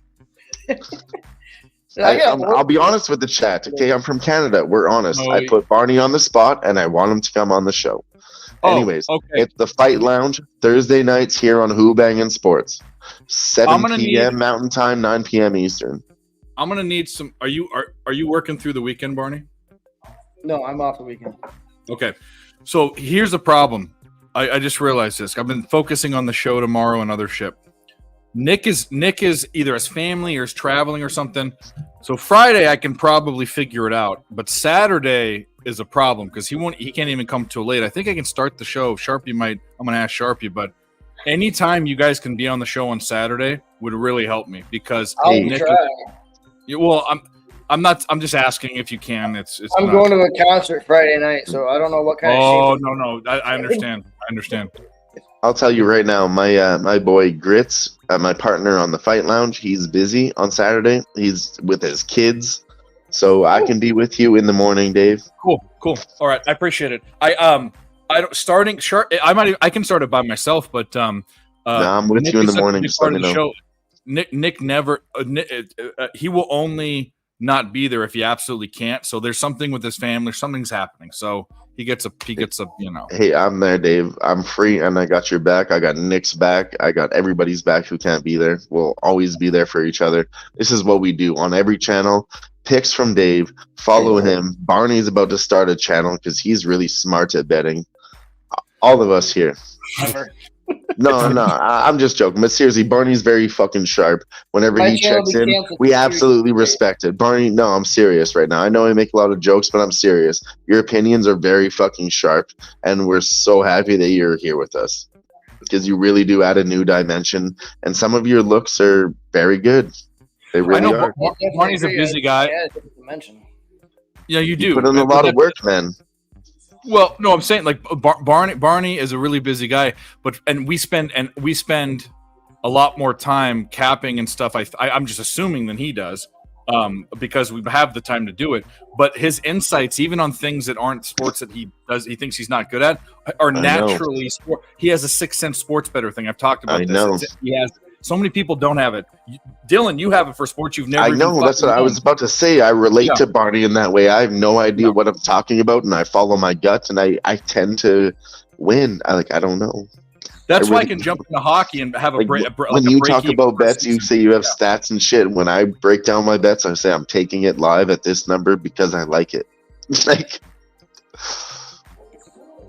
There is it's not. You can't just be a sixth sense guy. I think that's the difference between us. Like, we all can learn from each other. I learn from you. You learn from me. We cap the cappers together, and that's what we do out here: is learn from each other and just try to get better as a fucking community. And I love that shit. Just general brainstorming. Why not? Yeah. That's why I love these live streams. People talk, and there is some truth to a lot of the big channels and stuff don't like them because they just go on, and they don't attract. A lot of channels want to do a 30-minute show and get as many viewers versus this. And this seems like and it is a hangout too because we drink and smoke and have a good time. But this for me helps me. I'm selfish. It helps the chat too, but don't do that. But it helps me win money being with you guys. So there's a selfish element too, like, Fair. Yeah. I think we're all helping each other. Why not? Sure, there's a selfish element. We all get everything from each other, but if we're all working together, then there's no selfishness because we're helping each other. I told Mizuki by stub. Right now I got plus 250. I'm gonna wait for it to see what happens. Dookie? Mizuki. Oh, that's a Dookie. Fuck Hannah Goldie. She's Mizuki Inoue. Yeah, no, absolutely. I agree with you. Hannah Goldie got brought into the UFC for a setup spot to fucking fuck up Molly McCann over Molly McCann. And now she's signed to a contract and she needs to leave, dude. This is what we're talking about with the premises of UFC and like people getting signed to contracts, Dave. Okay, so Hannah Goldie gets signed to a contract. Yeah, coming to the UFC on a 2-fight contract. So you can get beat up by Molly McCann, beat up in your next fight, and then we promote people off of you. But you got more money than most people did at that point. That's business. That's business. that business. For a minute there, I didn't see the bill of your cap. It looked like you were wearing a do-rag kind. Or actually, it looks like you're wearing a Dagestani cap. Look, you're Dagestani. Look at him. I thought I was a do-rag this whole time. I just didn't say anything. No, I thought you were one of the Dagestani caps, bro. From the mountain. I didn't want to blow him up. Just put on a Dagestani cap and start. Yeah, bro. capping. We're talking about. No. We're talking about Mizuki Inoue. That nobody, and she's Japanese. Oh. I The middle initials are LL. Could let me know what's going on in these races. Is Australia on fire or something? I don't know. I haven't been paying attention. I'm One watching. of the races are going off. Huh. I don't know. Maybe there's a terrorist attack or something. God help us. I shouldn't even joke about that. But the next. I shouldn't have said that. Forgive me, God. Is everything okay? Aussie Warwick's coming off in 46 minutes. There is ass and boy, but I don't want to deal with it. That track. You know, I put together all these pick fives. I tailed all these pick fives. They never work out there. I never win money there, so fuck that place. I never do very good there. Yeah. All right. Yeah, you're right. Oh, the Aussie races it's official, Dave. It's official. The first inning is over. I know we talked about it. We knew we cashed that bet, but it's official.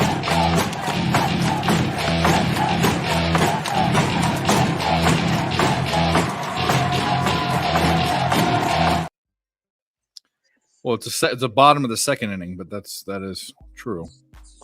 It's official on my Canadian account where I just got the money. Oh, you just got your monies? You got your monies? Did I get my monies? Everybody keeps saying that. Like, honestly, in Canada, I'm going to tell everybody right now, we are limited on gambling. They don't let us gamble like you do. We can't get same game parlays. You have two of the greatest books that I can't get. Hear me out. They don't give us same game parlays. And they just don't let us bend the rules that way, and they limit us a lot more. Like when I want to put $200 on something, they say no, you're not allowed to. They're Canada probably doesn't support gambling the way America does. The Alberta Liquor and Gaming Commission has way harder rules than America does. Well, okay, but here's the thing. So like they're probably saving you with same game parlays because parlays in general are. I don't want to do it. Like, I'm just saying it's not allowed. But you guys have two of the best books that I don't. Beyond that, every time I talk about it, my lines are like 10 to 20 cents worse than everybody else's. Not on these. This is why these books are not. There's two books that have some awesome lines. What do you think? I mean, you have to shop around. Sometimes I get the better ones. But most of the time, is legal in Canada, and Pinnacle. Pinnacle and Bet365 are two of the best books. I can't get them here. Listen, Dave, listen. They're available in Canada, but they're only available in Ontario. Alberta Liquor and Gaming Commission runs a totally different game because we have so much money and we already make our money off of oil. They don't let us continue to make money off of casinos also, or else we would be a monopoly of a province. Yeah, and you know what? You also don't have, was it the governor or the mayor, the crack smoking guy? It's the mayor of Toronto, right? Listen, if we're going to talk about a Canadian heritage moment, it was when Rob Ford smoked crack and was a better mayor for Toronto than everybody else was. Better than your prime minister, who's anyway, I don't want to get into it. Look, we're going down a weird path. But. Canadian politics are not to be discussed. Yeah. Anyways. I don't talk about American ones either. No. This is not politics talk. This is the live sweat. Okay, we're talking sports. Let's get an update on the baseball games. Who wants to do it? Barney? What's baseball? Barney. We have the Pittsburgh Pirates 1-6 over the Chicago Cubs in the 6th inning. Milwaukee Brewers, like I talked about earlier, should have taken the Brewers. They're up 7-3. Didn't do it. Boston Red Sox 4-6. Texas Rangers winning. Baltimore Orioles crushing Houston Astros 9-5. Giants 2-5 over the Diamondbacks. Seattle Mariners 2-0 over the Oakland Athletics. Dave, what just happened? Whoa! I just saw 4.5 in that Colorado game for the total. I need to look at these bullpens because holy shit, I'll probably lose it. But that looks pretty fucking good. San Diego's bullpen's been okay. Colorado's bullpen has been ass. How have they been hitting? Is it just overall in general, not without? Okay, I'm doing some quick capping on the fly here. Do the capping on the fly. We're on the fly. I mean, we're on the fly. The numbers I'm looking at right now. You like the Colorado Rockies. Colorado is not that below average. And then the last thing we're going to look at is the shows I've been doing with you guys. I've been watching the Colorado Rockies, and every time it seems like they're plus money, they win in the end. That's just what I've been witnessing from doing these shows with you guys. Well, I think we get it over. I think. Okay, so I'm going to wait. This is going to be the kiss of death. Actually, I'm not gonna wait. I'm gonna take it now. It's at minus 110. I'll roll the dice. Maybe I What are you won't. taking, Dave? I'm in. Hold on. I need to look at the game cast. Two out. Okay. Right now I'm taking the over in the Rockies Padres game, over 4.5. It's not even halfway through the game. Over 4.5 minus 105. Yep. And you could probably get a little bit better. You might even be able to get like a little bit of a plus money play. But on this at bat, what happens if they... Dave, I have to stop you right there. Okay, please, with all due respect, No. I accidentally had Brian Battle to win in the UFC minus 175, and I'm putting that in with your parlay right now, and I'm also taking over 4.5 as a single too. Okay. I might hit it again after this inning if the odds jump up, but that makes no sense that they can't. I mean, they've got more than half the game left, and they're just locked up for some reason. I have this game live. Let me watch. Hold on. Oh no, it locked up because They it went to the locked top. up. They're out. Yeah, they're out, which is fine. They're going to change the odds. You can probably get a little bit better 4.5, but I don't care. Minus 110 is fine. That's average juice. It's right there. It's still good. Yeah. The line changed. All right. Here it is, Dave. Oh no, now it's over 3. This is what sucks. It's over 3.5 at minus 130. I'm going to tag it again. What? Go say that again. Sorry. Okay, so I should have waited one out, which sucks. But I have over 4.5 at minus 110. It went down to over 3.5 at minus 130. Yeah, I have the over 3.5. I tried to take it at minus 110. They changed my odds all around. I got it at minus 134. For 3.5. So you went down a run. Yes. So that's better. So I was just saying that I'd roll the dice with that at bat and I fucked up. So I have one bet on the wrong side, but I put double my money that I put in the first one on 3.5. So when I was talking about it, I said I want to take Brian Battle, which is another spot I like. But if you want to hear more about that, tune into the Fight Lounge Thursday. But anyways, Brian Battle minus 175. And I parlayed that with the over 3.5 because I had that in my slip. I was trying to bet him because he was minus 200. And I was just looking at some UFC bets while we were live. So I had him as a single. And then you said that. And I just put that in my slip with over 3.5 at minus 134. And you put that in your slip. That's nice. I put that right in the slip at plus money. I think it's plus one. $20 pays 55. So what's the number on that, Dave? Huh?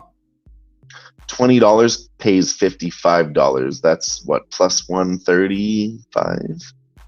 No, I don't want that game. Stop it. Okay. You don't like that game? All right. No, I'm talking to myself. No, I'm talking to myself. Oh, okay. Sorry, I know you like the math game because you're a nerd. I am a nerd. But the whole point in the nerd thing was no one, I mean, all these real cool guys and alphas don't want to be called nerds, but I'll tell you what. Yeah, because they're stupid. We hang out with a bunch of guys and we talk about numbers and statistics and trends. What could be nerdier than that? What could be nerdier? Talking about math with a bunch of dudes. Nothing. Seriously. Yeah. And then they call them, so no, I don't do that. I play sports I think that's and I focus on that and nothing else. It's also funny and it's a gimmick and all that, but Nah, no, I get it though. I like to experience myself in all different angles of life. So I like to be multicultural, learn different languages, different skills. So I had, when I was doing my show, this is before you knew me, before Who-Bangin, before Pub Sports Radio, I was starting a show. It was called, I wanted to call it the Capper Collective, which we sat around and capped all the games. Nerd Talk, the Capper Collective. That's what it ended up being called back in the day, but that show stopped because people didn't want to, which is funny. Now they're going on all these live streams and doing it, but before they didn't want to put the time in. But I think watching the game and betting was more interesting than capping the whole time. But anyway, we called, I had two things I wanted to call it. It was either Nerd Talk or Handicap Parking. And I decided because we're hanging, I get it. And like, I think that the handicap parking thing was a little too like edgy. So yeah, I agree. I love it, but I agree. Hell yeah. I never heard that backstory before. That's nice. For all the Nasty. 10 people, the real ones that are in the chat right now, you guys get the inside fucking scoop. And that's why you are the real ones, because you understand If you what's were here, going on. you would have here. got the Diamondbacks live. If you're here, you would have taken this bet with us we just had. Mhm. If you're here, if you were in the beginning, you would have cashed the Phillies. You would have cashed the Nationals. You would have cashed Yep. the Yerfie. Yep.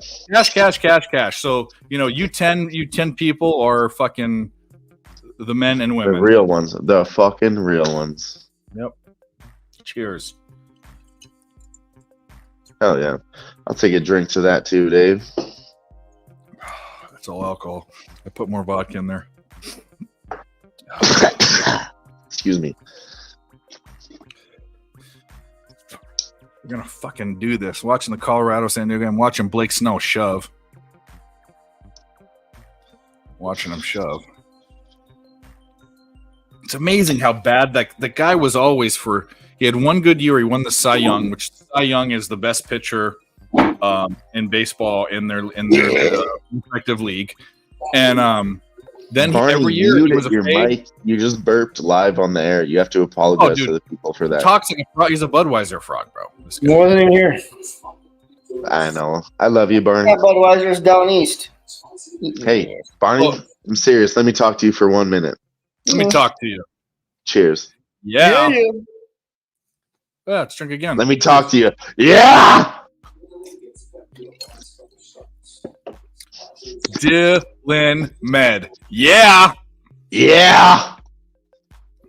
Of course he strike, dude. Fucking Snow striking him out. I don't know if this race goes off or not, but Matta. Hit it up, Barnes. 117-20. So we took the it was a bottom of the fourth inning. Colorado Padres over 4.5. Then immediately after that at bat, it went to 3.5. So I doubled up on it. They're gonna score 4 runs in this game. The Padres might do it with fucking Colorado's bullpen. Mm-hmm. I want to see where Blake Snow. If I had more time, I would have done this, but when I take time, it hurts. 8 Barney, Ks. I'll be right back. Keep the people 66. entertained. 66 Snow- pitches. Yeah, Snow might go. 2 more. If it's close, he might go 2 more.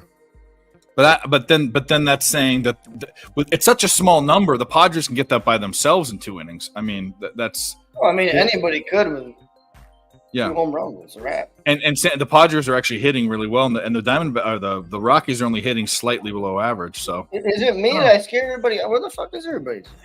I don't know where.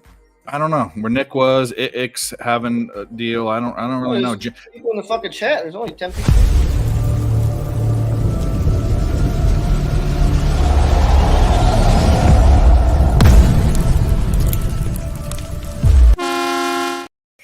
Where the fuck are the people I at? knew you were back. I knew that happened because you were back. I heard fucking- that shit. Yeah, you're right, Yeah. Barney. Where the hell, man?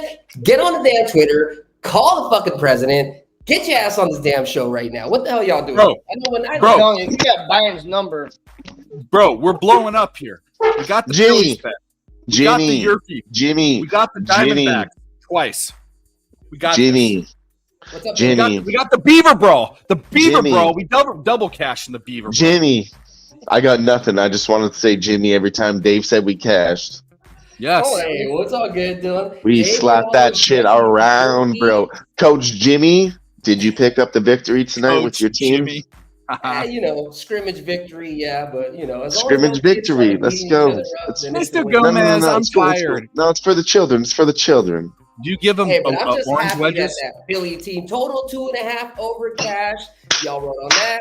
The Blue Jays cash, if y'all wrote on that, and the Nats cash. That wrote And the on that. Nats. We get the Nats too. Yeah. 3-0 for me, and Dave is 3 or 4-0. That sounded like so. And unfortunately, in the bottom of the fifth, like I always bitch about, that under in the Red Sox Rangers game got ruined in the bottom of the fifth. Picks from Dave in it. That's what they call it. Bottom of the fifth for first 5 bets. That's horrible. So we would be Remember when absolutely Red Sox was smashing like tonight. 1-0, right? We would have been fucking lost 1 bet in that case. But anyway, and the Mets Marlins tied it up bottom of the 9th and it was 3-3. We needed 8. You know, when it goes to extra innings, you're going to get a couple runs. Yeah, at least one from with each 2 side, outs, maybe, with two 2 from one outs, side. with 2 outs, they fucking scored and walked it off. 7 runs, not 8. So we're this close. Ladies and gentlemen, Jimmy Gomez. Damn, that was a pucker, man. See, that's why I didn't want to get on that under 7.5. Yeah. Because even Yeah. that's a sweat, dude. Got it by fuck, man. That sucks. But you love it when you lose by that little. That means you're on. That means you're fucking there, dude. That's what I'm saying. Well, nice. Well, I'm glad that I didn't miss any action in terms of the show going to fucking bits. I knew that Dave was gonna hold it down. I appreciate Barney coming through, man. For real. Barney came through like a fucking G. Hell yeah. I want to give a shout out to somebody else real quick. He couldn't be here tonight. But he is the energy. He is the producer. He is our boy, and he is X-Nizzle!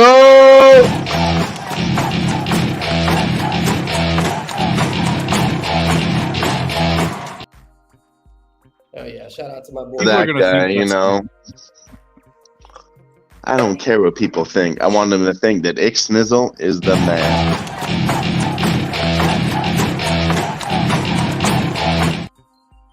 So, kind of just catch me up. I know that Finest. you catch that Yurfie already, Dave. Was there anything else you guys picked up live, or are you guys still sweating? Or We're on this. So we got the Padres Rockies. We got it over 4 at the 4th inning, over 4.5, and then they got out in the next inning. It went to over 3.5 at -130. So I'm on basically over 3.5 and over 4.5 in that game. There's 0-0 right now, but Blake Snell just showed some vulnerability, and their bullpen stink. So Going to the bottom of the 5th. and he has 76 pitches. He might only have 1 more inning in him. Top of the Padres lineup coming up. Yep. And it's -115 now for over 3.5. Gerardo finally tuning in. What's going on tonight, buddy? What are you on? Let me know what your bets are doing. And actually, do you still have that mustache? Or is your profile pic old? Yeah, that's a sexy mustache, though. And I bring the gay. Okay. We're at the Barney brings the gay. Okay. We're at the creep section of the show. I mean, You guys don't understand. No. Listen. Let me cut you all off.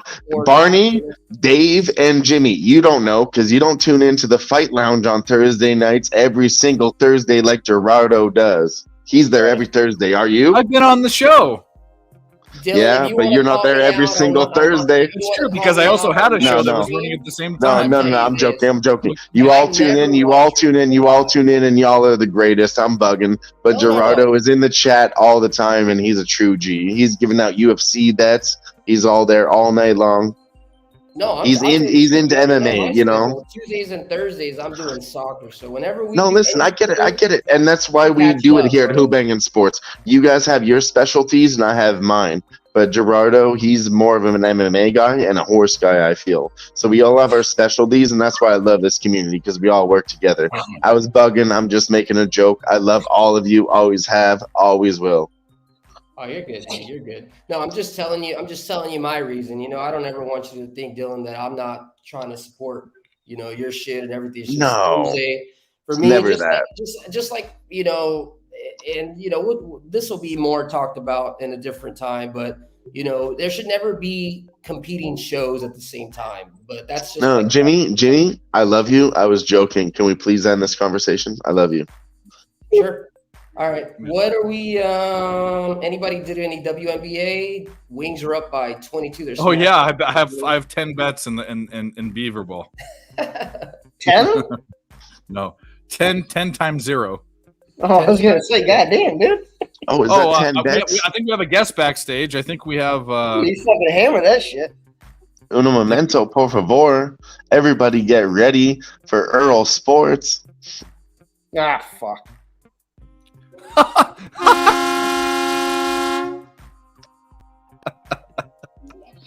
Oh fuck! That sexy mother. What you doing, Nick? That's the right response to it. It's all fuck. I thought I was already muted. Shit. No, Nick, that was my fault. I went with this crazy sick rhyme. I said, Uno momento, por favor.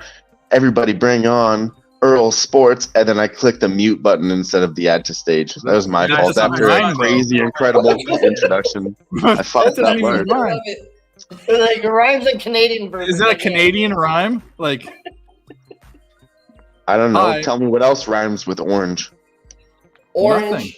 Orange. Syringe, ninja Orange. sword, extension cord. I'll hang you by your door hinge like a little 4-inch whore.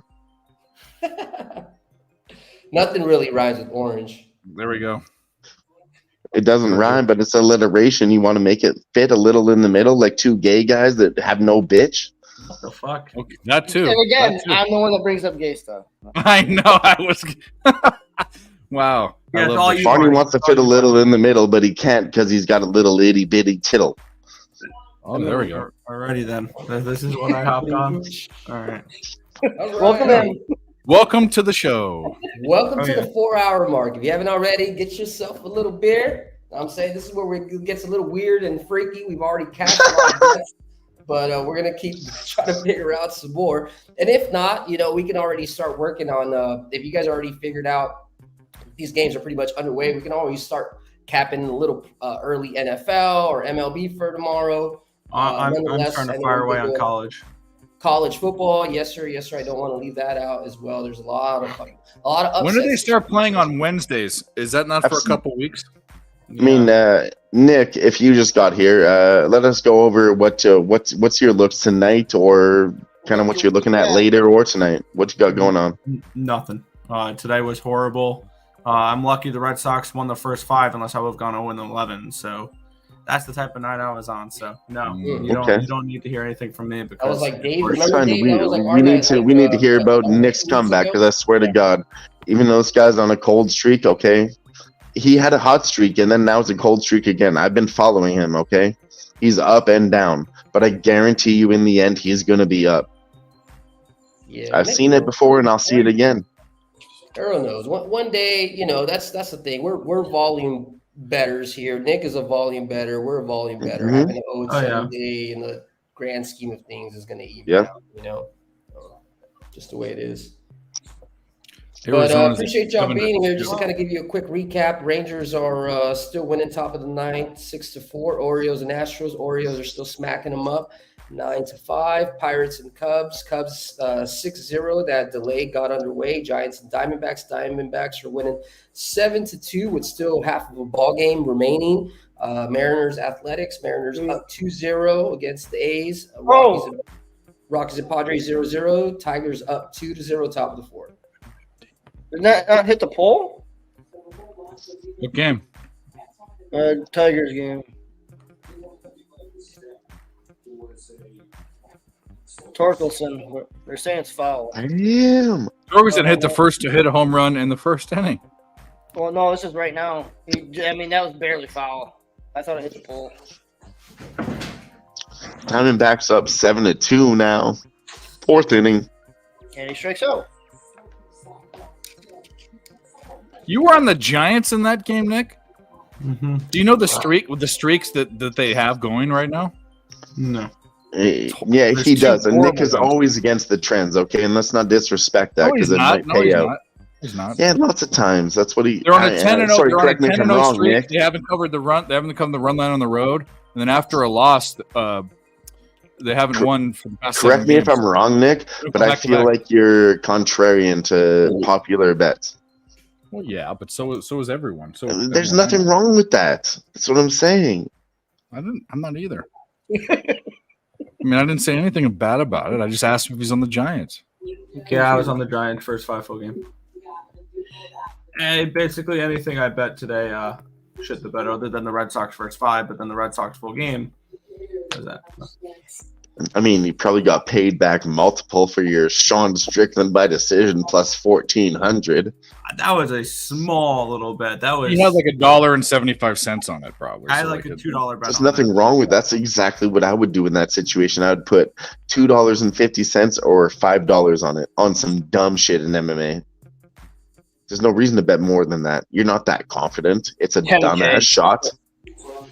Yeah. Yeah, I'm a dumbass. That's where it pays out large. No, you have to be willing to look dumb to make dumbass money. That's how Of MMA course. betting is done. I mean, I easily make myself look dumb. That's not the difficult part. Trust me. I mean, I've said some I'm outlandish trying to things, like, support you. I think you're missing my point.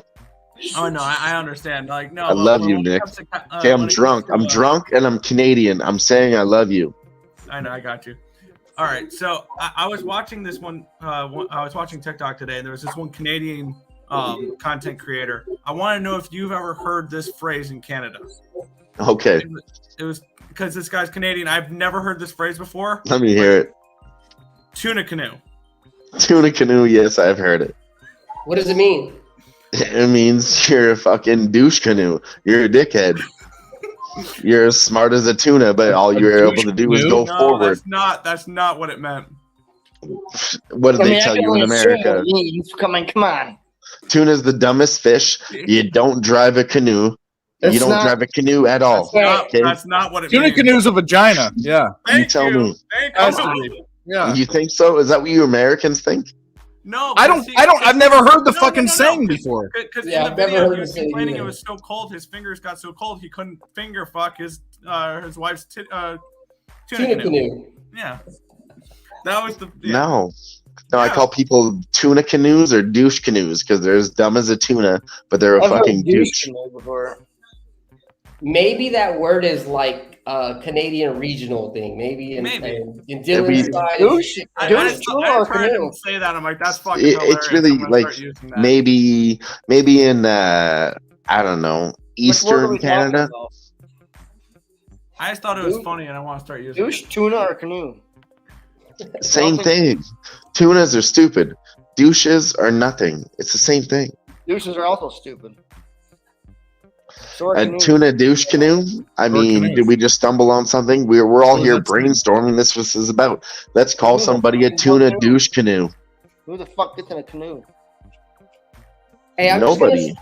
since Fucking we're kind of noodle. pretty much, you know, set in our picks for MLB, and I came a little bit late in terms of trying to divulge any information.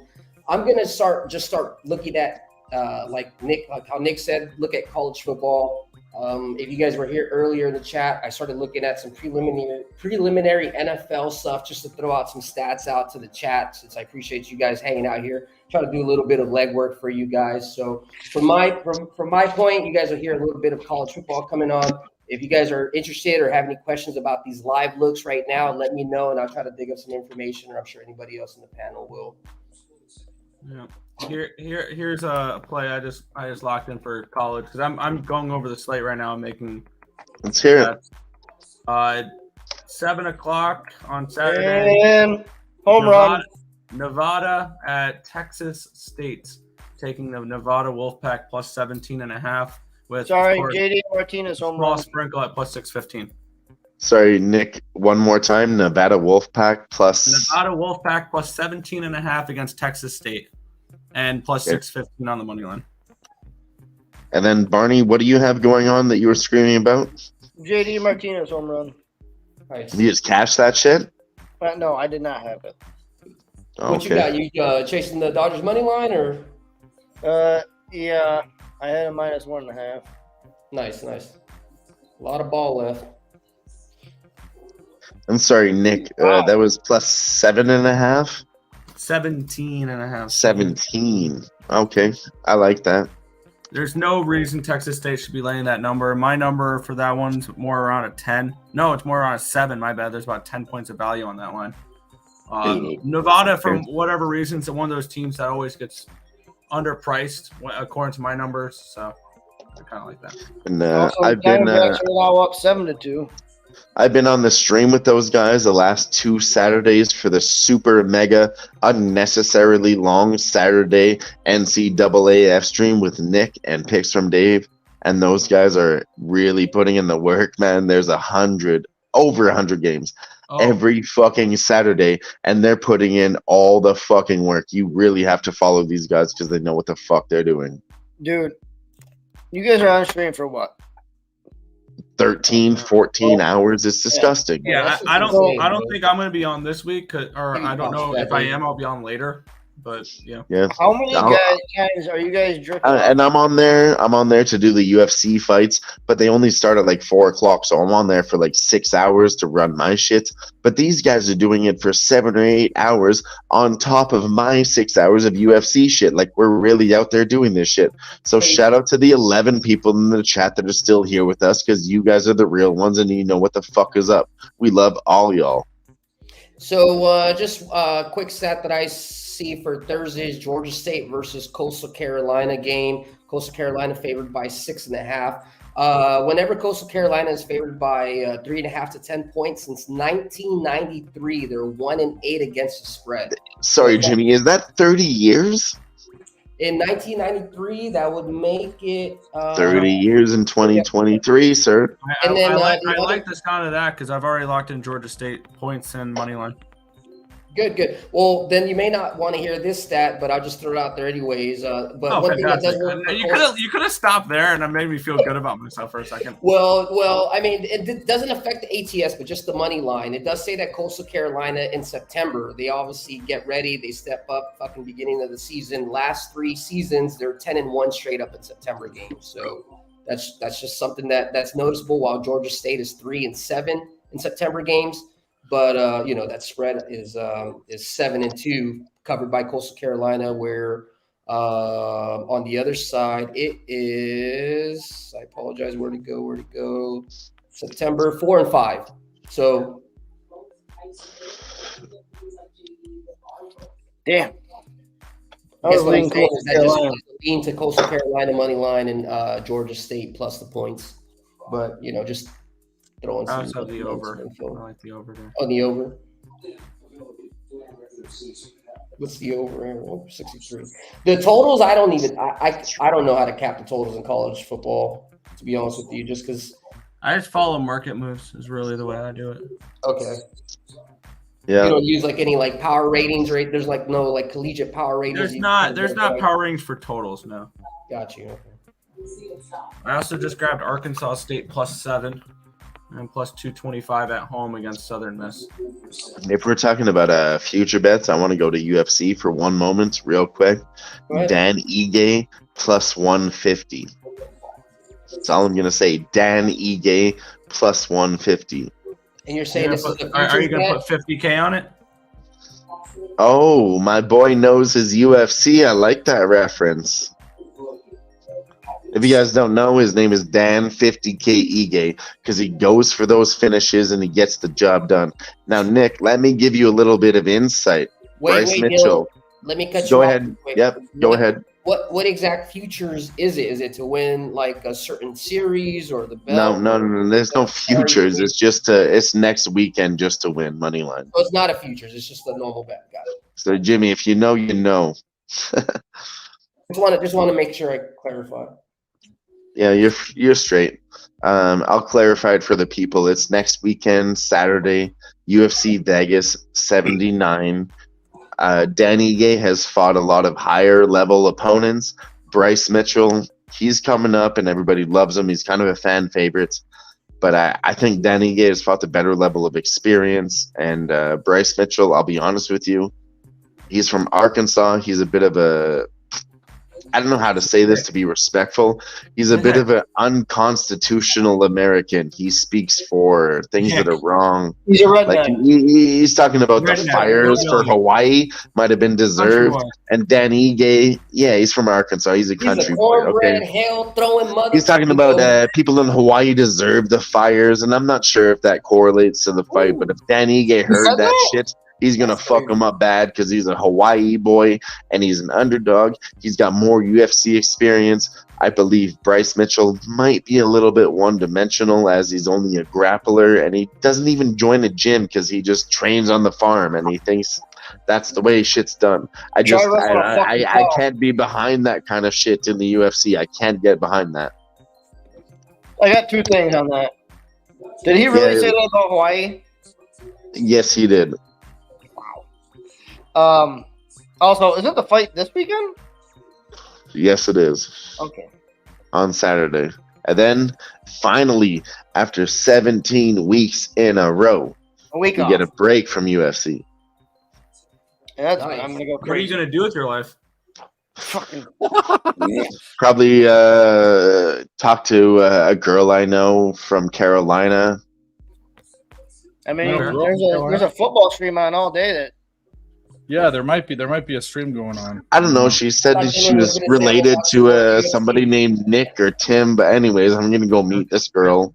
Fair enough. Fair enough. You don't have a sister, do you? Nice. I do not have a sister. How's the acids? God, that's an understated joke. Oh man.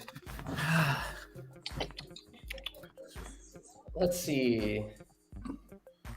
Also, just moved on. App State +3 and +116 against Wyoming. Did Tim go home? No. I missed him. Last time I was on a stream with him, we cashed the fuck up on Denver Nuggets. That was in like the playoffs. Oh yeah. Playoffs. Yeah, dude.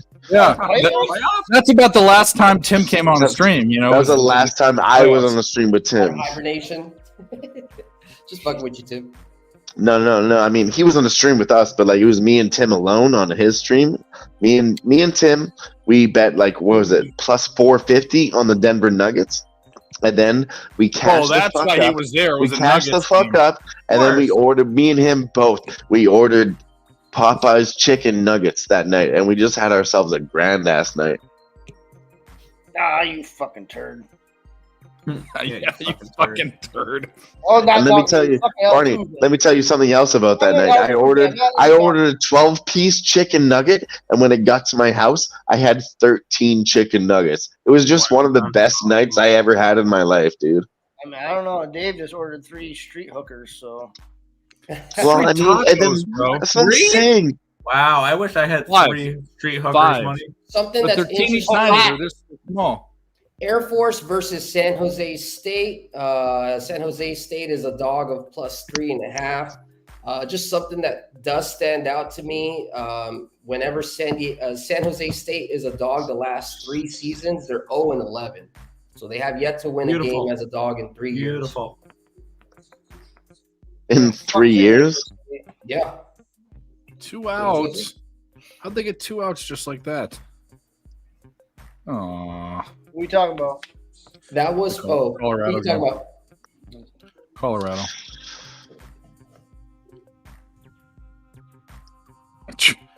Struck out swinging. Soto was caught stealing. Hey, why was he trying to steal? Yeah, what the fuck? Soto was trying to steal? that fucking little fucking yeah. That Trying to steal a meatball. burger from the kid I in was the about to stand. say, yeah, you must have seen some dinner. So yeah, that employee fast. He can hit the ball. Oh, my shit, way. Gerardo Hernandez says on the I hate opposite that guy. side, He ruins Bryce my Mitchell bet. by decision. Bryce Mitchell by the Gerardo, I want to offer you a proposition. I will take the other side by decision. Whoever loses Beer has to chug pay bet. razor. Beer That's chug right. bet. But the way you describe Dan Ige made it sounds like Dan Ige by. I'm serious. I'm serious. And maybe What he if gets neither of you win by decision?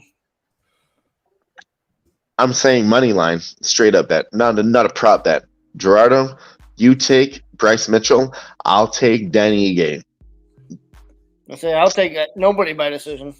But if you lose, you have to come on the stream and chug a beer. You have to show your face and chug a beer. That's the only reason I'm putting this on the line is because I want to see your face And also on the stream. to correlate that Okay. Air Force. To correlate that Air Force San Jose State play. Also, when San Jose State is a dog of 3.5 to 10 points the last 3 seasons, they are 0-4 straight up. And then when Air Force is a favorite of 3.5 to 10 points the last 3 seasons, they're 7-1. All that information does correlate. Nice rip, Dave. And Jeannie, nice fucking info. I'm not even saying excuse me because that was fucking manly. It was fucking weak. I excused you with a compliment. You're fine. Shit right there. Let's see what else we I'm got. not drinking. I'm drinking more of a non-carbonated beverage than this is what happens when guys put more booze than mixer in their drink. Nick, I want to be respectful, but as a young person, you're not allowed to say that to any of us. For what? I What do you guarantee say? I've burped harder than you've ever drank in your whole night. But that's not a big. Okay, sure. I love fucking Sounds like we need to have an on-air drink contest right now. Everybody go get No, your no. picks. Honestly, I believe that Nick is a very good person, and he doesn't really drink a lot, and I respect that about him. Oh, Don't no, get sucked into this gambler challenge thing. is Soto was safe. Honestly, no, Dave. Soto Sorry to safe. cut you off. Stay smart. Don't drink. Just keep handicapping, and don't be an alcoholic. I think you'll be better than all of us. To be honest with you, Yeah, we've all said that to each other, right? Once or twice. Nick, you're young. You can still save yourself. 2 for 2, 2 tries in a row. Let's go. 2 trifectas? Yeah. Nice. Oh, I don't know. Nice. Yeah, but- You know, horse right now, shit, let us know. When you take 4 to 5s the whole time, that Hey. work that happens. Gotta start somewhere. I made money. Tell you what, that pick 4 I had today was almost fucking massive. I had a 2-1 and an 18-1, and the 2-1 beat the 18-1 by a fucking nose in my pick. What would 4. you have won if you won the pick 4? I don't know what the pay. I mean, I won. There was $6 I had. I won 200. Yeah. So if the 18-1 won, I would assume it had to be 1,000. Yeah. Wow. Good job. Fucking so close. Come talk to me when you hit a 1,609-1. Come talk to me when that happens. I had Jesus Christ, what was that? 5 on 1 with the $4,000 on. I paid $6 for it. So Oh, did you? Yeah. Well, I only paid. I put $2 on it. No, I was on Jimmy's show and I put in this trifecta in Australia, and an 18-1 over a 9-5 or a 9-4 over an 8-1 won, and somehow I won. $2, I won over $3,200. Fucking, it's awesome, isn't it? Fucking crazy. And we didn't even realize it was on the poker stream. I think we were. Oh, was it? I was just fucking around because I was out of the tournament.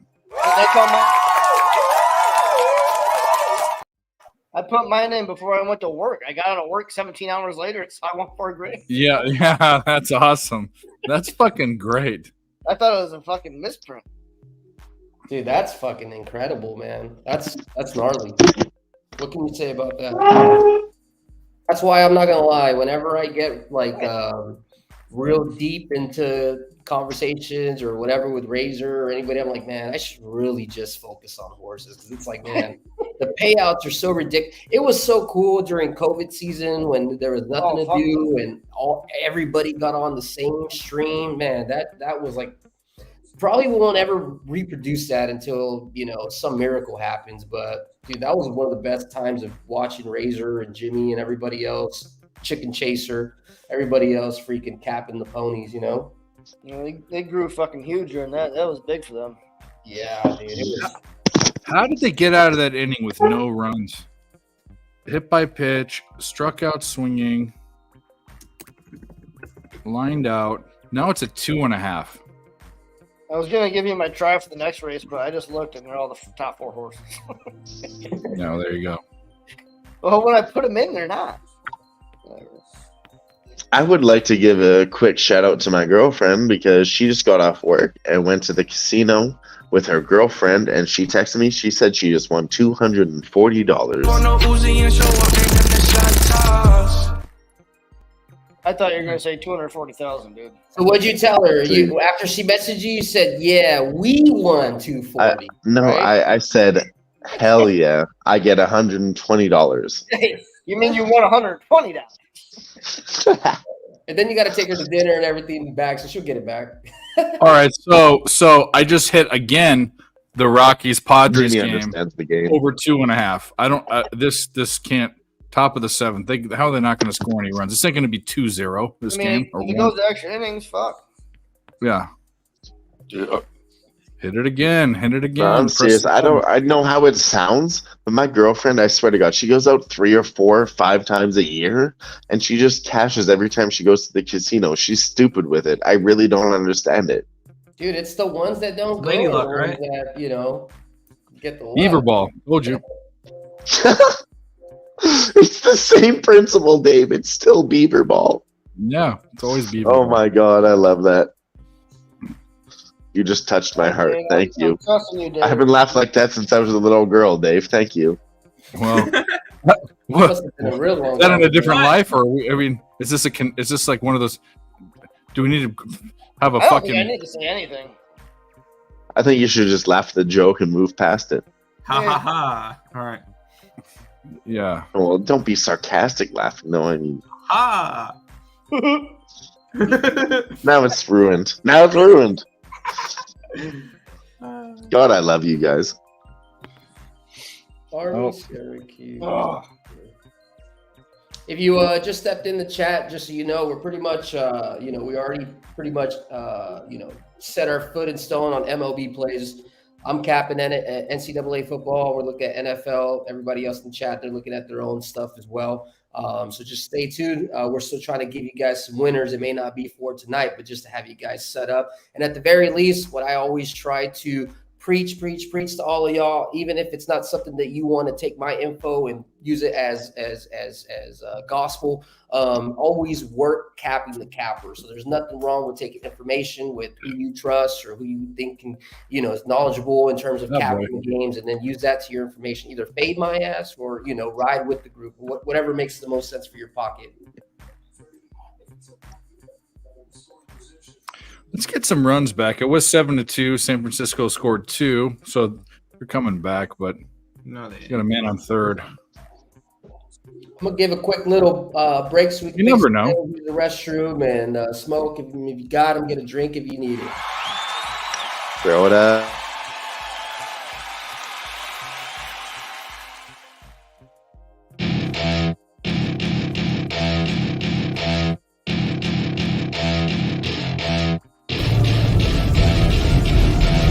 Welcome to my party, we're just getting started. A life is a dream or a nightmare scarring. Hand me a drink, I think I'm going all in. Yes. 25, 26 days to hockey, boys. I've already got a couple of games that have circled for opening night. Man, he's So. looking like the real deal. There's With, two dogs looking at the first 2 nights. One's on opening night, one's the second night. Opening night, cracking over the nights. That's something I've had circled for a while. The second night, Montreal over Toronto at around plus 240. I haven't bet either of them yet, but I will.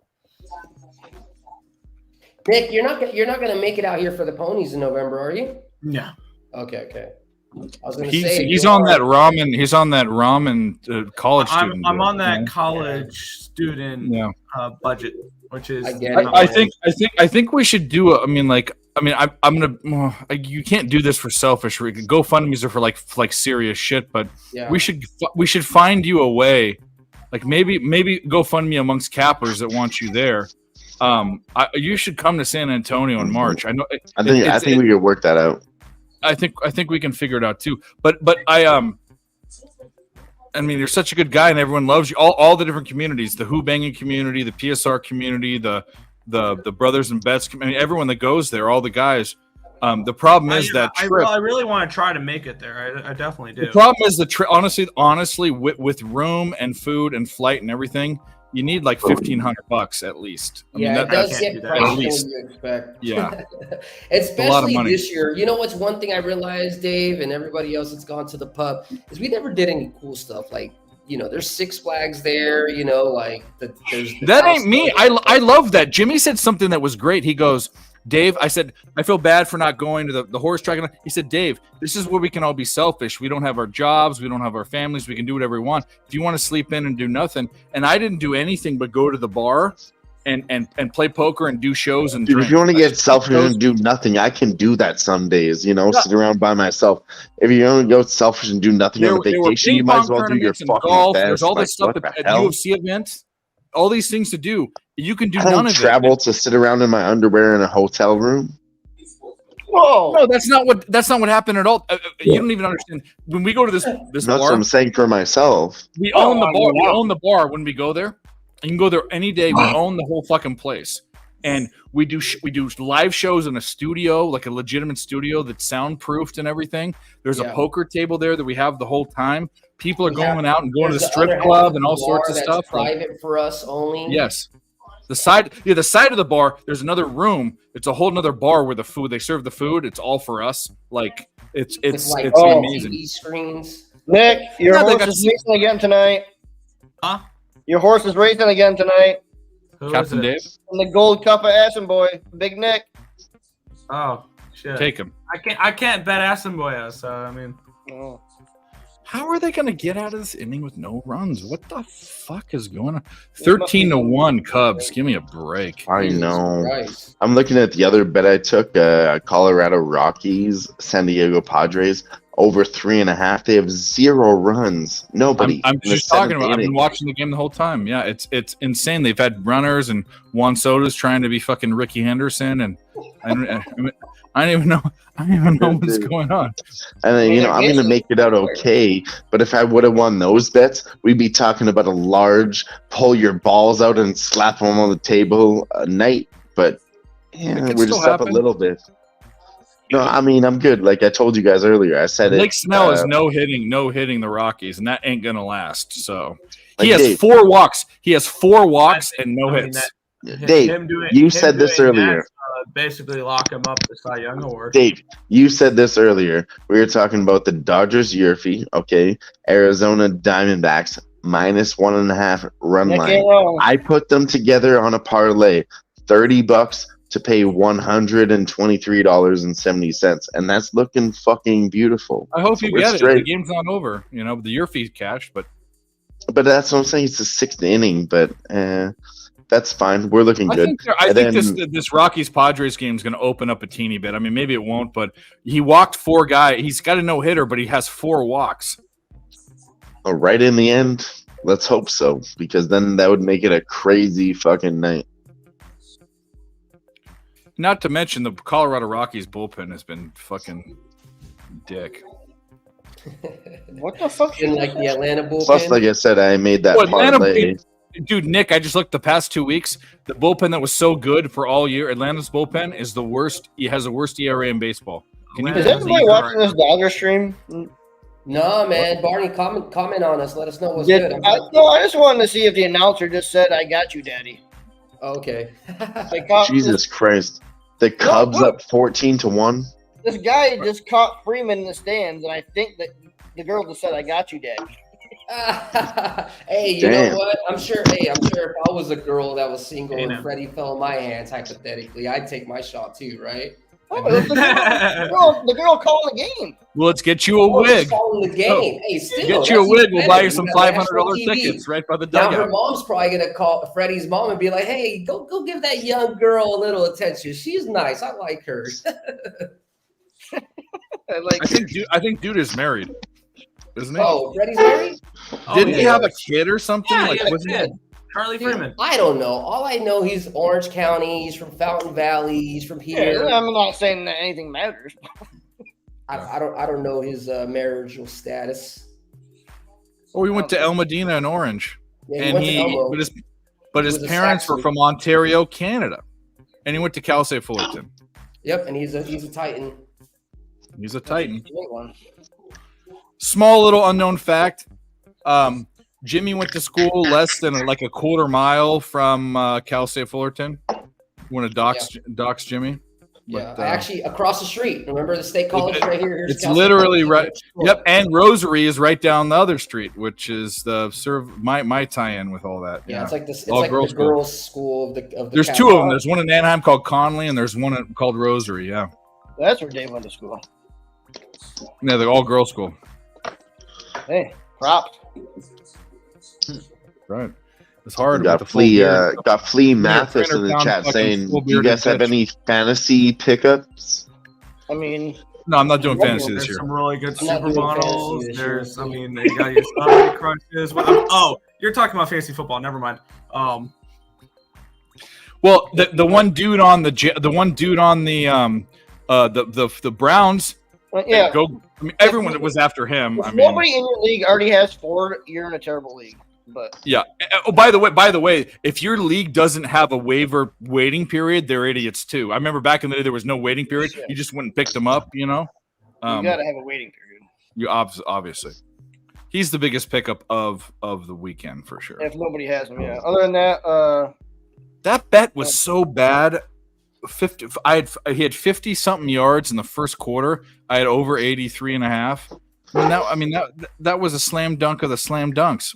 I will say Flea just because I can't think of one person on Who-Bangin that actually does fantasy as a show, so I'm okay saying this, I feel like. But there's a show on YouTube called Fantasy Headliners, and it's like two dudes. One guy kind of looks like a little bulldog, kind of bigger guy, and then the other guy wears glasses, kind of taller. I like watching the bulldog kind of guy. They just do breakdowns of every single position for every single week.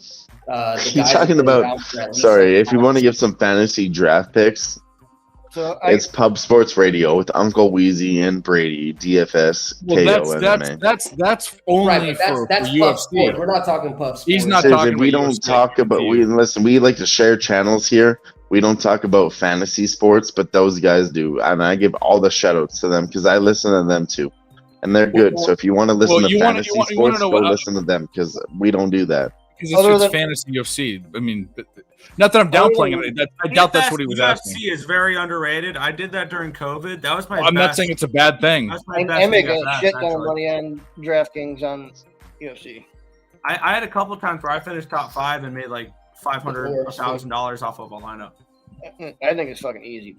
Anyway, besides Ford, the Browns are also looking to bring back Kareem Hunt, so people are knowing. So I haven't called Bet Online yet. I was supposed to call him today. I think I had the bet on Bet Online. I think that I'm going to call them and ask for it back. But yeah, dude, they also refunded Aaron Rodgers too. That's yeah, nice. I mean, nice. I can't believe it's tough. Williams on the Rams is going to be the number one. I saw that video tonight, and I want to give all the prayers to him in a great recovery because that might end his career. We don't know. I just want to give all the good faith and all the shout-outs to a good recovery for Chubbs. Hey, that's a same injury to the same knee. It's not good. Listen, let's just all give out our fucking best to him because that's a badass injury. That's all I'm saying. Yeah. And so I saw something on the last 3 Monday Night Footballs. We saw Nick Chubb's leg fold in half. Aaron Rodgers tear his Achilles, and Damar Hamlin basically die on the field. That's our last 3 Monday nights. Okay, and then let me ask you this. Let's not get too controversial, but do you think that it was targeted or the coach or team may have been playing for it? I'm not going to rewatch it and even see. I don't even care. I'm not rewatching that. That would have never been a targeted play. No. That was just his knee got caught up in a tackle, and now that's football, Susan. Like, that's one of those type of things. Susan.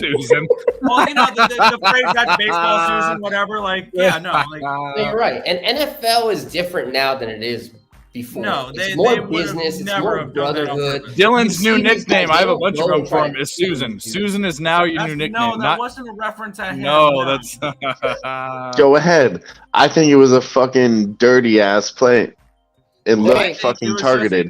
And I watched a lot of interviews where the coach from the team, he did say, we need to take out Chubb if we want to win this game or the season.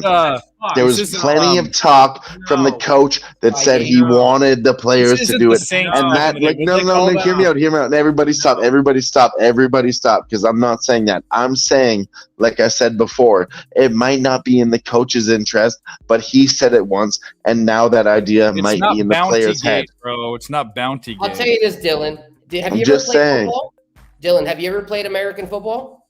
If it was said out loud once, one of those players might have gotten into their head where they're like, yeah, maybe that's what the coach wanted. Answer yes or no. Go ahead. He's played Canadian football with the Rouges. Ask me a question. Have you played football before? No. Okay. Even though I'm a little guy, I played football for 10 years. Okay. So. Oh, sorry. Have I played football? Yes, I have. I thought you were talking about have I played professional? No. So you have played. Okay. So in my mind, I seen the play. I'm not going to see it again. I just seen it live that one time.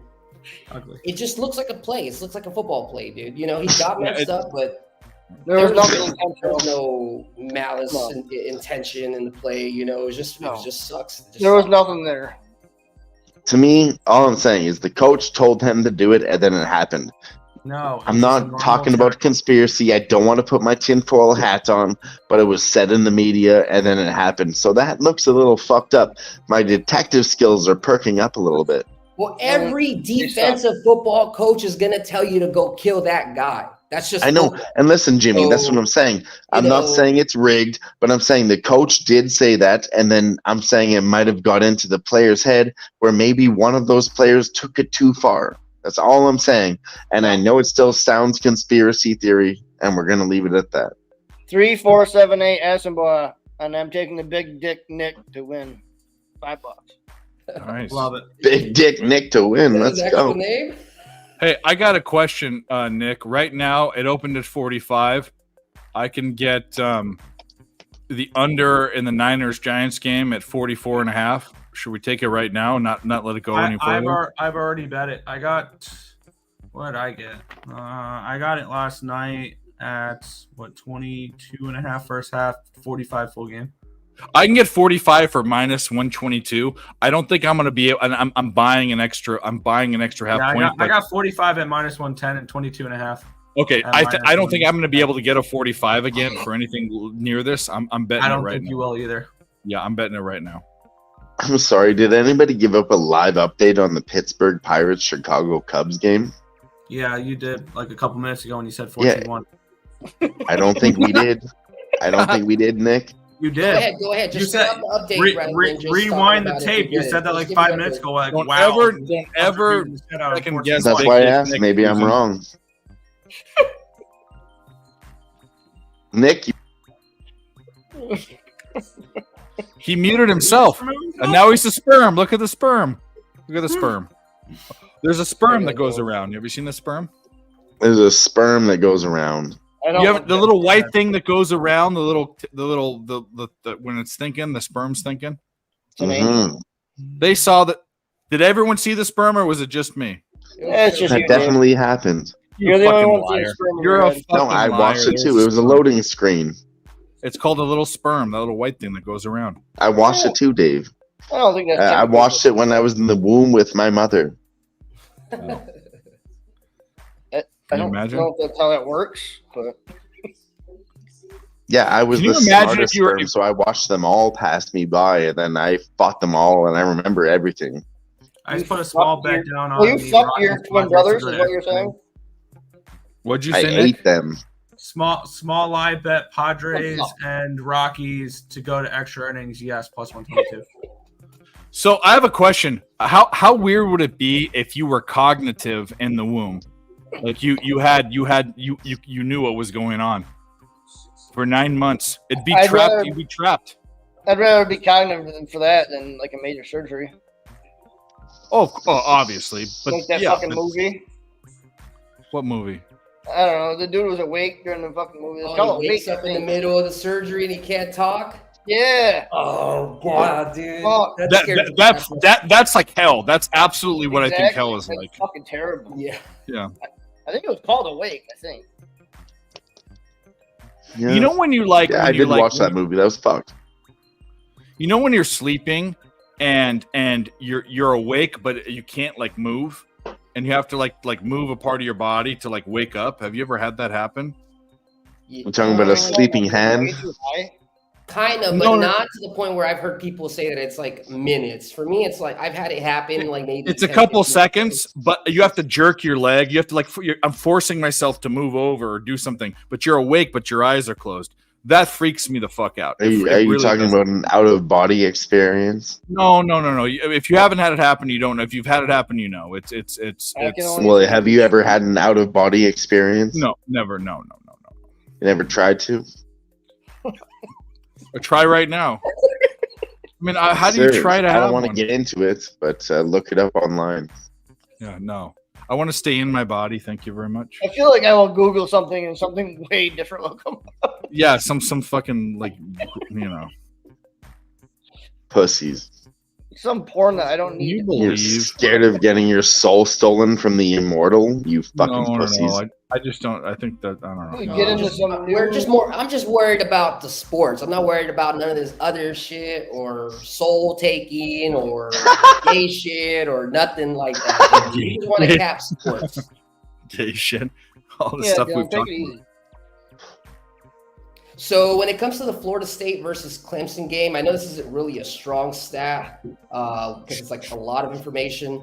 What's but the last index say on two that one? seasons in a home game where the total was between 52 and 56, Clemson is 0-5 against the spread, whereas Florida State, that same type of total, the note actually says 49 to 56. They're 4-0 against the spread the last 3 seasons. So that's just another little note. I am on Clemson. But damn, it's plus 2.5. Yeah, I don't like. Yeah, I got Clemson at +3. Oh, and you I got got that it at +1, like 15 or something like that. nice. Well, they should definitely win the game. That was close. Didn't they lose their quarterback this weekend? Florida State. I thought he got hurt or something like that. Maybe he did. I don't remember. I think the wrong team's favored in that game, and I get it. Florida State's a very sexy pick because they're a top 5 team in the nation. They're less than a field goal, and Clemson's not looked very good this year. I think this line is the way it is for a reason, and the way I look at it, I think Florida State's a trap. Like, Am I wrong, or Clemson keeps covering, right? No, No, Clemson does not keep covering. And the past 2 times I've hammered Clemson, I'm with Mike on this. I like Florida. The index. I just looked at the index. The index is towards Clemson. I think what I've seen from Clemson and Florida State, I'm definitely on Florida State. And it has nothing to do with numbers capping. It has to do with the eye test. Yeah. Jordan Travis. That's the name of the FSU quarterback. It looks like he went down. But it looks like Mike Norvell gave an update basically saying that his arm isn't as bad. It's not as season-ending as they thought. It does look like I don't even care about the fucking quarterback. he was leaning towards his non-throwing shoulder as well. But it doesn't look like there's any information of whether he's playing or not this week. Dude, fucking got the try. Sucking. 5-2 over, 15-1 over, 9-5. There you go. Yeah, let's go. What place was Big Dick Nick? That was not Big Dick Nick. Let me down. Yeah. So I just put out a tweet because I wanted to see how I want to come back to this once the week is over, see how this looks. I put week 4 college football ranked teams on upset watch. I put 7 teams down. Michigan, Florida State, Oklahoma, LSU, Texas, Penn State, North Carolina. Those are my 7 teams that I have some type of a money line on the dog. Well, I love that Arkansas play versus LSU. I love it. They're looking Where'd he go? strong, but they get fucking sketchy. I don't like Daniels. I watched him at ASU. I'll bring him back when they're back. Let's go. It's all good. I don't like their quarterback, LSU's quarterback, and I don't like when they play team. I mean, every SEC team has talent on the team. I think LSU is way overrated this year, but that's just me. I was thinking Clemson is too. Okay, so because Nick and I share the same index, and I actually gave him a couple other indexes to add to average to make it more even, not just following one. And right. you're getting for Clemson, you're getting. Hold on, I'll tell you right now. What the fuck's going on? Clemson is getting 4 points of value. This game actually, according to the because of the home field advantage, Clemson should be like almost a 2-point favorite, which means on a neutral field, Florida State would be a slight favorite, but they're favoring Florida State by 2.5 points. So you're getting about 4 points of value. I don't care about that. I mean, I'd look at that, but I've watched Florida State even without their quarterback, their skill players, their defense. Clemson has been absolute. I mean, that Duke game. Get the fuck out of here. Was that week 1 or something like that? Yeah, I think it was the first game. And I slammed Clemson last year. Mike and we did the same thing. We kept pressing the button because we were convinced on our cap that they were the better team, and it just didn't work out. So I also have a personal vendetta, which also kind of isn't a good thing in capping, but I'm gonna say that's a tertiary or like down the line reason.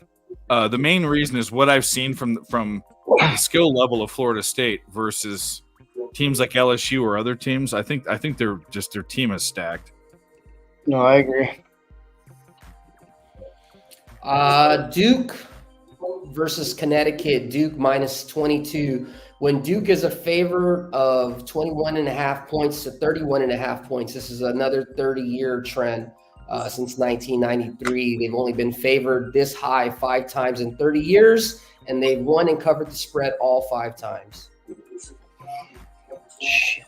Yeah, I lean slightly the other way, but the only way I'll bet that game is the under. Okay, we got one back. Let's go. What are we doing? Take you off, Dylan. I don't like having I know Colorado's been combined no hit. Like having like little dots on the screen. Dylan, I want to tell you something about the bet that I had. That number was so low. No one said that fucking Colorado's going to be no hit. I mean, this is kind of silly. This is one of those things we're talking about. You're on mute. You're on mute. Should we let him go? Okay. So I think it's not on mute. I think it's no, yeah, I'm on mute. Oh, sorry, yeah. Those over 3.5, they lost. I said I took that with my favorite Brian battle minus 175. That's lost. Doesn't matter. What we said earlier too. I took your Dodgers Yurfie, Arizona Diamondbacks minus 1.5, and I parlayed those together. So we're straight. I'm gonna hit it again at 1.5. I took the Dodgers Yurfie as a single twice, like I said earlier. My Dana White Contender Series, I was down just a little bit, so I doubled up on the Dodgers Yurfie, and then I put it in a parlay with the Arizona Diamondbacks, and I took the Arizona Diamondbacks as a single. Those are the only live bets I placed tonight besides Dana White's Contender Series, but me and Dave, I think we're killing it. So, wait, Dave, what are you jumping on minus 1.5? No, over 1.5 in the Rockies Padres game. They've got, yeah. I mean, yeah, somebody's got to. They're gonna. I would assume somebody won them by 2. Yeah, that's what I'm saying. So even I don't know anything about baseball. I would say something has to happen. I mean, come on. Oh, dude, you get a free runner in an inning. In one more inning, you get a free runner. Fuck. Hey, I'm gonna go use the head real quick. We're gonna pay the bills. We'll be right back.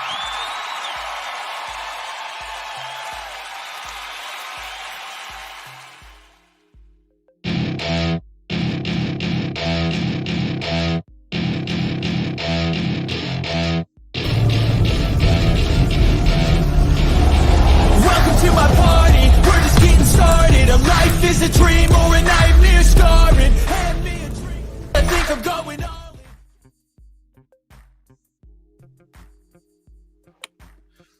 Yeah. Well, we got a bunch of jerseys and a Saw movie scene from Barney. That's definitely one of the rooms from Saw. Look at that. There's just a pipe. What do you really think about this game? Bottom of the 8th, going into the 9th. How did a game can't end in a tie? Hear me out. Why don't we take the Colorado Rockies at plus 175 when it's 0-0? That's fine. I like the total. I don't know who wins. I'm asking you, why not? It's 0. Because they're getting no hits. Because they're getting no hits. But they're not either. They're getting no hit. They've no hits. They're not either. Then they're not getting runs though. Like, why is that comparative? Well, having no hits and having no runs are completely different. No runs. I get it, but it's still 0-0. So why wouldn't you take the underdog? I'm literally asking. 2 reasons why. One is the Padres are at home, and 2 is the Padres are the vastly superior team. So if you're looking at the better bet is that the game doesn't end with just one run. It could. That's fair. So what we really hope for is. We hope that this inning the Padres score. Actually, we don't. We actually kind of want the Padres not to score, and then either the Rockies to score or not, and then we actually kind of want this to go in extra innings. Actually, that's kind of what we want. That's what we actually want. And even though we were at 3.5 is dead, 2.5 is not dead, 1.5 is absolutely live. But I pressed it for 2. I don't think any of them are fucking dead. You get the extra innings. Yeah. Right. That that's and if it happens, for me, this game ending on a 1-0 is the least likely of the situations. But yeah. Oh, sorry. We have In Play by Colorado. Sorry, by San Diego. In Play. San Diego. It's probably well, maybe it's one. That would suck that if it was one run. I'm watching it goes far, it bounces, and Buddy catches, and they run around. What do they get? They get a guy on second. This is a double. Sorry, I'm behind in Canada here. My bad. It's actually not great if the Padres score because that means the Rockies only have one more.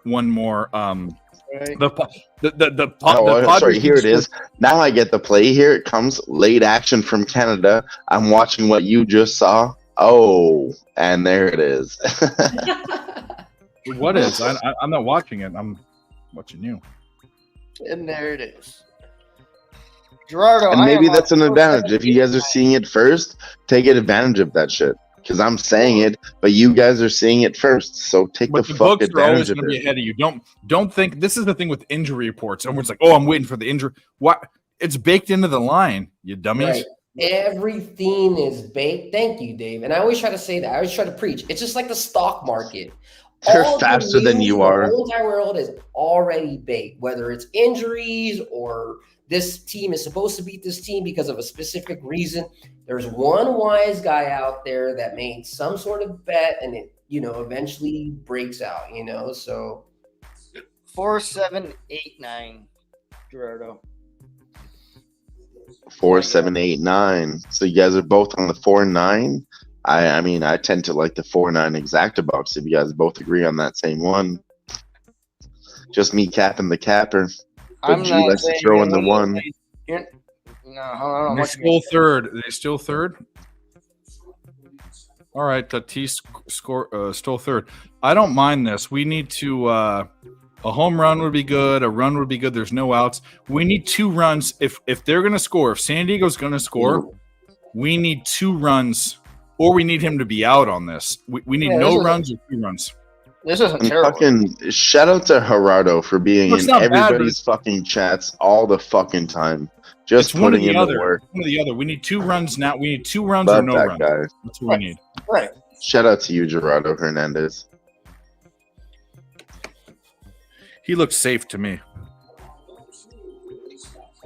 I am not watching it. Well, I just turned it on. I have the Dodgers game. That's all I can get right now. He was safe. So it was confirmed, not even stands. I don't even know why they challenged it. Here we go. I'm watching it. It was close, but we need a home run. Just jack one right now. Just jack it and we'll be fine. Yeah, that was close. He was safe. Because if they only score 1 run, we have 3 outs. We have granted. Okay, so maybe we're owed one here. We had 3 outs for 1 bet that didn't work out earlier. Now we have 3 outs for a bet that we have more money on. Maybe we can do this. I might. You might what? I'm just trying to look at the Dodgers shit right now because that's the only game I can watch. There you go. She said he's been watching live chats 6-7 years. He's been in the game as long as I have in the chats. Oh yeah. Fuck yeah. Same here, Gerardo. I feel like we came around the same time when the pub sports whole thing started. I started with Connor Matt, watching him on. I don't even know what channel he was on. Oh, when he was just doing like just college. Yeah, talking college football. It was almost straight Mac shit. I feel like. Yep. I'll tell you guys, I started watching Razor Sharp Picks. I got in on Twitter, UFC, MMA Twitter, blah, blah, blah. And then I started finding out about Razor Sharp Picks, and he attracted me to this community. and now here I am. And Razor Sharp Picks is giving me a shout out for the Fight Lounge Did they on intentionally Thursdays. walk him? Is that what they just did? No, Dave, stop. I'm not even giving myself a shout out. Razor Sharp really did that for the people, and I can't even believe it. It's actually very surreal, and he's just such a man of the people. I can't even believe it. So shout out to Razor Sharp Picks. It's on right now. I know, but I'm talking about something else. And I appreciate you too, Dave. Our money's more important than Razor Sharp Picks right now. I'm telling you about my origins. Your origins. And then first I was a little fox, and then Dave picked me up as his mentor, and now I'm a wolf. No, I don't want to claim any of that. It's nothing. Nothing to do with any of that. I just like all you guys. Dodgers money line, took it plus 100 just before that ending it. Really? Should I should be on that too. Why shouldn't I? I don't know. Probably because I'm an idiot. Who knows? No. What? Nice. What? Eating Doug, probably Bremer too. G. I'll do minus 105. I'll put a little shake and bake on that at plus minus 105. A little shake and bake. It's in. Oh fuck! Now I'm responsible for something. You ain't responsible for shit. Because I always, you know me, I'm always betting the Dodgers late night. Oh, I know. I made a lot of money with you guys doing that shit. Yeah. So I want to pay some back so I can be responsible for a couple of your dollars. Dude, I don't think Campusano is going to hit a home run, but just get a single. There's no outs. Just get a single, get one run in, and you have two on base. I love that. All right, here we go, Gerardo. Or walk him. It's 2-1, not 3-1. 2-1. This sidearm shit. Don't give me this Olay bullshit. What's that from? Anyone know that movie? Ole, ole, ole, ole. No, Major League. He's like, Dorn, get in front of the ball. Don't give me this Olay bullshit. I was going to say the replacements. He's like, I got a future. I'm not messing up this face or whatever the fuck he says. Whatever the fuck that guy says. All right, so we got Hader warming up. Are they gonna combine no hit the Rockies? Who knows? But right now the Rockies aren't there. We got runners on first and third, 2-2 pitch. I've seen this line move from plus 600 to plus 500. That sucks. They went home with it. 8-4-3, I think, Gerardo. 8-4-2. Sorry. That's all right. So there's an out, and the guy on third. There's runners on first and second with one out. No, he's out. He's out. No, I'm talking about the Dodger game. Sorry. Oh. Well, what they did was it was a ground ball, and they went home, and you have to tag out because there wasn't a force, and they got him. Fucking Altman ran the fuck out of that ball. I like seeing that shit. We actually kind of like that. We kind of like that because of the.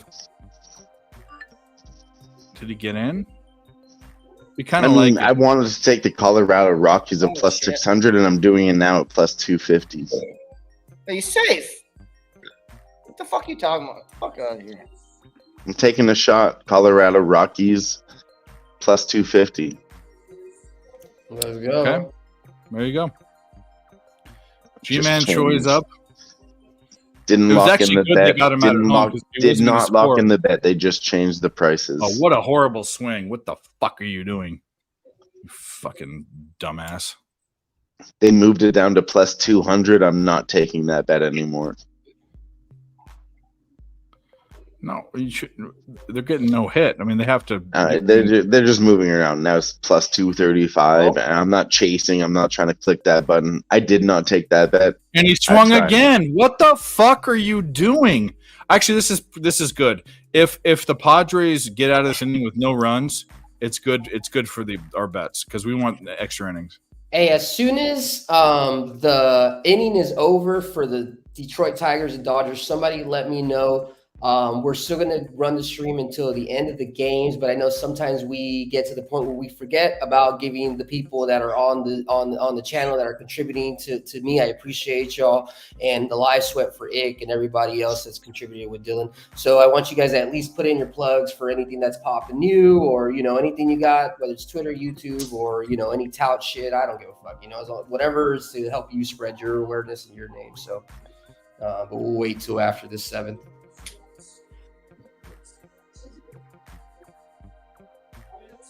Damn, I can't believe the Rangers won. Even though I have my futures on them. Not gonna lie, I did not expect that. Oh shit! Actually, how many wins in the Cubs? Oh, I hit my Cubs season wins total over 78.5 today. Oh, you hit it today? Yeah. Oh yeah. Put on a little music for that. That deserves a shout out real quick. Hell yeah! Hell fucking yeah!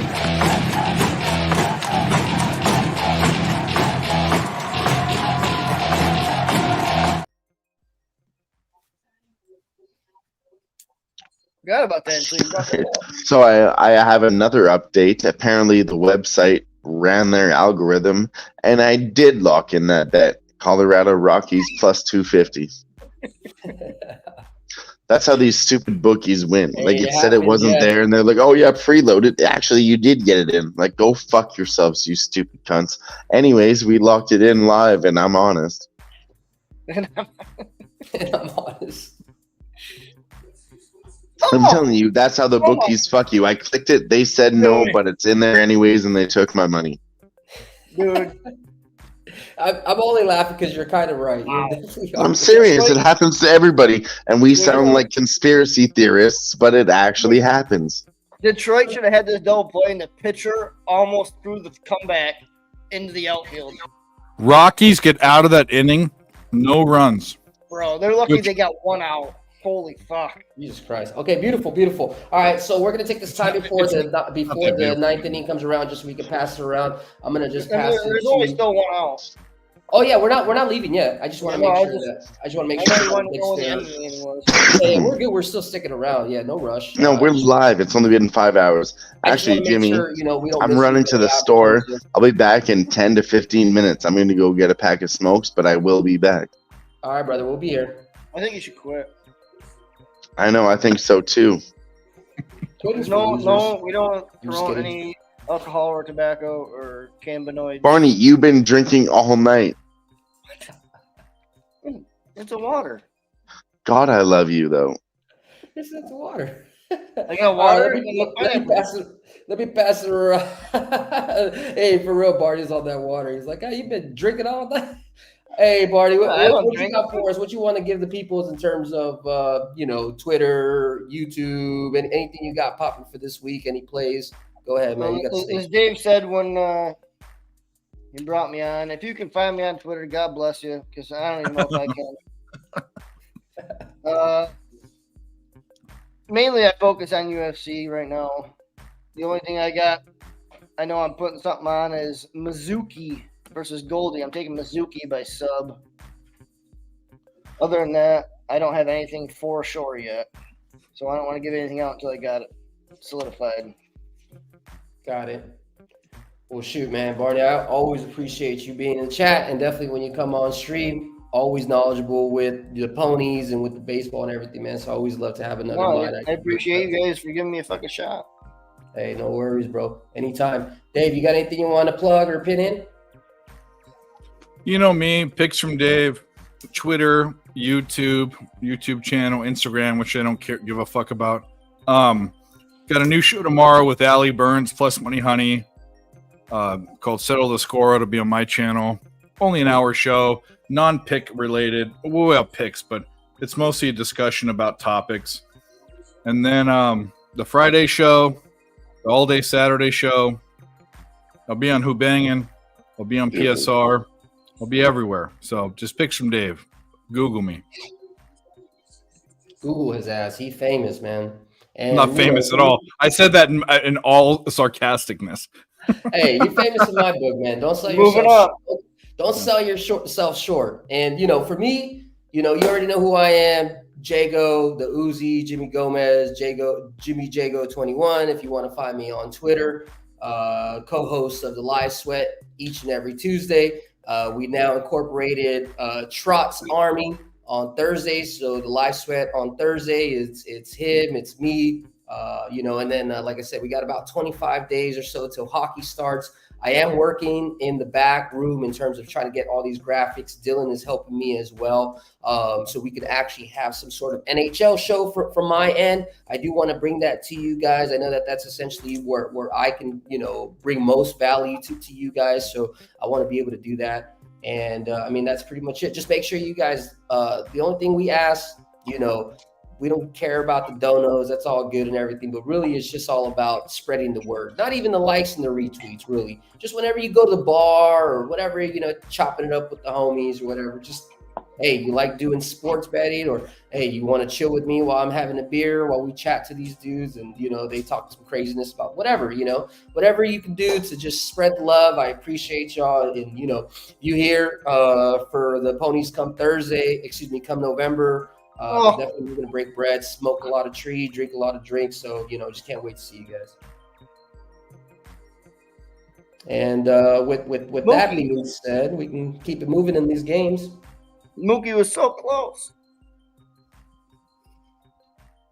Damn, 0-0. Who would have thought that this game was a shutout game, man? I thought for sure. I know. Digit runs, right?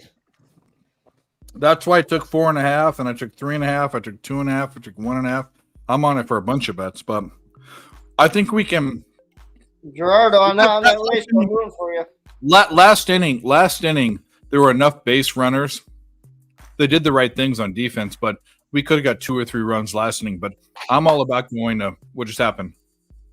Dodgers hit. Mookie 2 on, 1 out.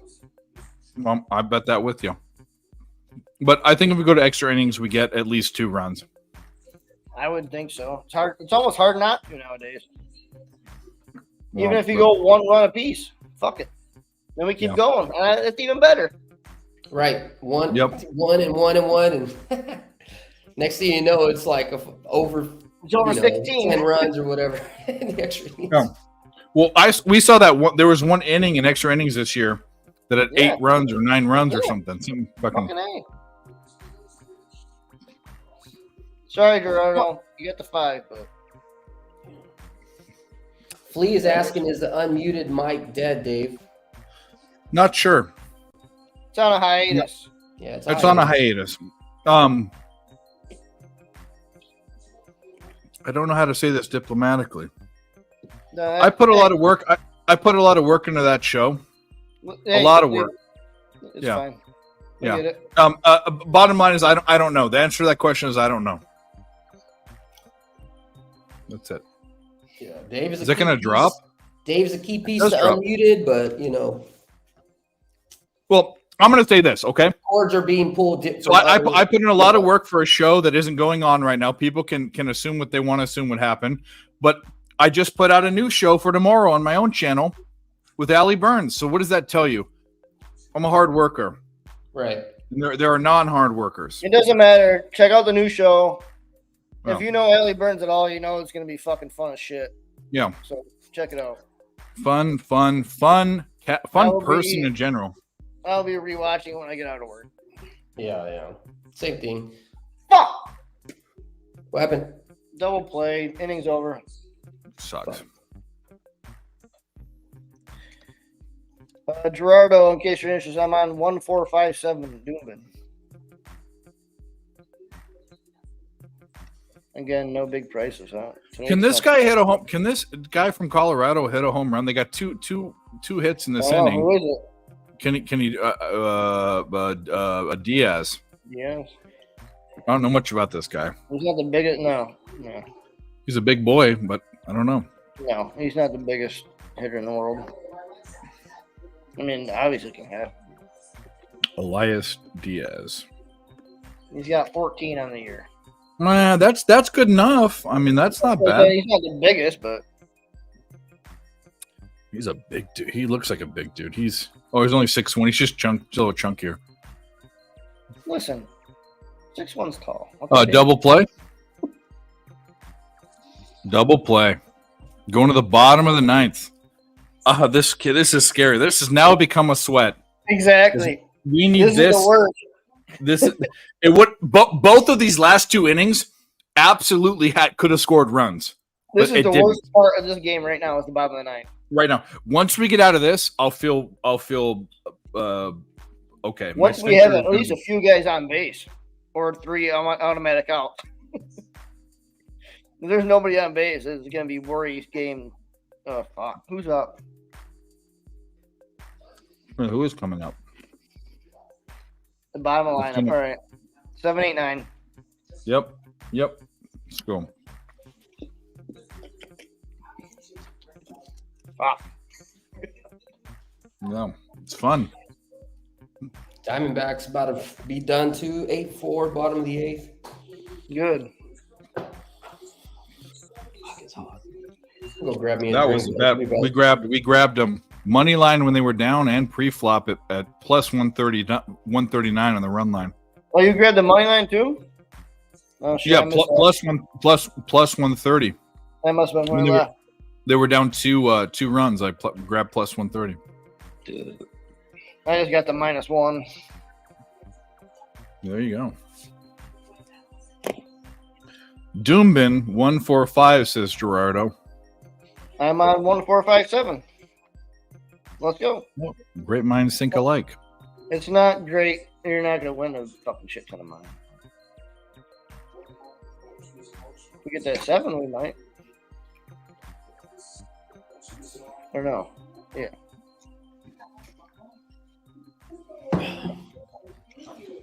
And then these other Aussie races finally went off.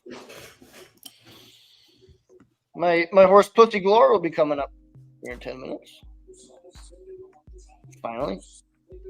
See, this Dave, I've been working out, man. By next time we meet up, bro, I'm gonna be maybe minus my stomach, but yeah. Hey. Last time you see me, I was a little chubby, and the year before that, I was a little chubbier. Just know that that's not really who I am, man. I'm working to get back into me. So, bro, I will be as fat or fatter than you see me. Probably as fat. So I don't care. He's like, nah, not me. I mean, I really should. I mean, like, I'm literally going to die before I'm 50. It's just such a stress reliever to me, man. Honestly, it's either for me when I'm pissed, it's like not me when I can't breathe. I don't. That's not a stress reliever. I'm just gonna just take the stress out and push-ups or whatever, man. No, stressful for me is not being able to breathe and everything's tingling. Or stress relieving, I should say, not stressful. I apologize. So I was very in shape in my younger years. Very svelte. My natural like metabolism and build is very normal and like muscular, but I drink too much and eat too much, so that's it. Yeah, I need to go on that. I need to go on that Barney diet. And I don't hold any bones about it. Like I don't like. I don't give a fuck. I mean, Cheez-Its on screen and tacos and fucking drinking booze with squirt in it, full calorie soda. Like, so your street tacos come pre-squirted? Yeah, pre-squirting and street, all that shit. Yeah, is that a fucking thing you have to put in there? Be finished before you come to my house. Well, it's my house. I can do whatever I want. Shit. No, and you know what? You're right. Rock him out. I'm not saying, I need to do it for my figure. I feel like I want to do it because I need to get some more discipline back, It's like that's exactly what I feel like. I don't feel like I need to get more pussy. I don't feel like I need to get more anything. I feel like I need to do it because my life is not a downward spiral, but it's up when you're extra. So during COVID, after COVID in 2001, I lost 60 pounds in 4 months. And was feeling great. And then I just didn't care. But during that time, you feel better about yourself when you do those things. I know this. Well, yeah, you do. I mean, I remember somebody told me, and I know it sounds stupid, but because I never did it as a kid, but I did it after I turned like 20 something. Some guy was like, I make sure that you do your bed every single day because you start off with that little task and that little sense of accomplishment, and that'll just keep going. I've heard that too, but I don't. I hate making. There's things I hate doing: laundry, dishes, and making my bed. I hate all of those. I think it's a big rank Marine guy has a video on that. It's all over YouTube. You start by making your bed every day. That's one fucking task accomplished. And yep. It's a good video. Yeah. When I was more responsible, guys, even though we used to write a list out every day. And smoking weed, and drinking, all that stuff like that.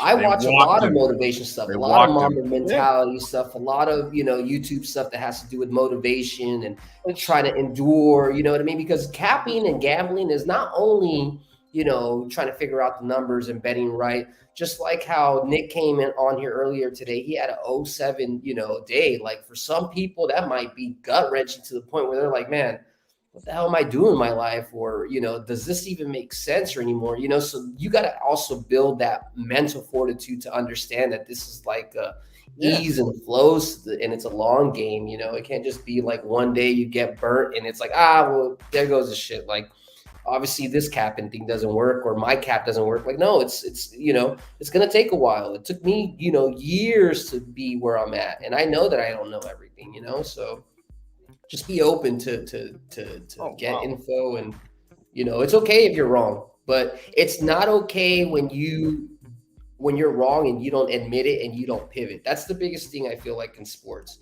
It's okay if you read the game wrong, but it's important for you to pivot or stay off. It's not it's like anything. Learn from your mistakes. Huh? Yeah. Well, that was scary. Almost a double in the corner, but 0-2 instead. We like that. Well, I hope somebody had that fucking 13. Struck him out. All right. We need one more out. Let's get to extra innings in this game, and we'll figure this out. We can do this. If we get to extra innings. If somebody had 113.9 at 10 at Doombin, let me know. I'll DM you $50 right now for a part of that payout. You just made $1 million. Oh, suck their dick. Are you serious? It was like a 45 to 1, a 30 to 1, a 15 to 1. Holy shit. Yeah, it's going to be like one of those day pick. No, it's going to be way bigger than 1,600 to 1. Sorry, a 4 to 5 was on top. It was a 4 to 5 or 47 Okay, to so 1. it won't be as big. It'll be 1,000 to 1. 52 to 1. 30 to 1. It'll be 1,000. It'll be 1,000 to 1 for sure. I mean, holy fuck. Imagine that super. Holy fuck, super, it would be crazy. Yeah. Just to kind of give a quick update for today here. Rays ended up winning 6-2. Marlins stayed under with that 4-3. Blue Jays smacked Yankees 7-1. Twins smacked the Reds 7-0. Nats came from behind in the bullpen. They won 4-3. Phillies got 3 runs in, but lost to the Braves 9-3. Royals 7-6. The delay in the Cubs game. A lot of these rain delays have turned from unders to overs, I've been noticing, but I'm just general talk. I don't know if there's actual numbers behind that, but Cubs, Pirates 14-1, Brewers 7-3, Rangers 6-4, Mariners 7-2 now, Astros 9-5, that's over, Diamondbacks 8-4, that's over, and we're hoping for extras in the Colorado game and Dodger game. That's final. Diamondbacks is final, right? Yes, sir. Yep, just turned final right now. Here we go. Was that a casher? Yes, sir. All right, double casher. Yeah.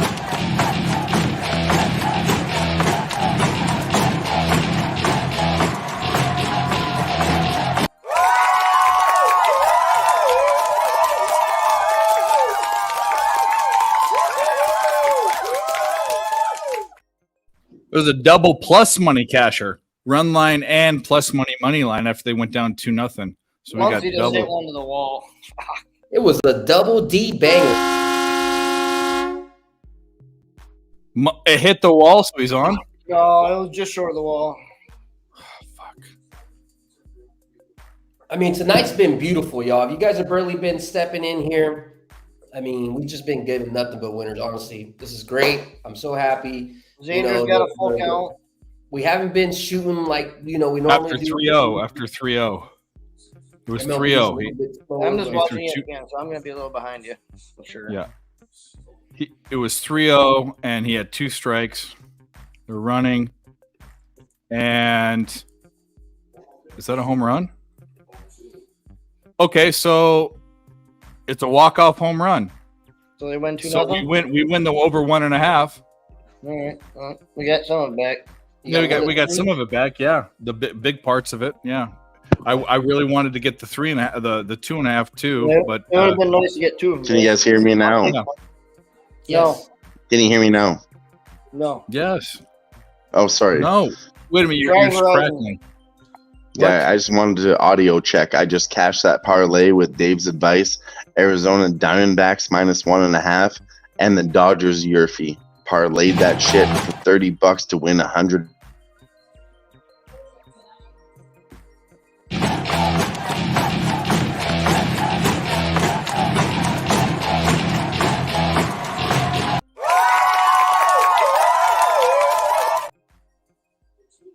Roll, So, Dave. In full transparency, I pressed that 1.5 so hard that I broke even on everything. The 4.5, the 3.5, the 2.5, the 1.5. Full transparency for me. I failed at Dana White's Contender Series, and I double pressed on the Dodgers Yurfie. And thank you, Dave. You're welcome. I actually might be down $50 because of it, but if I didn't hit that, I would have been down like over 1,000. So if I didn't hit that, I would have been down too. So I doubled the 1.5 too, so I'm only down Yeah. half a unit. Yeah. So I said, I doubled down on it. I took your Arizona Diamondbacks -1.5 plus 125 as a single, and I put them both together on a parlay. So I'm up just because of what you told me, Dave, and for the chat. So thank you. That's a big swing. So good job, dude. 168 try at Strathburn, and then I put a couple $dollars on Pussy Galore to win because I had to. Is that going on now? The Pussy Galore one? Yeah, it's about to go off. I can't. I'm probably not gonna get it in. Hey, if you haven't already, make sure you hit that they're like. all loaded now, If yeah. you're quoting the show, just make sure everybody knows how much me and Dave. Yeah, it's not on my book anyway. Have been cashing They just tonight. went off. I know we don't talk about it Yeah. too much, but we got to get the word out. So What's up, drink? I'm drinking hand. Cheers, Let's boys. watch I have a this, drink in hand. Cheers to you, sir. Just so everybody knows, that was indeed a water. I got my water right here. I'm trying, Barney. I'm trying with you. Really, I just ran out of beer, but you know, we'll just say I'm trying. Barney's not drinking water. What the fuck are you talking about? What are you talking about? It's almost Are you? gone. Oh. You I used to thinking do that? that in high school too. Put a little bit of Everclear in my water bottle so nobody knew. Everclear. Fuck my ass. Oh, bro. I can tell you a story. So when I graduated high school, my grandpa got me a job with his buddy. He had a painting company, and he used to drive from Orange County to Fontana, but it was Fontana up against the mountains. So like Jimmy knows how far that is. It's like an hour-ish, an hour and 15 minutes, whatever. And I had to be there at 4:00 in the morning. But I used to hang out with my girlfriend in Huntington Beach, which that's a 2-hour drive every morning. But your summer after your senior year, you're drinking every night, you're partying, right? Okay. So I go, and Fontana's 100-degree heat. Dylan, in Fahrenheit, that's hot. Yeah. So it was 100-degree heat, and I'd go into I had a 1993 Ford Explorer, and I reached for a bottle of water that I had in the ground, and I drank it. It wasn't water. It was hot, tea hot, coffee hot vodka that my girlfriend had left under the seat. That was I almost because I aspirated it. And I sucked it into my lungs. I think I almost died. Like it was bad. Yeah, I did that. Cooking in there in college. Hot vodka. Can you imagine? All the damn fumes just went straight to the door. And I told her, I said, like, well, granted, you almost killed me, but are you a dummy? I'm an 18-year-old, and you're putting an open bottle of booze and hiding it under my seat. Like, what if I got pulled over? Yes, they tied it up. They tied it? Yep. No yeah, way. my fucking nipples are hard right now, boys. I was boys. You got some hard-ass nipples. Dude, I did the same thing, dude. I woke up in a frat party in college on the floor, and I just needed to drink a fucking water in the middle of the night. Yeah, so me I grabbed too. a water bottle, fucking went to open chug it. Vodka. Yep. All fucking vodka. I threw it all right up. Have you heard of the you've heard of the WAP song by what's her fake Cardi B? Oh. Yeah. Now you're messing with those hard ass nipples. I'm gonna make a new song. Okay, Oh, that's what we're please doing. do. Please fucking do. I will. Facts, Flea. Exactly. That's why I don't do it either, man. I stick to the Jameson. Vodka and water. No, I do too. We all know my brown water story. I drink brown water only. The only time I go to vodka is when I have gout flare-ups. That's it. No, Flea was saying high school was all vodka. That's why I don't like vodka as an adult. So I was just high school for me was tequila. Okay. And so I don't like tequila now. Yeah. Flavored vodka, which is why I don't like flavored vodka anymore. Yeah. Like 99 bananas or whatever. I used to keep a bottle of Jose Cuervo, the cheap shit, in the back of my pocket at every senior year high school party, and they knew me as fucking the tequila guy, and I do not do tequila. I'll do a shot or two, or margarita's good every once in a while, but you know, it ain't my drink. We used to roll up with the Mad Dog 2020. The blue or the orange? Which one? Whichever one we could get our hands on, honestly. Blue was the shit. Preferably the blue, but yeah, the blue was the shit. We had the vodka with the water, and then we had the fucking, obviously, what was it? The Zimas. Oh, Zimas. They don't even make those anymore. Zima, that was the original Smirnoff Ices, bro. Yeah. The Zimas. Zimas, and then we had it was the crazy because honestly, where Dave and I first and grew second. Up, yeah, runners on base on first and second. Where Dave and I grew up, it's kind of crazy because, believe it or not, there used to be all ages clubs. There was one over here towards Irvine. It used to be called Kokomo's. I don't know if Dave ever. Kokomo's was down in Costa Mesa, I thought, wasn't it? Yeah, well, Irvine, Costa. It's right on Costa that. Mesa. I went to that. It was 18 Boulevard. Yeah, and I don't know if they served alcohol there. I think No, they maybe did. It was all ages. Yeah. It was all. It was just a dance club, and it was just a place for 14 to like 18-year-old people can go, and you can order a damn Hawaiian punch and then go clubbing as well, and go dancing. Yeah, it was a weird. It was kind of a cool thing because it actually kept kids away from being crazy. But what happened is there were people on drugs and drunk there too. So it was. We had one of those, but it didn't last very fucking long. It's a good idea, but if you think about it, the people that are going to get the shit anyways and do it are going to do it anyways and go there, and try to get laid. Yeah. Jordo, I got the 4.67 over 4.679 try. The book's locked up the game right now. Let's see what's going on. Outman's up to bat. 3 outs. Yeah, you know what's crazy? If we would have hit one more of those levels, we'd be up another 2.5 units. That would have been we wanted extra innings, but that home run was good. I wish there was one more person on base, but that's okay. You know. Tell me about it, Dave. That was I told you about it when the chat started. He that was smacked it last too. night when I put money on Baltimore Orioles plus 1.5. And I seen that plus 1,700, and then they came back. I was like, oh man, they've been so hot. Why didn't I just put at least like a quarter? Just something, right? Just something. Well, I can't complain because when you chase and you end up down a quarter unit after you could have been down 5 or 6 units because you chased. There's no problem in that. But and I don't want to. I want to give this out kind of as advice, but kind of as I'll say this: if your bankroll can handle it, and you know that your bet, and it's burned me with Clemson. Nick's not here, and Mike isn't here either. But Mike and I we're the same way. We keep smashing stuff. That's why we nailed the Jaguars against the Chargers in the first round of the playoffs because we kept pressing it. But we also have lost to games like Clemson where we're pressing. But there's a right time to chase. There is a right time to chase. You're taking a chance, but there is a right time to chase. And the reason why I don't say it is because most people are chasing off of bad intentions. Right. Like you're doing it. They don't know what they're doing. I'm not saying this in any cocky way, but I bet so much, and I burned through in my betting career with money playthrough. I have over $1 million of playthrough, meaning all the bets I play. You know what I mean.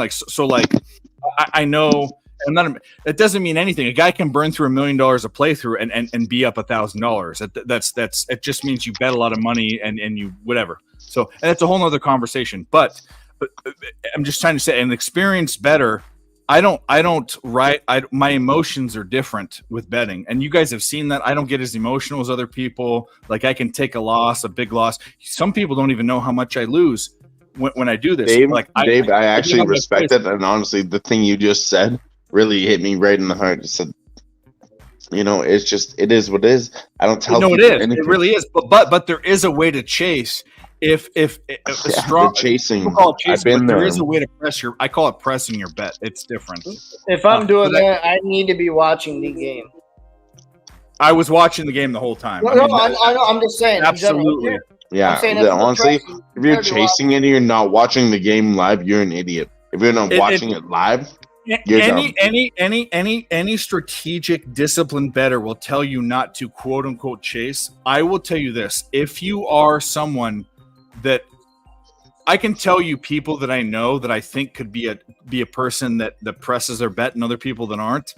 And Mike is one of them, and I'm one of them. And I'm not going to say people that aren't, but there are more people that aren't that are. So it's actually a very advanced. Honestly, I think it's pretty. But I say, Dave, people aren't because people. It's can and can't. That's exactly right. It's you can and you can't. And people think they might be.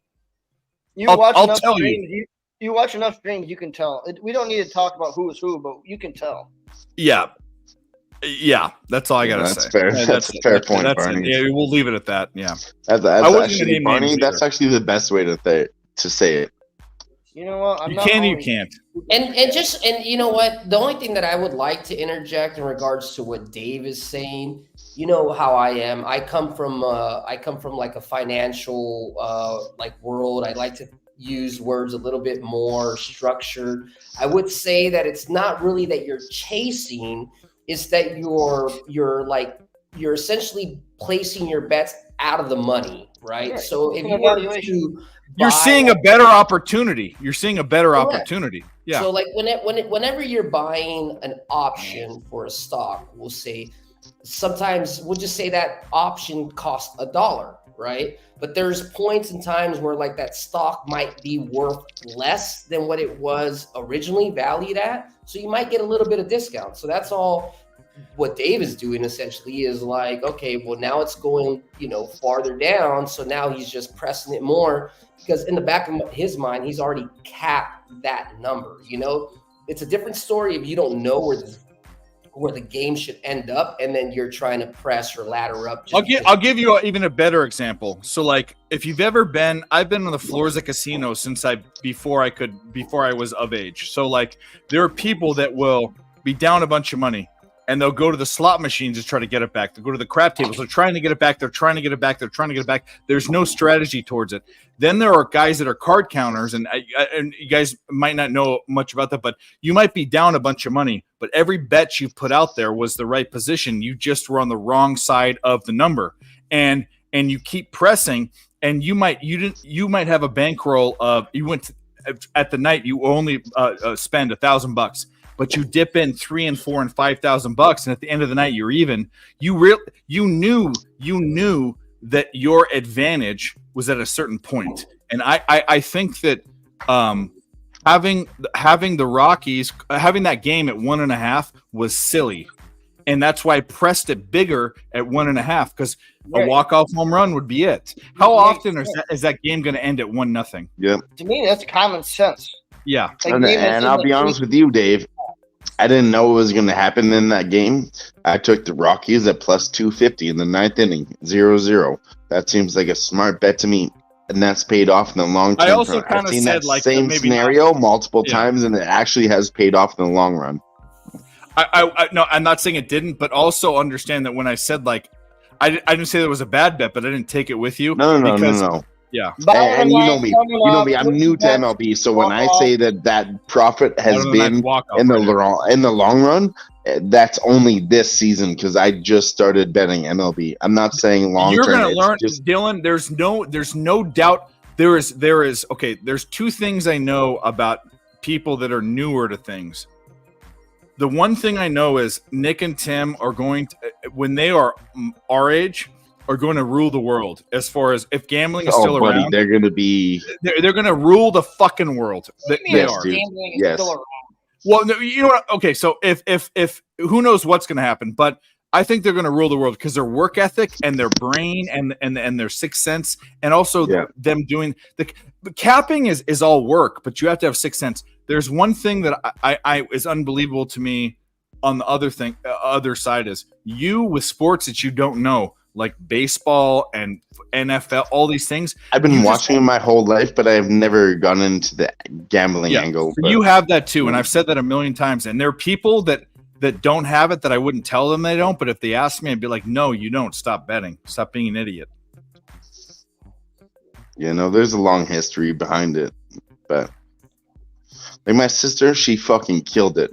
She stopped gambling because she had a big problem. Involved? She won $57,000 gambling, okay? And she was ejected. She was fired from her job working as a server at a casino because she won too much money and they thought she was on the inside or something was happening. But honestly, on top of the world, she was just the luckiest person on planet Earth. There was no scheme. There was no scheme. She was playing roulette and fucking craps, Dave. Well, I will say this. She got fired from her job for winning $57,000 because she's lucky. Without advantage, my girlfriend without knowing cried with her. Betting. My girlfriend cried with her about anxiety because my sister was like, I got fired for doing nothing, and they both cried about having anxiety. And that's how I know it's the fucking truth. Well, I'm going to tell you this. If the chat's watching and anything else, like I do other sorts of gambling. I focused on sports betting for 2 years, but there is one, well, if you lost that much of blackjack, I can help you out, Gerardo. There's a way I can help you out. It's very, very easy. People don't think they can do it. I can help you out. But Nick wants to learn how to do it. But the number one best bet with the lowest odds for the casino off of normal anything, if you're not advantage playing, is the pass line and the odds on craps. It's the lowest advantage to the casino is you bet a pass line bet, they roll a point number, and then you put the max odds. That's the best bet in the casino, bar none. People think it's blackjack. They don't know it. It's craps. I thought it was that Asian game. Paigo? Craps. Paigo's 50-50. Baccarat? No, Baccarat's a coin flip. No. Baccarat's basically almost a coin craps. Flip. But the advantage, you want to know the advantage for Baccarat is the draw, the push. There's Paigo and Baccarat. Those are the two. I know craps is right there. The pass line, which we're not going to. The pass line and then the odds. You have to have the full odds behind it, either 5-1, 4-1, or 3-1. That's the best bet in. We got to. I've never understood how to play craps, but I've also never taken the time out. Oh, are you talking to me? Okay. God damn, Dave. Was that you? What's going on? What? Who's Who-Bangin? Oh, see. I told my wife about. Oh, I didn't see that. Okay, I didn't see that. No, I wasn't saying like. I was just saying like, you know. I didn't know who said that. I thought DJ Big Boss was back here. The significant. Yeah. I understand, G. Sometimes you can't be. You got to do Dave, something too, you know. His name was Robert Paulson. We are all Who-Bangin sports. We are all Who-Bangin. We are all Robert Paulson. Come on, Freddie Freebird. Let's go. And if nobody understands that reference, I love him. I love the way he can't even talk about it. Chokes up. I love everything about him. And he's a good person, dude. Yeah. He's Robert Paulson was a very good person. Not you. You fool. Robert Paulson? Robert Paul Champagne? His name was Robert Paulson. Is nobody catching on to this? No. No, I don't know. A Fight Club reference? Really? Really? Is Dylan still talking? Dylan, I'm watching the Dodgers game to be. I have a decent sized amount of money on this, so I'm all right. Well, I've already won my money back, so I'm chilling. I'll tell you right now, it's a Fight Club reference. This game is whether I'm up a little bit or whether I'm up decently. Hit by pitch, of course. We'll see.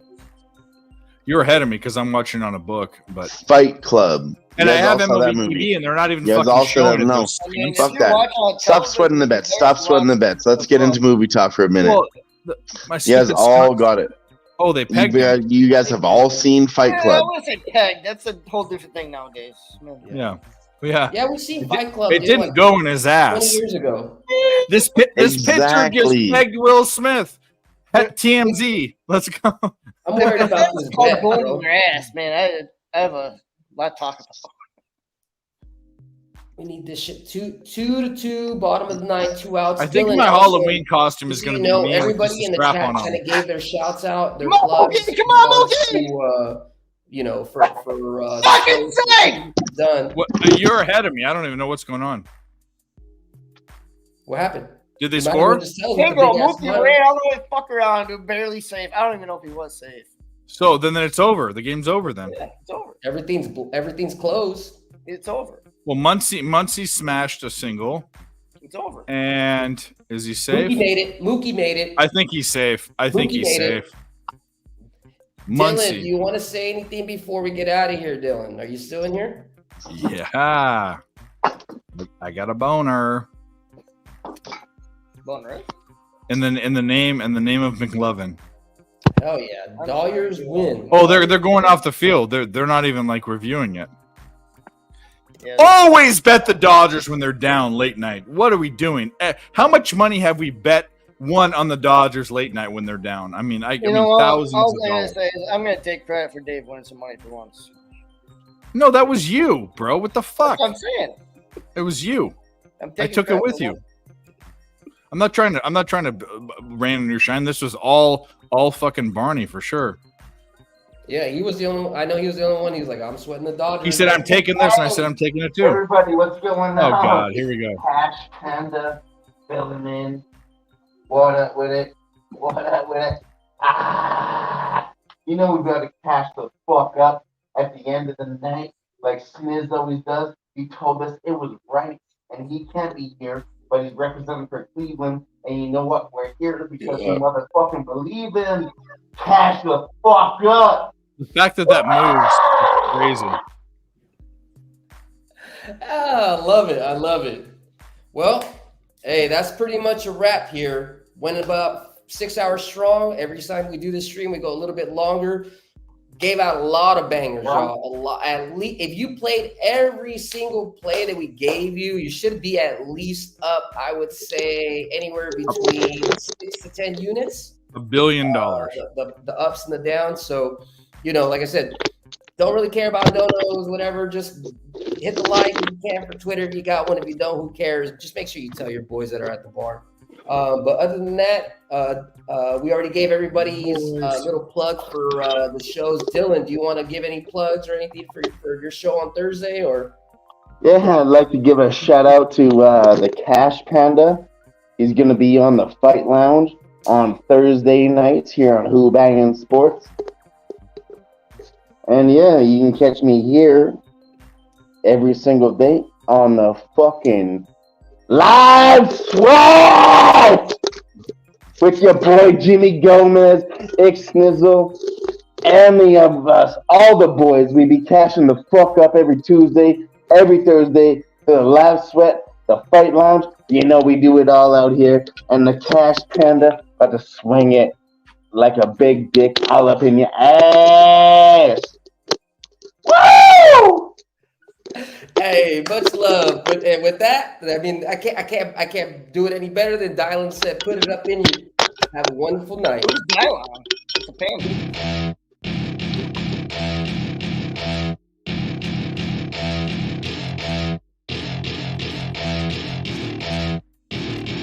Welcome to my party, we're just getting started. A life is a dream